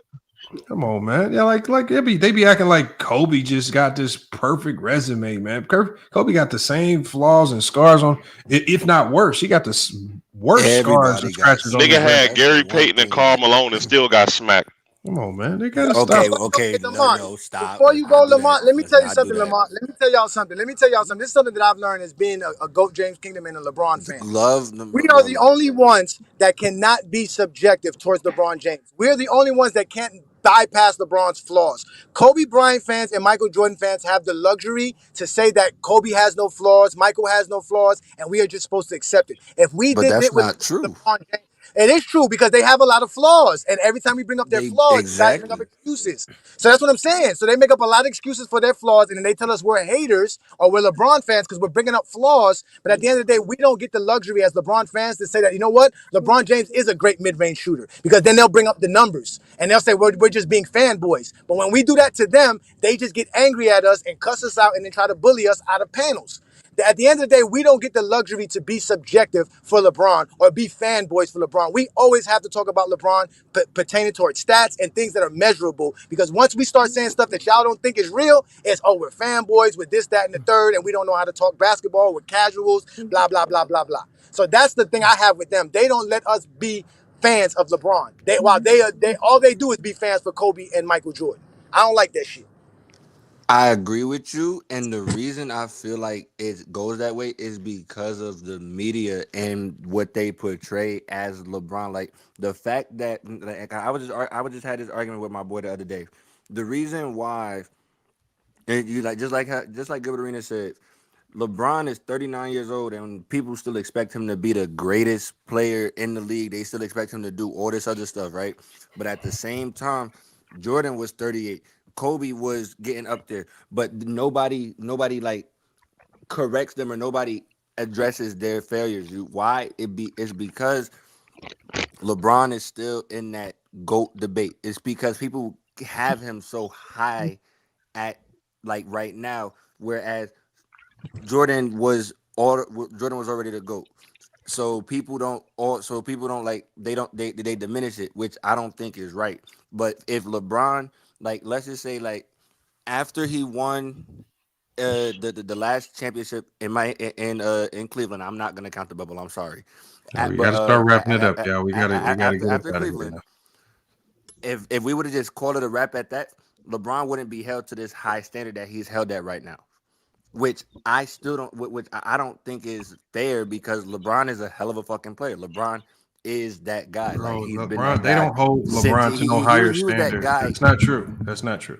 What? They don't hold LeBron to a higher standard. They make up standards to hold him to, and they try to make up standards that they know is almost impossible for him to live up to. Now that they see his circumstance, because if LeBron James, for whatever reason, let's say he did get an optimal circumstance, let's say somehow they're able to add another superstar or star player to this team, and he is able to formulate a team that looks unbeatable. If they win, they're just going to say he's stacking the deck. So he's at the stage in his career where it doesn't necessarily matter what he does. He could literally win a championship. We saw it in 2020, the narratives that they were pushing. When it became inevitable that they were going to win the championship in 2020, people like Ticket TV, he was saying when he saw the writing was on the wall, he switched his whole narrative up. It went from him losing to the Miami Heat to, he's just trying to get all the points so he can get the finals MVP from Anthony Davis. It's always a new narrative that's created on the fly. So negative. Again, you can expect it this year. If somehow they're able to turn things around and make a run, it's always and then if there's ever a letdown, no matter what the expectations were, just like last year when they got swept, when they made an unbelievable run to the Western Conference Finals. Nobody thought they'd get there. They get swept, and now everybody's saying, "Oh, he got swept and he's trapped." So they use it. They use anything they can against him. But if he does win, they try to nitpick it and make it seem as if he has some type of unfair advantage to get to the top. So he's just not going to win, especially amongst Jordan and Kobe fans. I think I've just come to that realization. It's just no sense of arguing with him because there's always going to be a new narrative crafted on a daily basis for LeBron. And so you just got to hopefully have enough people out there that can counter the logic and question it, and because they're not getting off that horse. They're gonna always create some type of angle. This is why y'all went down that rabbit hole of talking about records. I mean, to me, it's right. just, I don't even know who just brought one of that the Kobe up. Bryant. That's something that always comes up in a Kobe Bryant conversation because there's so little to talk about with regards to what makes Kobe great, as far as in being in the GOAT conversation, that they have to go reach into these desperation things, coming up with things like, he beat more 50-win teams, when we all know that is extremely insignificant in the big scheme of things. But it's just a desperation ploy, and that's why I was upset y'all fell into it. Like they especially with SFM, it's just a trick they do to chase you. Now you're running down rabbit holes with backwards logic that don't make no sense. Well, hey, you know what, Lamont? All those people you talking about, I'm him. I'm all of them. I can handle every last one of those dudes. Hey, Lamont, man. What about What about that PED shit they tried to pull today, man? It's another one. That's just another angle. Like, even like, see, the thing is, okay, obviously the PE stuff came out, but then when the information came out that he was exonerated and he had nothing to do with it, Right, what did he they didn't say? do PEDs. What did they say? They said, "Oh, he paid somebody off." Like, it doesn't matter what information comes out. It's If it's no winning. good, That they're that gonna nigga's in a find a way to lose-lose discredit it, situation. and we see Damned it if he every does, time. damned if he doesn't. That's what I'm saying. There's nothing he can do to win.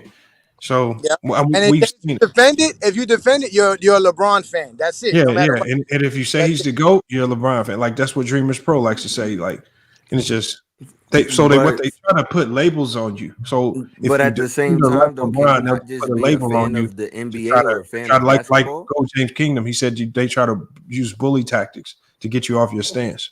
Can you not You just see, be hey, you saw a what they fan of did with me, the right? game? Oh wait, Lamont, you saw what they did. I used their logic against them. They brought up the team records, and I told them, Yup. well, if the team records matter, then that means LeBron faced tougher comp because he beat more teams with better record than his Once you team. go down that rabbit hole, see, this is another reason why it's hard to argue with them, because once you We both killed them take it on down that. that rabbit hole, they forget their logic is so screwed up and discombobulated that they forget that they're the ones that brought that up and that you're using Jared, their you're logic. right. And so then, after talking to them for 10 minutes, they start to believe this is your logic and it came from you.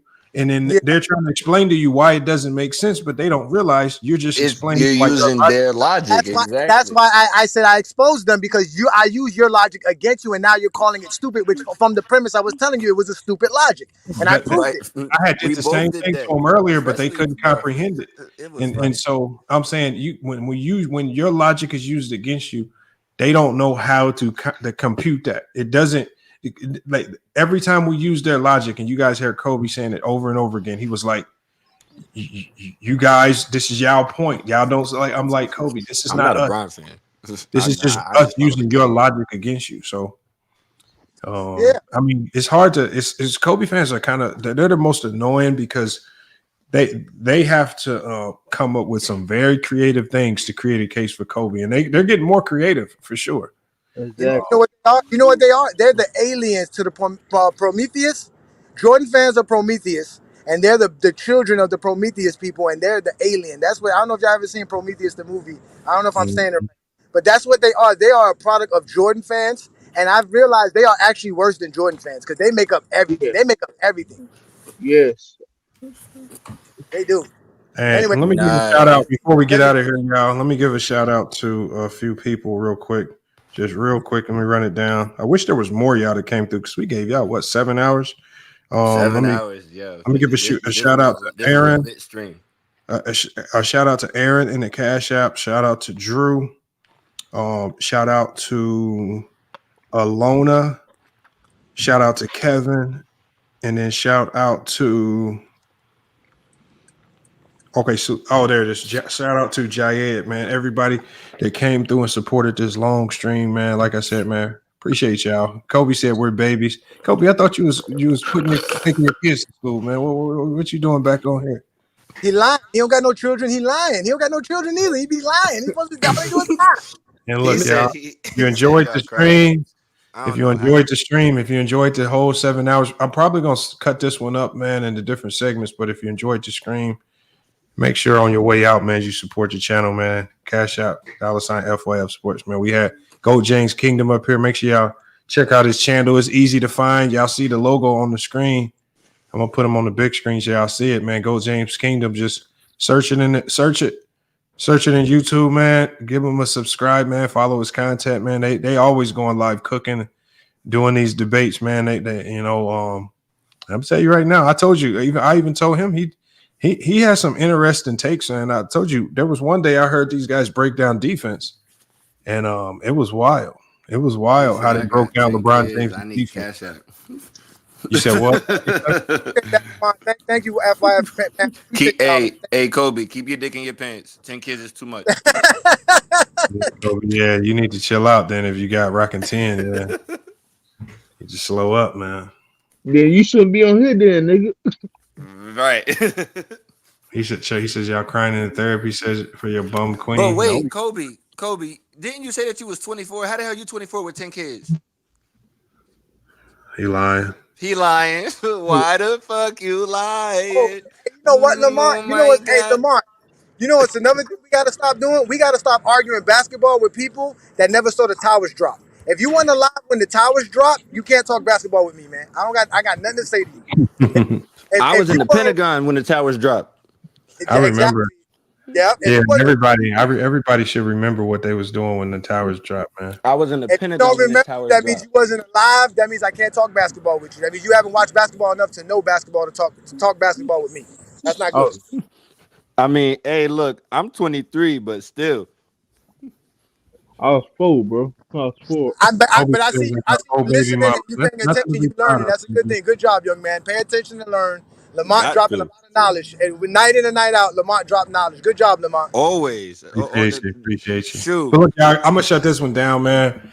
Going on 7.5 hours. I gotta shut it down, man. Like I said, I would have kept it going if a few more cash apps would have came through, but man, it's hard, man. I gotta go ahead and shut it down and start chopping this up.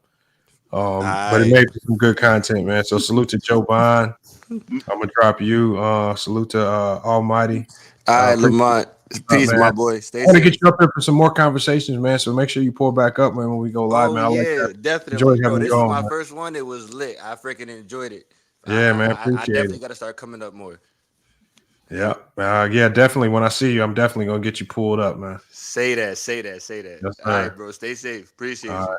Yes, sir. And then we got Dante, man. Salute to Dante, man. One of the OG subscribers of the channel.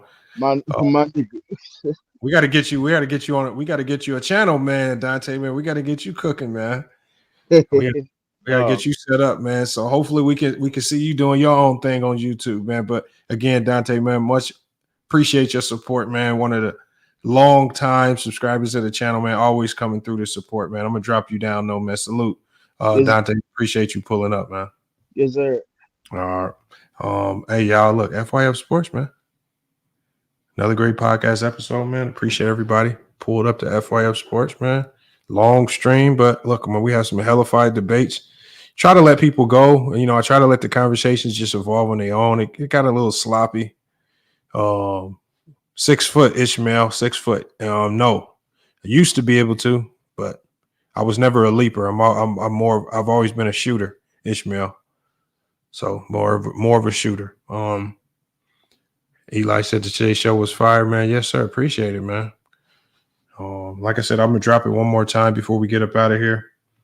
Like I say, just so y'all know, man, YouTube, man, is really cutting into the ad revenue.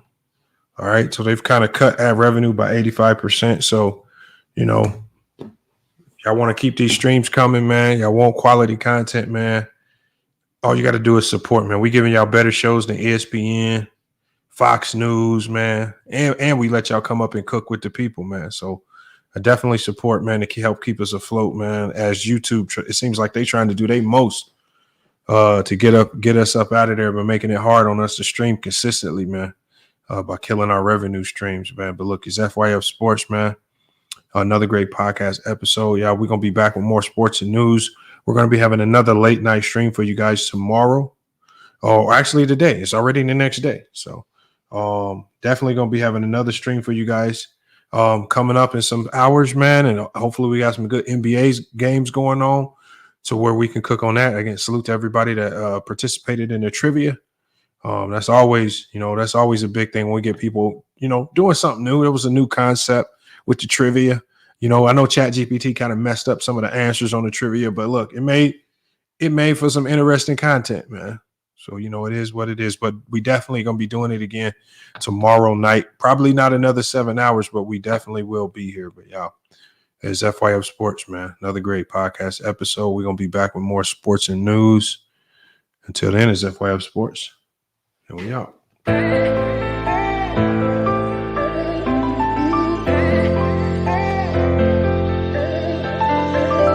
Yeah, we done came from the bottom, mad that we up, but I don't hear him talking. Started with knowledge inside of my noggin. We took a dream and then we started vlogging. Put my city on the map now. I'ma say how it is and I don't back down. On the road to 100K, we finna act out. We gon' show them that we not just in the background. We the main event, we the main show. We the one that people always gonna pay for. FYF, we the best, no debate though. Number one sports channel, every angle. I'ma show them all how we ride. Best sports talk show, we not like them guys. We playing it safe while they feather the lines. We pushing the narrative all the time. Like who to go in the game is not MJ. Kobe Bryant top 10, not what we say. I keep my life, you want is very overrated. Keep it real, if it ain't fact, we don't say it. Now it's stable, we won't be ignored. Missing the lake, I'm missing the draws again, a hell of pain. I got a lot to deal with in my mind, it's kinda slipping away. What's on the line, I made in my mind, some shit I'll just taste it great. Whatever it is, whatever it was, it's never gonna be the same. How do I explain what's been going on with me? You say that I changed, but you didn't know the old me. I think that I saved you, tell me who gon' save me. I'm way too fucked up in this club, I'm ashamed, baby. You say that I changed, but you ain't really know me. When I'm around my dogs, girl, they just can't control me. Trying to spend my time right, using every second of it. Trying to spend my time right, using every second of it. Before it's too late, girl, before it's too late. Can I speak my mind right, girl, before it's too late. I've been moving backwards, rolling up the backwards. Out of being best, do you have my back, girl? Before it's too late, can I say my piece, girl? Girl, know what you mean to me. You just keep it real with me. I've been moving backwards, rolling up the backwards. Every time I'm backstep, missing the lake, I'm missing the draws again, a hell of pain. I got a lot to deal with in my mind, it's kinda slipping away. What's on the line, I made in my mind, some shit I'll just taste it great. Whatever it is, whatever it was, it's never gonna be the same. Folding again and I'm running the map. They say the best defense is just to attack. Hopping through too much, it's hard to attach. All is going on is being hard to relax. Gotta get up, gotta get it again. They ain't get the message, we spinning again. Life in my back, I'm just leaving it in. Get what they want, then they leaving again. I cannot act like this ain't nothing new. Been getting smarter with all I've been through. Nowadays, life's more rewarding than truth. Tired of keeping it G just to lose. Let it all out when I step in the booth. We're there for some months, now it's time to recruit. Met the investments, it's time to recoup. It's time to recoup, but how do I explain what's been going